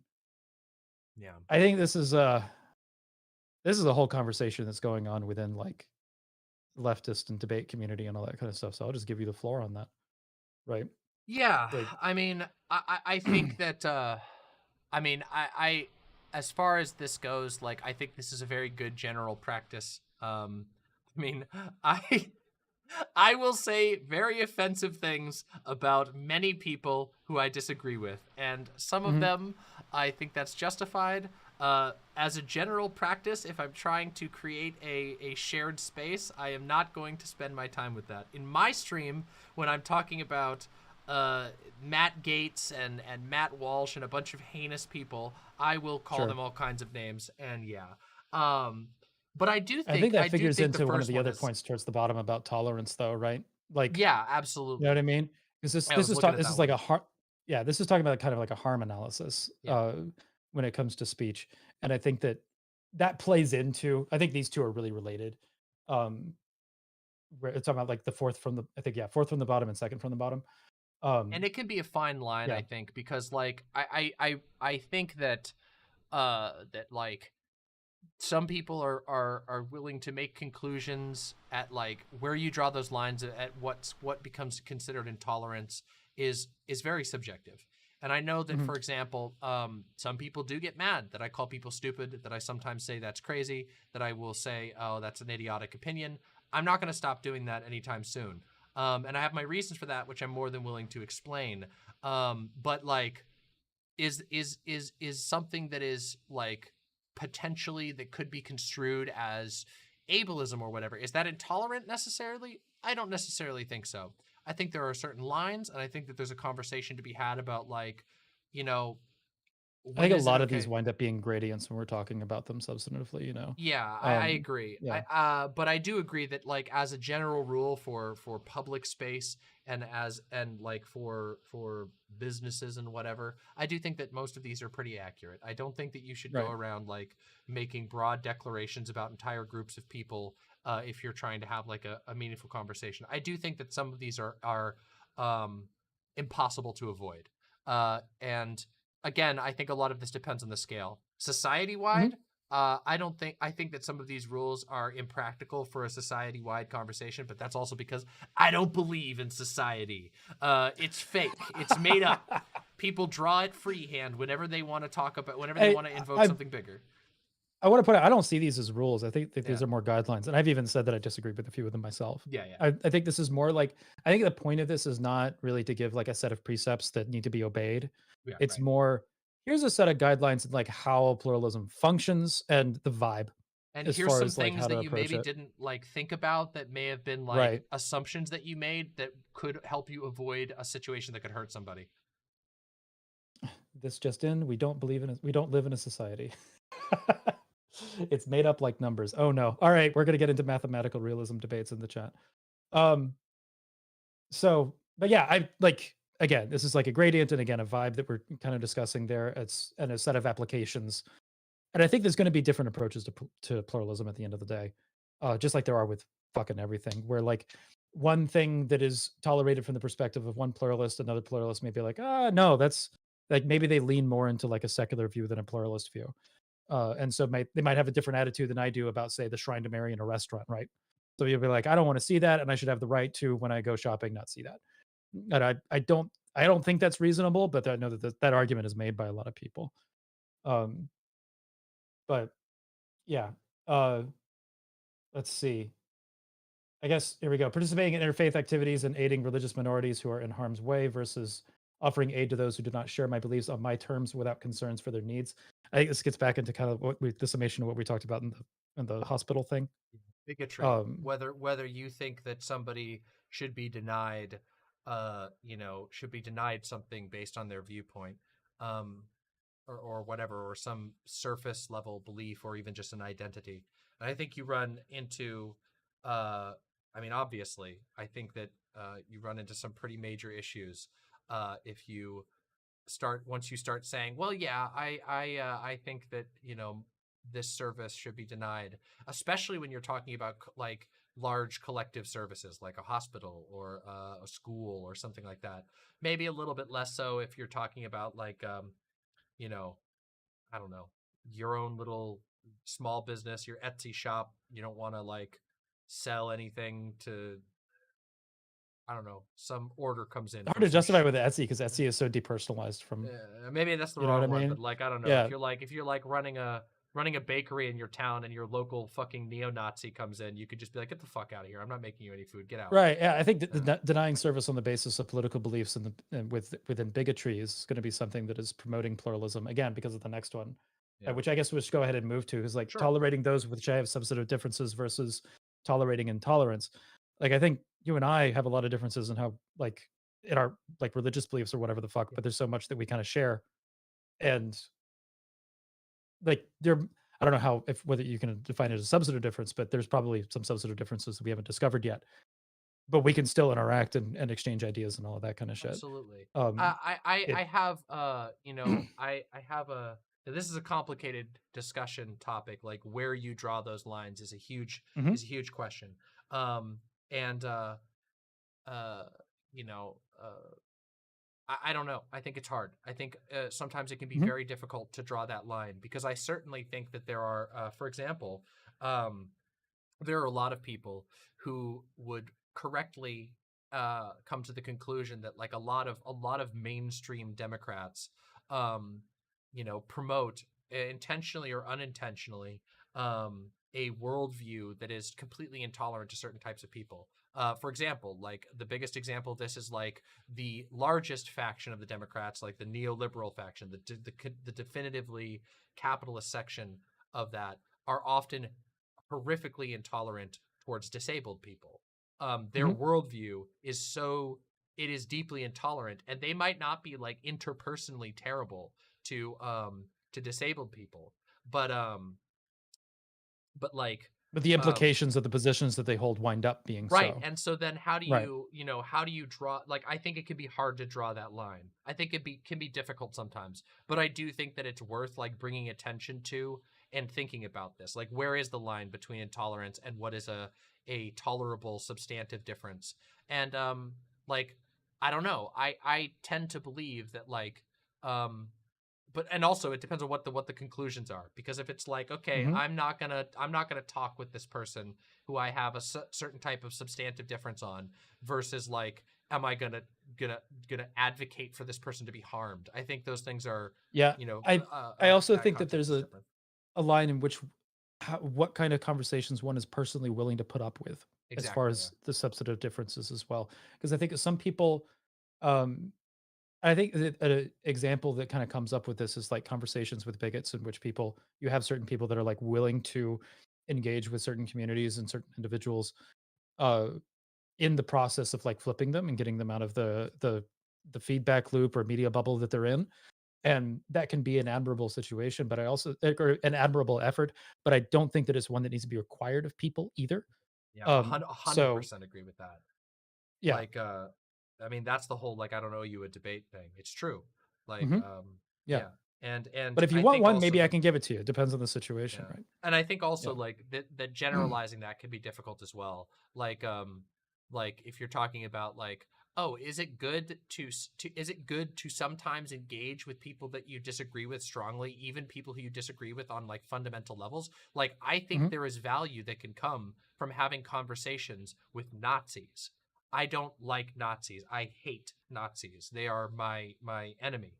Um, and but I also think that there are contexts in which having meaningful and peaceful conversations with them can be valuable to all participants. I think that you can actually help somebody. Some people can be got out of that. However, Mhm. generalizing that and saying like, oh yeah, because there are circumstances in which Or having like, and that changes as well when it comes to like whether or not you're managing your community on the basis of inviting those people in yes, order to have those that's what I mean conversations. when I'm That's saying wildly generalizing. Yeah, different, right? yeah, Yeah. As, yeah. so like on an individual, there's a huge difference when you're talking about that on an individual basis versus a community basis. Because if you're doing it on a community basis, what you're doing is you're just having a community that is inviting Nazis in, and people are going to respond to that, right? Oh, the old adage of like, if you have a community that has 25% of its members as Nazis, that is a Nazi community, is Right. absolutely true. And Mhm. I say this all the time, that like, you have to make an active effort, not to necessarily not necessarily, you don't have to make an effort to make every place a safe space, but unironically, if you start letting, if you out of a sense of good faith start letting Nazis hang out in your server, they are going to intentionally, deliberately make it completely inhospitable to everyone else. Very Right. soon it will become Drive out impossible. everybody else that won't Yes, tolerate with them. Yeah, exactly. precisely. That's a I've seen that strategy play out. There was something that actually, as far as like how this applies to the heathen community, um, there was a point in time in which the server I was running had a no politics rule where we were just like, all right, look, politics winds up like ripping apart religious communities, especially within heathenry. Let's just ban the topic and just be like, if you, and we're only going to be exploring spirituality together and all that kind of stuff. After a while, that rule became untenable because the with people wanting to talk about how their religion affects aspects of their identity, it became something that affected an issue that has been deemed political. And Oh, you're bringing up your gender in context to how it's deeply important to your spirituality. Ah, that's, that's right, political. Yeah, it can right. be used very badly. Yeah, yeah. And then there was basically an objection that kind of came up within the community of an argument that was put forward to me. And it was like, all right, look, what the no politics rule, how how would that be able to how does that apply when we're talking about our ability to talk about ourselves or the experiences that we're having as far as how we're engaging with society. Because I would argue that there is no experience that can be discussed in that way that isn't on whatever level a political thing. I think And it's largely impossible to purge politics. I think everything is right. political, but I'm also So an insufferable asshole like that. I got moved into that position largely because of this argument with people putting this forward to me. And I was like, oh, okay, well, you know what? It's That's a very, I good think it's almost objection. Yeah. impossible. Like, yeah. Right.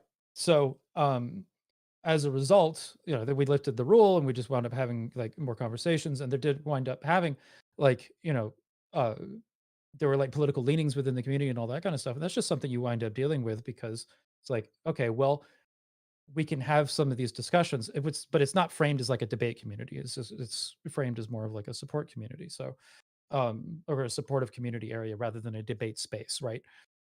So I'm not interested in having like a bunch of Nazis come in and fuck with that, Time. Yeah. right? Waste everybody's time. Whereas make with the it no worse. politics rule, maybe you have Nazis that come in and then maybe you can de-radicalize them throughout without having a conversation about is stupid, Yeah, right? it doesn't work. So Yeah. yeah, it doesn't. So the strategy was abandoned. And we're like, oh, let's just have open conversation. And there's more utility, I think, to that approach. But yeah, again, when you're looking at it on an individual basis, okay. If you're talking about de-radicalizing people, you're not going to be de-radicalizing people without conversations. Yeah. But doing that on on a community scale, sometimes it's I don't just know how not. effective that is. It will crush the point of your community then, Right. if at certain Right. points. Yeah. This last one I think is probably the one I'm going to have the most disagreement with. All right, let's see it.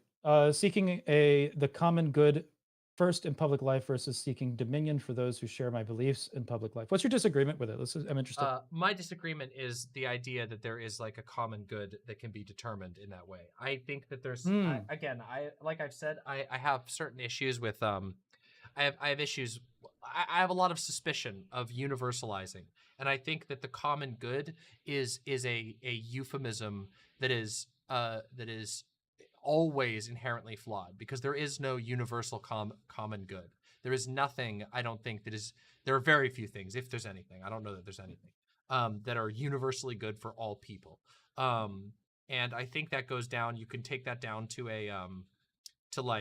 you can take that down to like a very basic level of like, hey, some people live their life this way, and while it might be good for almost everyone else, like a great example. I mean, I think off the top of my head of this video that I watched yesterday about a hermit who lived by himself for 27 years and seemed, certainly there was a lot of hardships with it, but that's life. He seemed very satisfied with that. He was eventually forcibly removed from where he lived.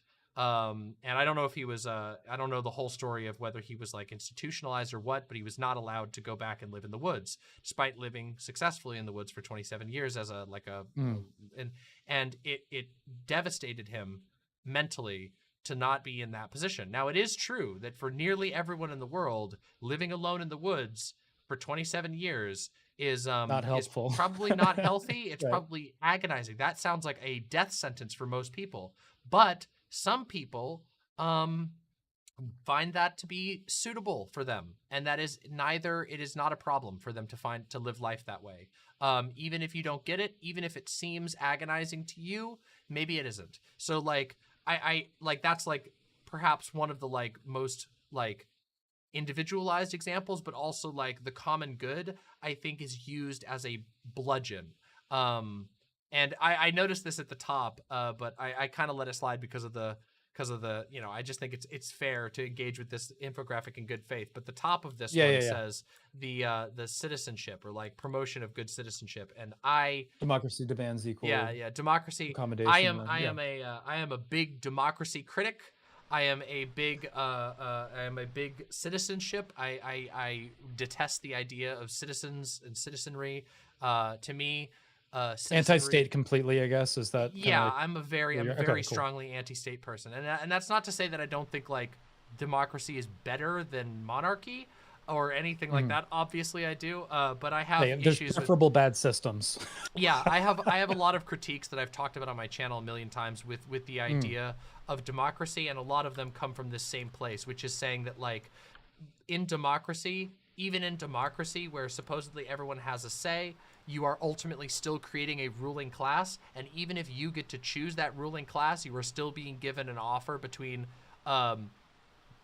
two people, between two groups or four groups or five groups, whichever one, you have to elect the one that's going to rule over you. And I have a problem with that.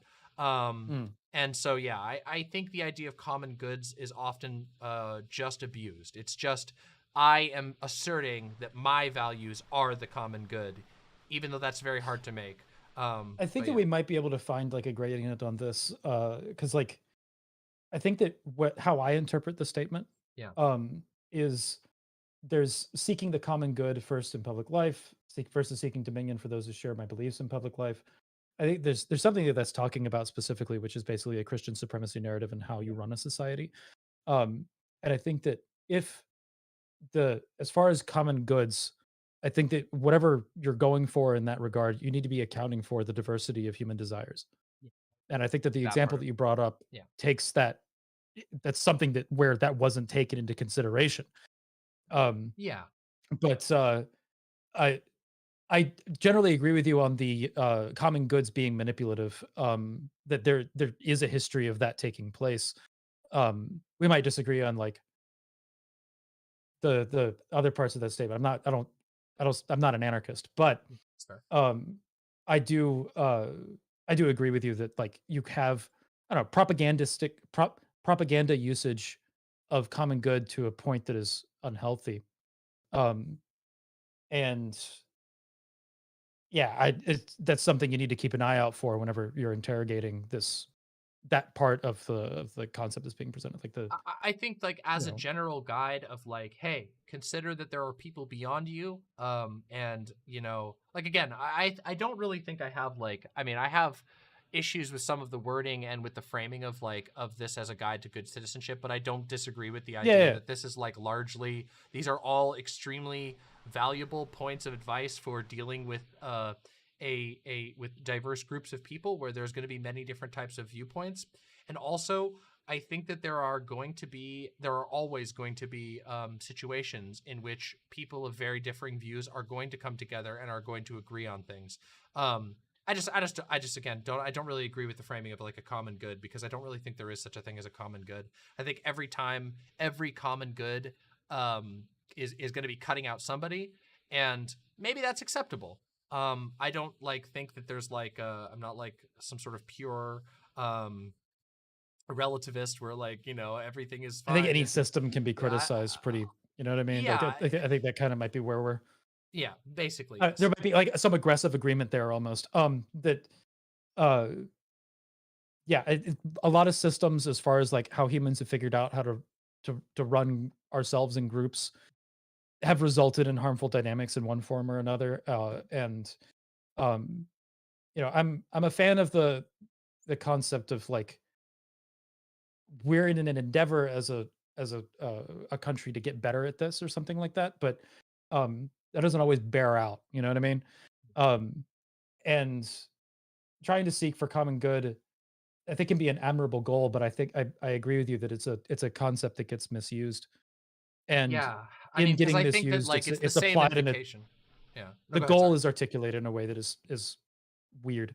Yeah. You know, because if you're taking what's common good in that a way that serves the most people rather than something that takes into account diversity, it's an important distinction between those two statements, right? It's just, yeah, it's super. I mean, for example, like, I mean, people will say things like, oh, here's an example. One that I've had many contentious discussions on is about like public schooling. You know what I mean? Hmm. Education is a public good. That is a common good, and everybody can agree that most everybody, I would say, with very few exceptions, but a lot of people can agree that learning is very good, and that somebody being knowledgeable is good, and these things are good. But there is a euphemization going on what is defined as education. And so what's actually being said is not Mm. that learning is good, um, and that's a common good, but rather that schooling is good. so there's like there's a process by which this thing is turned from, hey, yeah, well, we do agree, The everybody message gets agrees that morphed a little bit. learning, and then now it's like, well, how do you do the learning? So if learning is a common good, but then the only way that we talk about it being a common good is via the process of schools that are designed to pound people into career workers, maybe that's not the same. Maybe we're not talking about the same common good anymore. Maybe I have issues with that, and even though I don't disagree that learning is good, the then sort of, like I said, euphemizing of learning or education into a Austrian model school system, factory schooling, we might not agree on that. I might think that's not a common good at all. In fact, I mean, even argue that's a common bad. I don't know. So, yeah, I think that there might be, if you're framing it as an education that is help to teach you kind of how to think critically or something like that, or how to navigate life a little bit better. I think that's a good goal. I also don't think that our education system necessarily does that very well. So I our think that education there's, system fucking sucks. I could yeah, go on about that there's forever. there's problems. Bad. But the idea of making education accessible is a good, I think. Yeah, But I it's would just say that, like, oh, absolutely, what the accessibility is like content the of main that focus. education, I think, can easily be discussed about. Yeah, the content and the way Yeah. that it's distributed and the way that it's imposed, and all kinds of things. Yeah, so yeah, Right. yeah. So yeah, I don't know. I think that we're in a similar place on that. But Yeah. yeah, that's my presentation on the infographics. Is there anything else you wanted to add on to that or anything like that? Oh, Or I mean, I think you we would have pretty much hit chased down other everything sections? on there. I mean, we're able to expand on a lot of these, and I think a way that was beneficial. And yeah, I think that I mean, I guess at the end of the day, like, my position on sort of like uh pluralism is, I mean, I think that we live in a world that demands that of us, that we have to learn to get along with people who have differences, and the challenge comes from, like, which differences we decide are important, and existentially important, which ones are important on a certain level. Hmm. Um and yeah, but I do think that, like, recognizing that there are an abundance of ways of looking at the world, an abundance of viewpoints, and that there is, like the other one said, no easy shortcuts to what is right or wrong, Right. is very important. Yeah. Yeah. There's the right or wrong discussion is hugely complicated, and a lot of, like, I think that we made this point earlier, but like a lot of the frustration that comes from how this conversation is handled is that people want the conversation to be easier than it is, and this conversation's super fucking hard. The pluralism conversation, the theism conversation, conversations about morality, they're extremely difficult conversations, and I think people just want them to be a lot easier than they are. They want simple answers. Yeah, So I you think wind people up want with simple answers ideologies that are like, on, like, multiple levels too, because I think people want to, mhm, like, I think there's an urge sometimes to uh essentialize certain groups in the process of, like, contesting to these, like for example, in this, like, idea of, like, hey, like we highlighted on the second infographic, drawing the line at where does the intolerance begin. I think that's really hard, and I think some people mhm, just want to say, like, yeah, I really hate the fact that, like, I really hate the fact that, like, I don't know, female genital mutilation happens, therefore I'm just gonna say I'm done with Muslims or whatever, which is, like, completely mhm, ridiculous and bigoted. But, like, but it comes from this desire of, like, there's this thing, this association that I've made, and I'm going to, like, I don't even want to come close to this thing that disgusts me on an immoral level. So the easy way to do this is just to write off an entire group of people. And I don't yeah, think it's that's a the simpler good answer. practice. Somebody Yeah, could it's the walk away simple with that answer. and be Yeah. satisfied. Yep. It's Call it like, yep, good. all right, I made the decision. It's simple. Yeah. It's just not. It doesn't Yeah. work. Um, but yeah, I guess I don't know. I think that we're in like a common area on pluralism. Did we want to? I remember in the stream you did have questions about Loki. I don't know if we can get into like a thorough Um, history about Loki or anything like that. But you did well, have. I think you did have some questions on. I had brought up some things about sort of the metaphorical and storytelling ones. Honestly, I mean, it's up to you if you want to keep talking about it. We've been going for 4 No, hours. I'm so down to yeah, continue please the just conversation for a little while. hit me with your stuff about Loki, because you did some preparation. I would hate for that to go to waste, and I am. Yeah, I mean, I didn't have like it's basically I making sure I was prepared for whatever question you wanted to throw at me, because I wasn't yeah. sure what you were looking for, so I did kind of like I a mean, it wasn't generalized like a research. super like deep thing, but I had this in that section there was this idea that like this idea of like God. There was this portion in the conversation where there was a discussion of whether like gods are above you inherently Mhm. or inherently superior, and like I was like, I don't know that that's a framework that's relevant to every religion. And I think it depends largely on like the religion. There's diversity And of approach to it. yeah, With and I was heathenry, we do hold that the gods are like above us and that they are part of the structure that holds the universe together, or something like that, right? Like you have beliefs that are associated with that are pretty common in heathenry. Um, but that's not something that is essential to every religion, right?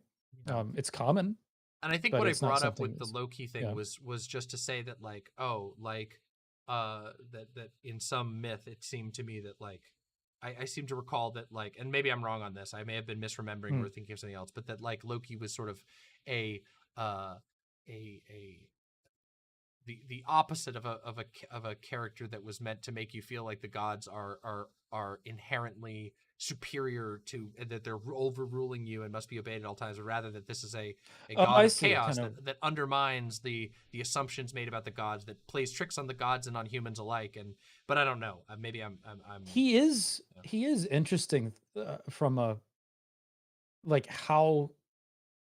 So he's counted among the Aesir in the Prose Edda, um, and like, but there's like this weird attitude in heathenry when it comes to Loki that has there's a history behind like that dynamic. Um, and personally, I've found that if you run your all right, this gets into like a weird history. I'm just going to cover a basic history of heathenry with respect to Loki in modern heathenry. And modern heathenry wound up having like organizations that would crop up, and there wound up being issues with community cohesion, and Lokians, people that follow Loki primarily, wound up getting the brunt of the blame for that. And there were points in which Loki was banned from several organizations, or soft banned, like it was a quiet ban, or it's like you're not allowed to hail Loki in a group environment or something like that, right? Oh, okay. And this wound up getting there was pushback to this, but it wound up with there being divisions in the heathen community and all this kind of shit. And from the perspective of some running, this is actually a story that is detailed in this book right here called Loki and Sigyn by Lise Svensson.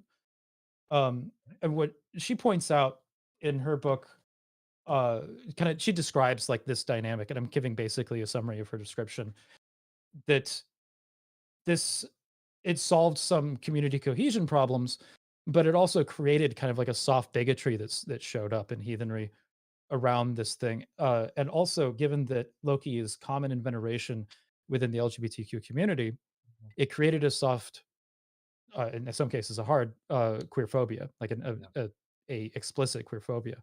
Makes sense.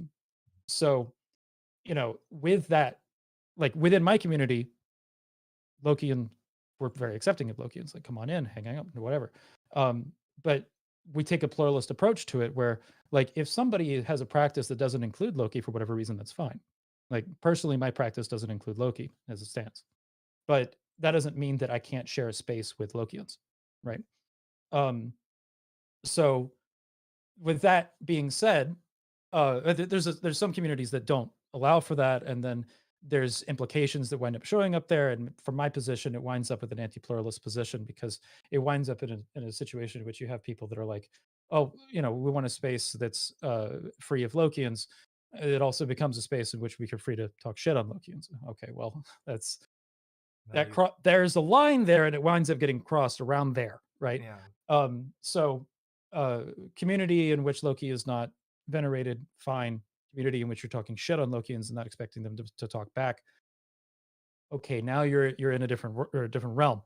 But to bring back to like the point about Loki, as far as like in the context of heathenry and his place, the for a long time there was kind of a study around him that he's the reflection of the devil in Norse mythology. When you kind of look at what he does in myth, it doesn't that that analogy seems forced in some cases. There's points in which he is the reason why in myth Mjolnir exists, right? And he's the also Gungnir, Odin's spear, Okay. and uh, he seems to be a gifter and regifter in several cases, and in points where he screws up, it is incumbent upon him to make it right in each time. This is the true in the story of Idun, where Idun gets kidnapped by a Jotun, and then it is incumbent upon Loki to go get Idun and bring her back. Okay. So the situations that he causes, he winds up taking responsibility for and fixing in the majority of cases. The thing that makes him complicated is that there is a legends around him being kind of like a fettered devil sort of figure that, when is released, brings about Ragnarok. But when you hold a position within heathenry that Ragnarok is probably bullshit because there's a lot of Christian influence there, the fettered devil thing becomes pretty easy to justify as being part of that Christian influence as well. Yeah. That whatever that does image of sound Loki very, existed. very Christian. That sounds very, Yeah. you know, what's the word? God, I can't. I'm blanking on the term that talks about like a specific aspect of apocalypticism. What's it called? I'll try and think for it. But yes, nonetheless, yeah, that If you sounds. hadn't asked me, I would have known exactly what it is. Eschatology, I think, is Eschatology. what you're talking Thank about. you. Yeah. That's exactly what I was going to talk about. That sounds very it sounds very like the like like a Christian eschatology, like Mhm. very stark. Yeah, there's a yeah. Norse eschatology discussion as well, and it includes Loki, because the Voluspa, which is the opening poem of the Poetic Edda, includes an account of Loki being a part of the twilight of the gods, Ragnarok. So, um, Loki has had a complex place in, uh, especially modern heathen culture for some time. Um, and even in academia, when people are looking at Loki, there's a lot of arguments back and forth. I even have a book called Loki in Scandinavian mythology that makes a ton of comparisons to Loki and the devil, but also talks about, well, since these comparisons are here and they're so explicit in some cases, it might be surmised that it's not part of the original figure, whatever that you would call the original figure. It's hard to pinpoint what you would say this is the original figure when you're looking at evolving traditions. But like, is this aspect of Loki something that is independent of Christian influence? Probably not. Hard to say. It seems like it's very influenced because you have like all these same themes. But maybe those themes originate independently. Who knows? So what, if you but don't yeah, mind me asking, I'm curious now. What led to the Loki community divide? What was the problem? the book I was reading doesn't give specifics, but it kind of like implies that there was rowdy behavior that was centered around Lokians or something like that, and that with the banning Okay, of I Loki, like right? this now. Hold on a second. Wait a minute, that sounds great. I love shit stirrers. That people that worship, the idea is people that worship Loki may have in many cases kind of a chaotic streak to them, right? Sure.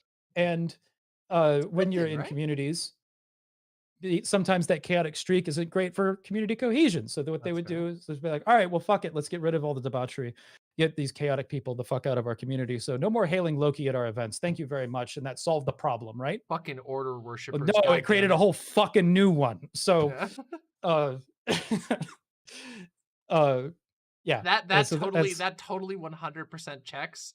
And also the type of people who are like who seem like they would be most motivated to like, it's the chaos is throwing us off. It just reminds me of a split in leftism. The allegations against anarchists being incapable of, that's not true. Yes, anarchist people do have a tendency to be more on the rowdier side and a little bit less likely to show up to the meetings perfectly on time. But this is a slander. The idea that you can't have community cohesion with people who are a little more chaotic. You need people who Yeah. are more chaotic, I'll have you know. The thing that I find interesting about Loki is like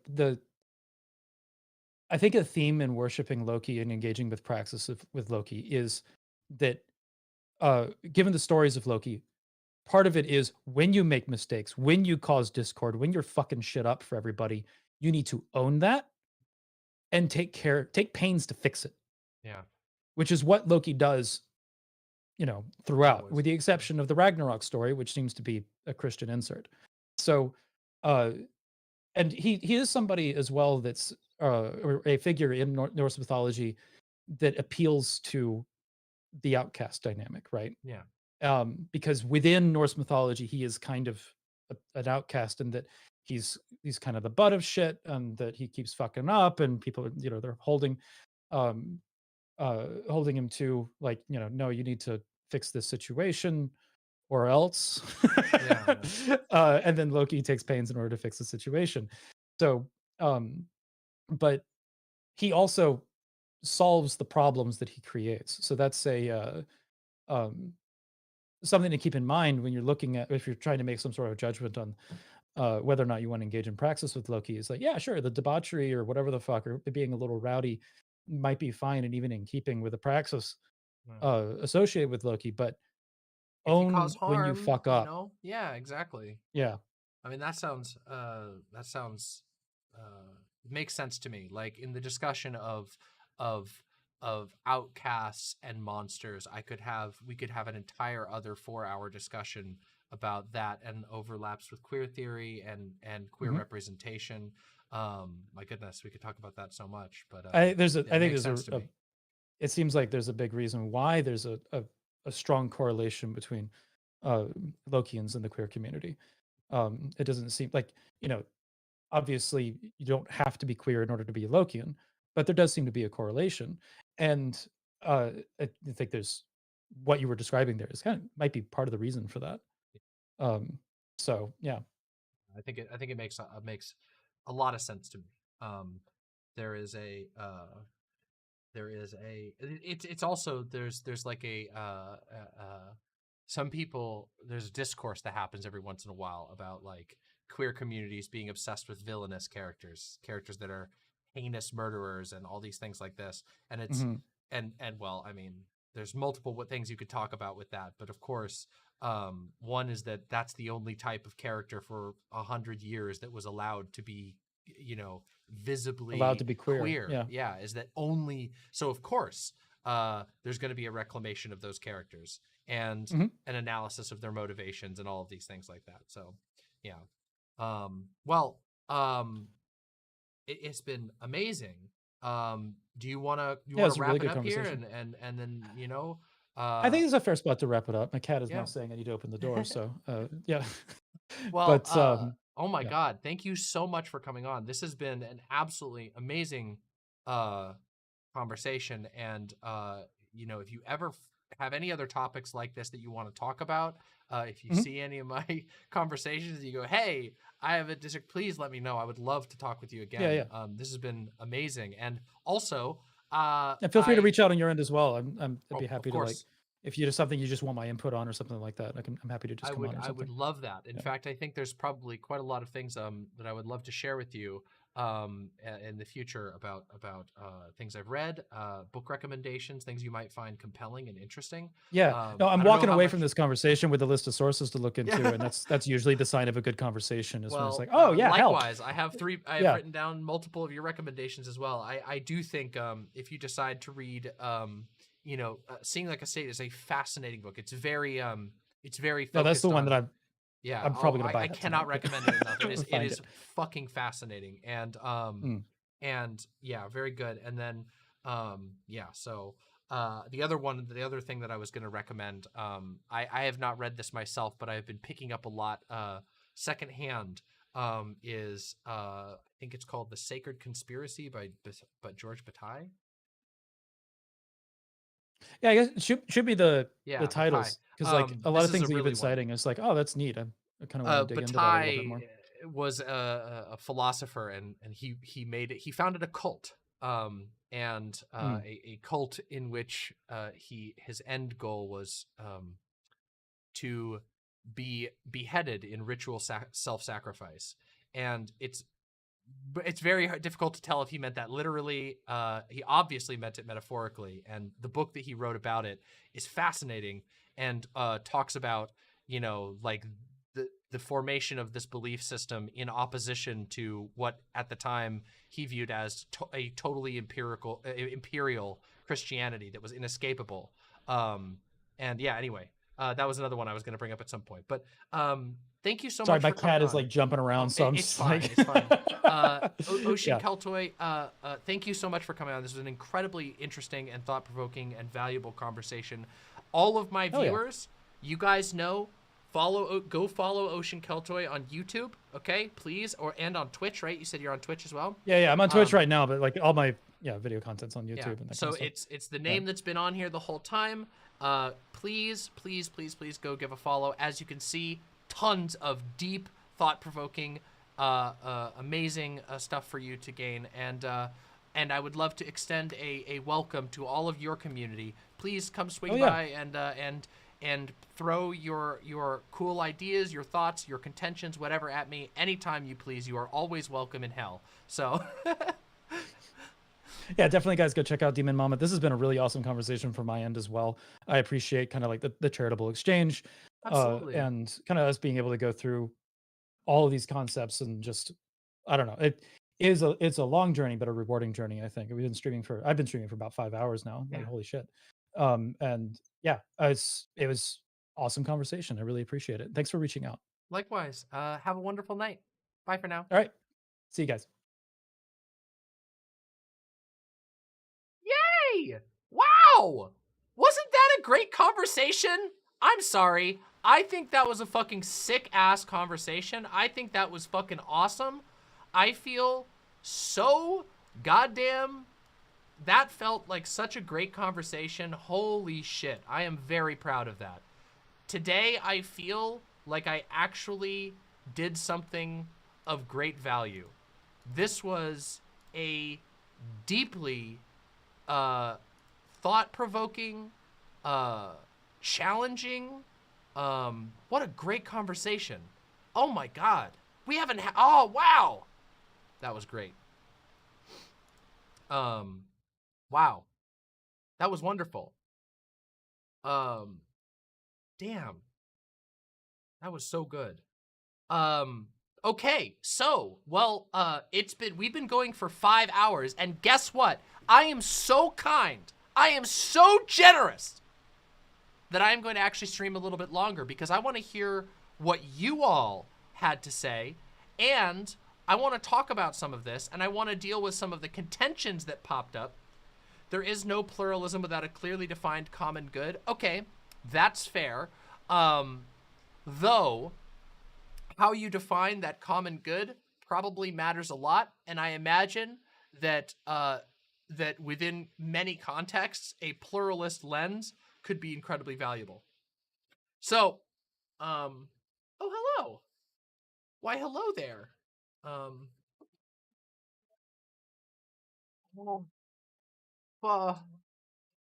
No, don't bring it up to me. I'll come down in a little bit. I'm gonna talk to these imps for a little bit, and then I'll come down to eat my pho. No, not right now. I'm good. It's neoliberal, humanist, conservative ideology which frames ideological extremism and partisanship as bad. Maybe in the strictest sense, but I did not get that vibe from this conversation. Yeah.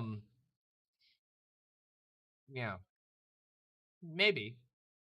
But also, I don't really think I made any, I'm not really interested in going like pluralism, good, bad, you know, or whatever. I'm more interested in the conversation and the thoughts that happened around this.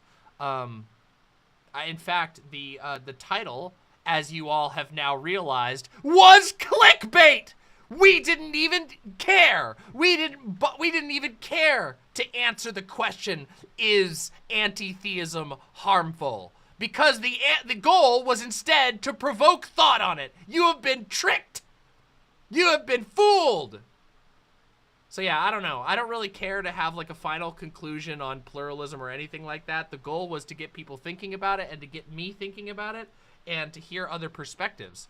And I think we accomplished that a lot. There are aspects, I mean, I was pretty vocal in my disagreements, you know, with certain aspects. I don't like the presumption of like citizenship. I think that citizenship is an abusive structure that is largely useless most of the time. And usually serves to just like imprison you to your you know, to your state, to whatever state you happen to be born in the boundaries of. Citizenship is ideological capture, so I don't really care about that. However, I think that there are points to be made about the value of fucking chilling the fuck out. We can do theism once the conservative and hateful elements have been removed from power. Okay, yeah, but you have to realize that a ton of religious practice and theistic practice has nothing to do with what you're talking about there. That's Christianity is like the biggest problem with that. They frame tolerance ideologically. Well, I think that's an uncharitable read of that. I don't think he said that they were suppressing queer discussion. It sounds like they weren't repressing queer discussion, that they had a no politics rule, and then Nazis tried to use it to repress queer discussion, and then they decided to get rid of that rule because they realized that Nazis were using it badly. Yeah. That's at least what it sounded like to me, which to me sounds like a very common experience. If you say, hey, no politics, and what you mean is if you are on a server, a server that's about discussing like philosophy, and you say, hey, like no politics, usually what people mean when they say no politics is, hey, can you not like do MAGA Biden bullshit? Can you like focus on the topics at hand? Don't fucking argue about whether Democrats are good or whether they're demon rats. Stick to the fucking topics. But then, of course, Nazis will be like, ah, well, trans is being political. You made it political by being a woman. So yeah. But I do tend to agree that like, I mean, I feel like I pretty head on tackled the whole common good thing. I do recognize there are problems with that, but I also address that head on. So. All right, did anybody have major contentions? Come on, anybody else got major contentions? Anything? Heathen communities also have a Nazi problems because Nazis like the aesthetics. Yeah, because Nazis love to steal. Nazis never make anything original. They just like to steal. Fucking steal. Yes, but I'm very high right now. Oh, come on. Being high gives you more access to the intellectual plane, doesn't it? I wish it had been there live. Well, don't worry. Please leave your comments. Please leave your thoughts in the comments. It would be very amazing. Not enough Loki discussion? That is my fault because we blabbed about all kinds of other things. Also, Piftle Cakes, thank you very much for the incredibly generous donation. I deeply, deeply appreciate that. Thank you very, very, very much. Thank you. Yeah. I really wanted to ask Keltoi about his opinions on chaplains and their place in pluralism. Well, I can't speak for him. However, I would assume that chaplains are problematic because they are proselytizers. Infamously so. Chaplain's entire thing is to like proselytize to you when you're on your deathbed, isn't it? Isn't that like the whole reason they exist?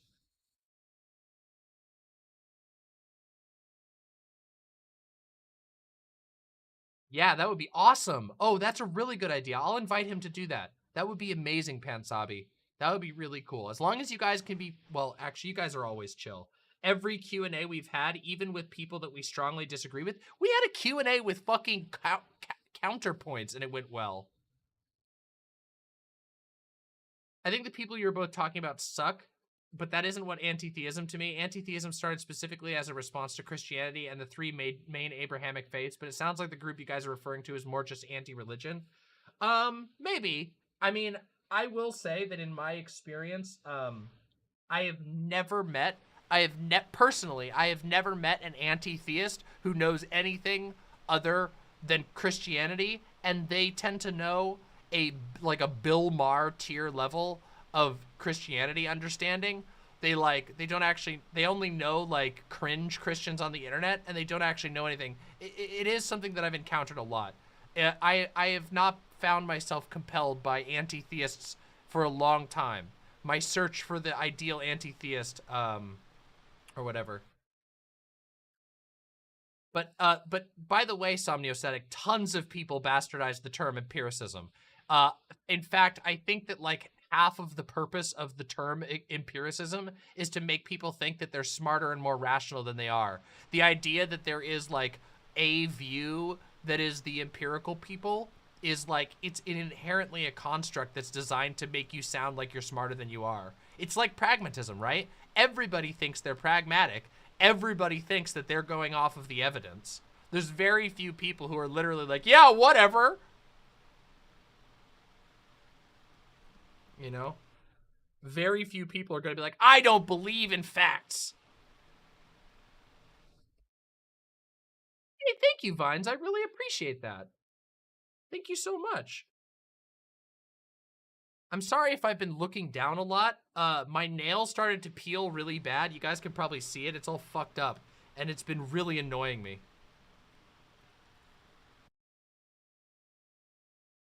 So when anti-theism was big in Atheism 1.0, all of those people became the skeptic movement, and now they're all in intellectual dark web and right wing. Yeah, because they lulled themselves to sleep with the idea that they were based rationalists. But in truth, no one is a based rationalist. We are all screaming monkeys trapped on a rock flying through space, and none of us really know all that much. Some of us figure some shit out through long and challenging processes of self-growth and introspection, and many of us simply assume that whatever feels good is the best.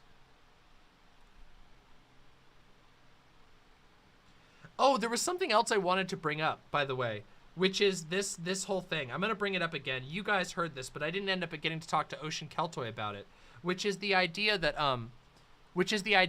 like 100 years ago, actually it'd be more like 120 years ago. If just 120 years ago, actually, honestly, realistically, less than 100 years ago, if we want to be 100% realistic, if you said, I believe that I am a woman, and you were not born female, you would be considered insane. And there would be nothing that you could say empirically to prove that. Nothing. The science has not been done. And that is a thing that has existed in many, many cases, just so you know. This idea of empiricism always benefits what is already known. And that's a huge problem, because as it turns out, sometimes what is already known is fucking wrong. See, but that's also irrelevant to anti-theism. Wait, I agree to a certain degree.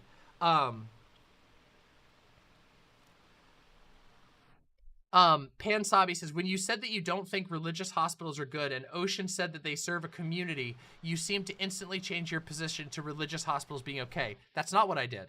I said I don't have a problem with religious groups being involved in healthcare, because I think that it's absurd to act as though religious people aren't going to have a say in that. You're going to have religious doctors. You're going to have religious nurses, etc. That's impossible. You're also going to have religious funding for hospitals because, as we all know, funding does not come only from the state. And what I had said originally was that religious hospitals are sus as fuck, because they are. Religious hospitals founded by religious organizations run by the church are sus as fuck. But the idea that the idea of religious groups serving a community in general is an impossible thing to exercise.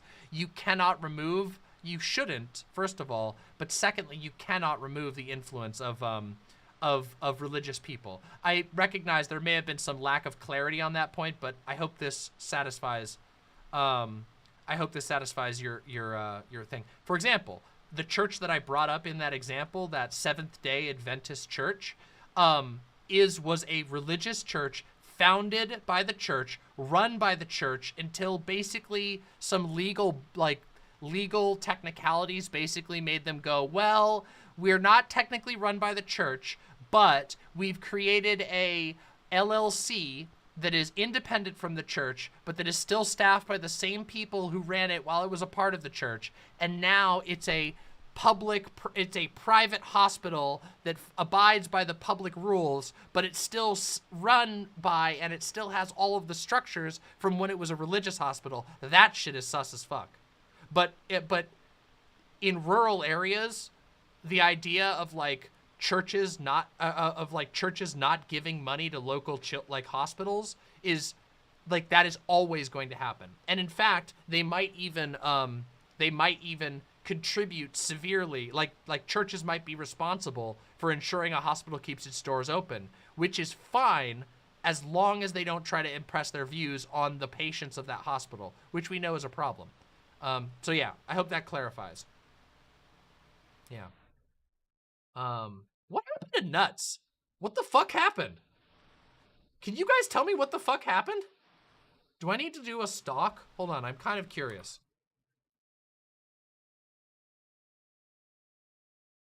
What the fuck happened?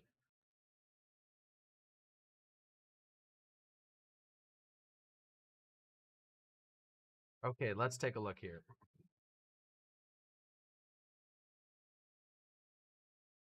Oh boy, here we go.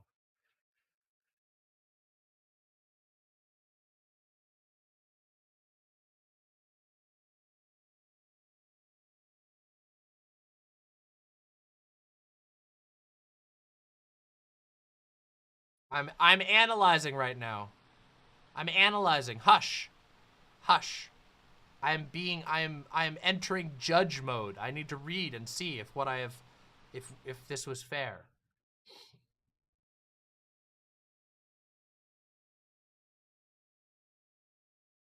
Ah,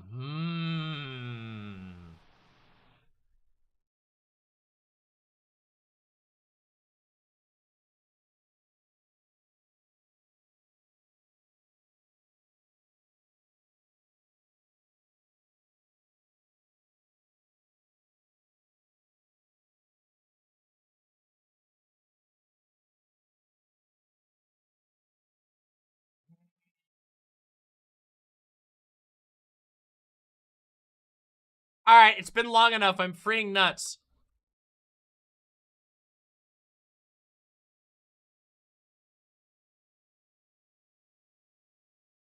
Nuts! He served his time. Nuts served his time. Wait a minute. Wait a minute. Nuts!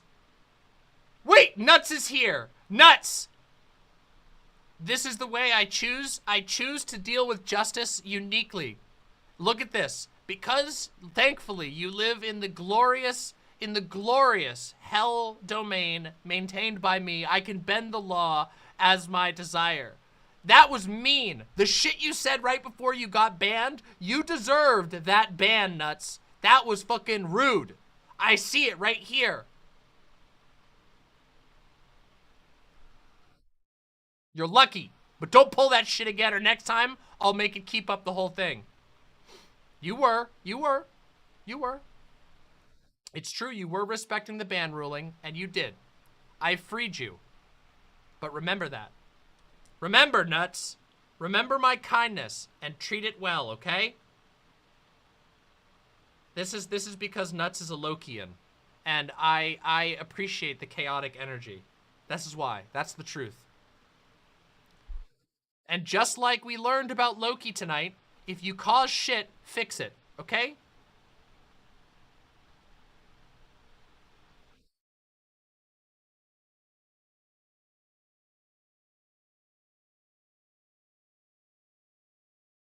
All right? Loki is a furry? I agree. Well, I don't know if Loki's a furry. Loki might be worse than a furry or whatever, or better than a furry, or I don't know that's not the right words to use, but whatever. The imp community has forgiven Nuts. Well, I have. I don't know if the imp community has, but we'll see. How was chat doing today? Seems today got a bit spicy. Today did get a bit spicy. The chat was actually quite animated. It's been wonderful. Today has been a wonderful day. It's funny because I was feeling so inspired, but now I feel inspired again. Isn't that wild?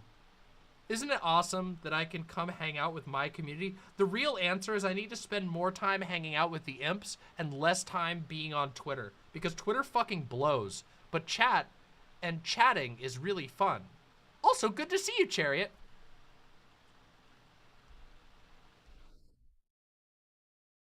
Yeah, I agree, Pansabi. You were cooking all day again? Oh, it's okay, Danny Fallen. There will be many other options. Many other days for us to talk. I gotta fix whatever I got. I gotta make the camera look like this. The camera looks good like this. I look better like this. Well, that's really good, Chariot. That's a very wise decision. You know, I was thinking of reacting to one of your videos, but I might have to do that on the next stream. I was thinking of reacting to your video, there was like a Keffals video that you did. I wanted to see what you had to say about that. Yeah. I understand, Nuts. But you went a little hard at the end there. Come on, you gotta understand that.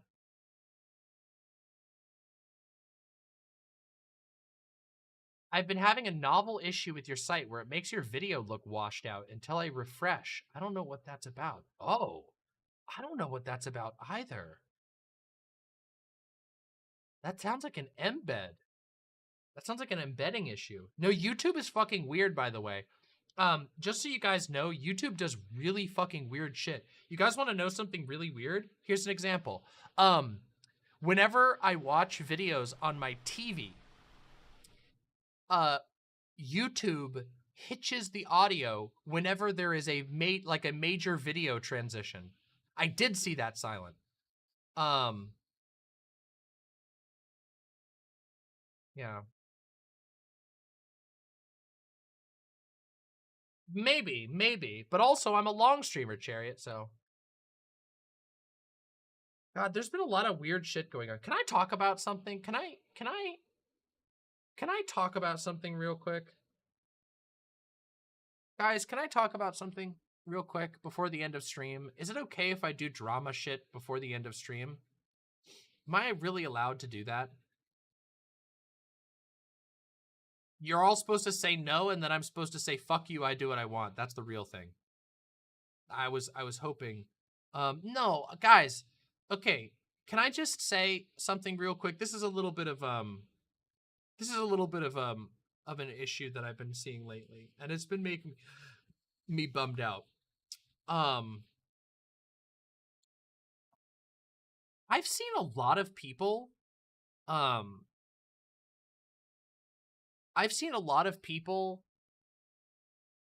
do I put this? God, this is fucking hard to say. I don't think that people are being that certain people. There's a lot of good-hearted people who seem really fucking pissed off at Keffals right now. Okay? And it makes me feel kind of bad because not only like I'm not talking about like the conservatives. All the conservatives hate Keffals, okay? But there's good people right now who are really angry at Keffals. People that I really like. A lot of people, actually. And I don't know how to say that, like, Keffals is a person, obviously, a human, a fallible person. And Keffals, and I only know Keffals, you know, so much. We've done a lot of content together. We've talked many times. And I quite like Keffals. But like, I don't think Keffals is perfect. But also, I feel like even good faith people are being really hasty with Keffals right now. Okay? Don't tell her unhinged haters / chasers that. Well, yeah, of course. But I just, you know what it reminds me of? It reminds me of the stuff I used to talk about with ContraPoints. It reminds me of the thing I talked about how trans people in this world, trans femmes especially, are not allowed to succeed at all, without becoming the avatar of all of the hopes, dreams, angers, frustrations, and pains of every other trans person who's looking at them. Because this world hates trans people and is so hostile to trans people, the few trans people who make it end up inheriting a burden that no human, none, not even the coolest, most based human ever, could possibly live up to.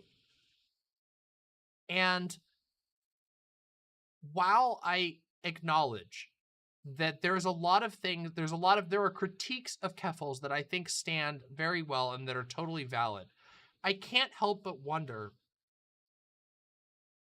no, it's not that. I'm really clumsy on this. I can't help but feel like this is the worst time to bring it up. I feel like it's the worst time to vent your criticisms towards Keffals. And I'm not saying that like you should sit down and shut up, or that you should, or anything like that. And I think there's a big spectrum of this, but I can't help but feel that like literally before Keffals has even managed to like get a solid place to live and settle and like come back from hiding and all of this, that like maybe this is like not the best time to like try to levy large criticisms. You know what I mean? Does that make sense? Because like I've seen a lot of people say that like they're very mad about the fact that Keffals hasn't been super forthright with the money from the GoFundMe. For the record, I donated a lot of money to that GoFundMe, just so you guys know, just so we're all clear. Mama always puts her money where her mouth is. And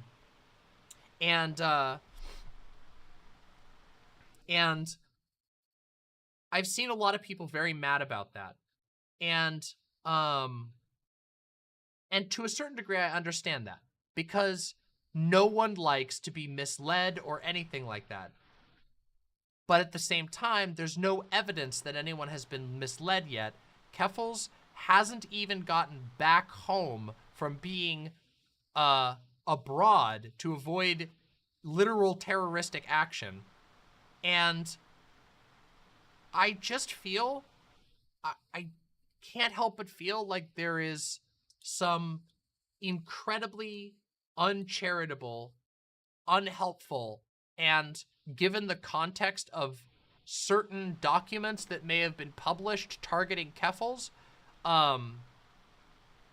painful and hurtful things being brought up. And I don't get it, because I don't think this would happen to anybody else, really. I certainly don't think that this would happen to anybody else that is of Keffals' size, you know? And I'm not saying that, like, people don't have a valid ask. I wish it didn't have to be so fucking toxic.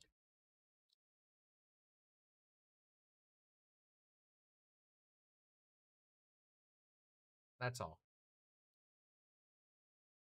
And it's bummed me out. Because it makes me feel like there's no hope. It makes me feel like there's no chance that even when you're literally driven from your home and end up embroiled in the most ridiculous campaign, like one of the most ridiculous campaigns of harassment we've seen in recent memory, that like even then you can't even get a like inch of wiggle room, you know?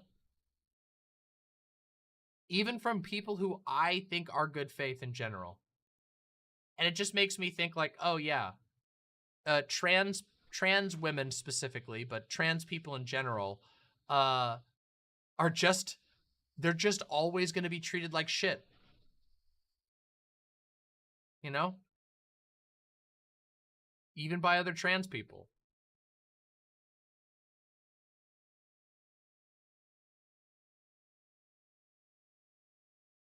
it bums me out. But there's not much I can do about it. There's not much I can say about it. There's no call-outs to be done. There's no drama to be farmed. It's just sad. And in truth, obviously, I never give up hope. I'm fucking Demon Mama. I never fucking give up hope. But, you know.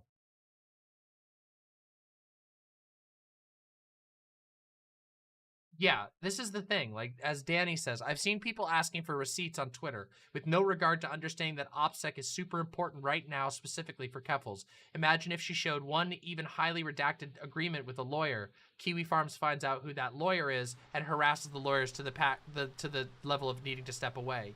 Yeah. Hey, thank you so much, Uncle Gumbald. Thank you so much. My Silence says, my assumption is that any lawyer she spoke to would have advised her to say nothing about any potential legal action they're pursuing. That would be my assumption as well. And guys, for the record, all kinds of things have happened. Have GoFundMes, guys, okay. Okay, we live in a world where fucking Star Citizen exists. Okay, not to do a whataboutism, but we live in a world where fucking Star Citizen exists, okay? There are much bigger fish to fry than a GoFundMe for a legal fund, survival fund for a streamer. There are better trees to be barking up, okay? Biceps and bikinis. She should still be transparent about how she is spending the money. I don't donate to charities which don't show how they spend their monies. I actually super agree with that in general. But you know what I don't? You know where I don't care about that? GoFundMes. You want to know why? Because GoFundMes are designed specifically for individuals, usually who are in an emergency situation. And, can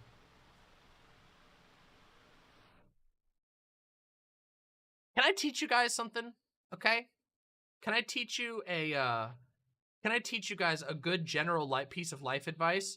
And that piece of life advice is, don't loan money that you're not ready to give as a gift, okay? It is a practice that has guided me so well in life, okay? Don't loan money that you are not prepared to give away as a gift. If you're giving a loan, be ready to just give it away as a gift, okay? Because there's always a chance that that person will not be able to pay you back, and it happens more frequently than you might think. And if you have decided that it's a gift and that it would be a bonus if you got the money back, you will live a happier life, okay? You will live a much happier life. And I apply this, by the way, to GoFundMes 100%. If I give money to a GoFundMe, I know there's a risk that person might use it in a way that I don't approve of, and I don't really give a shit. Matthew McConaughey with the $15. I just had a very bad day at work. Maybe this will make your workday better. Hey, thank you. It literally does. Thank you so much. Seriously. Yeah, so like that's what I tend to say. And that's not to say that there's anything wrong for wanting accountability, especially when there's a lot of money being handled. But also, let's keep it in scope, okay? This is not a Kickstarter for a product. This was a GoFundMe for an emergency fund after a swatting, okay? And I would really like it if people would kind of keep that in mind and maybe cool the jets just a tiny bit. Because if you guys didn't know this, the internet is always ready to burn a trans person at the stake, okay? Like, always ready. And it's really easy to accidentally, and I say this from having done it myself. I admit even my own sin here. It is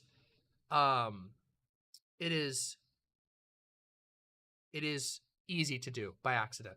It's easy to accidentally participate in a witch burning. Okay? I said people you respect said this kind of stuff. Oh, yeah, actually, a lot of people I respect said this kind of stuff. And I don't think they were being super egregious. I don't think that they were being hateful or anything. I just wish that there would be a little bit more charitability by default.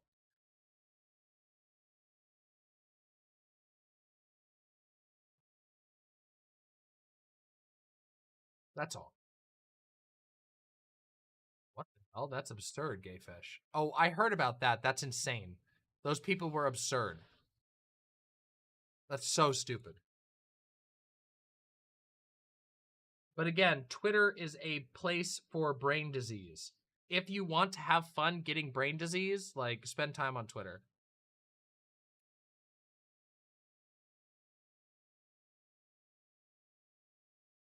Well, you know. Sorry about that, Silent.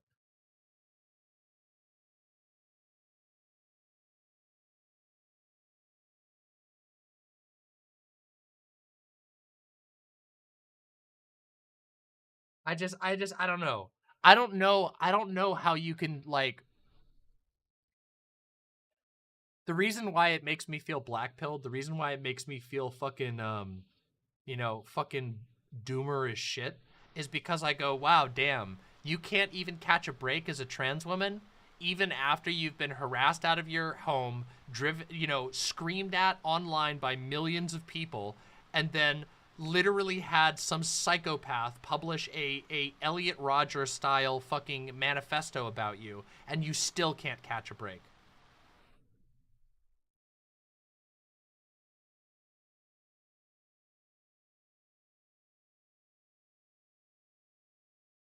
Would you agree with me if I said that nobody hurts or victimizes the trans community as much as we do ourselves?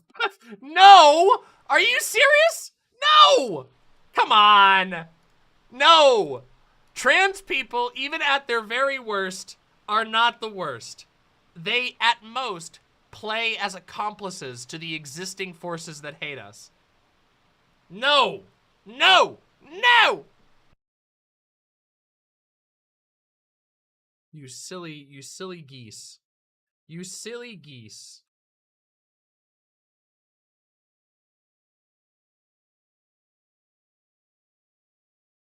I do think trans people sometimes go deranged on other trans people, and I do think that there is a systemic issue with trans people projecting all of their entire personality onto the one trans celebrity that they know. I do believe that is the thing. That is a real thing. Yeah. No, and I won't be. I don't give a shit. I don't care about the details of the deranged writings of a Gamergate madman freak. I don't care at all. I just think it's unfortunate that it's still happening. I think it's really unfortunate that it's still happening. But I don't engage with that shit anymore.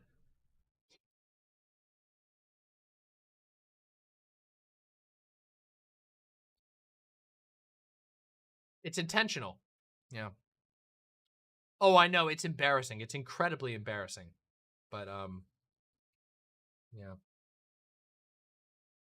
Well, everyone, much love to all of my incredible, amazing, lovely imps.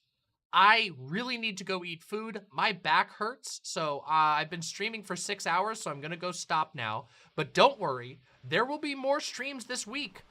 This was very inspiring and wonderful, and I hope that you will join me again later this week for another stream. Our stream and our channel is growing, and it's all thanks to you, my lovely imps, and of course me who does it, but whatever. You guys are the ones who watch, so I do it for all you, okay?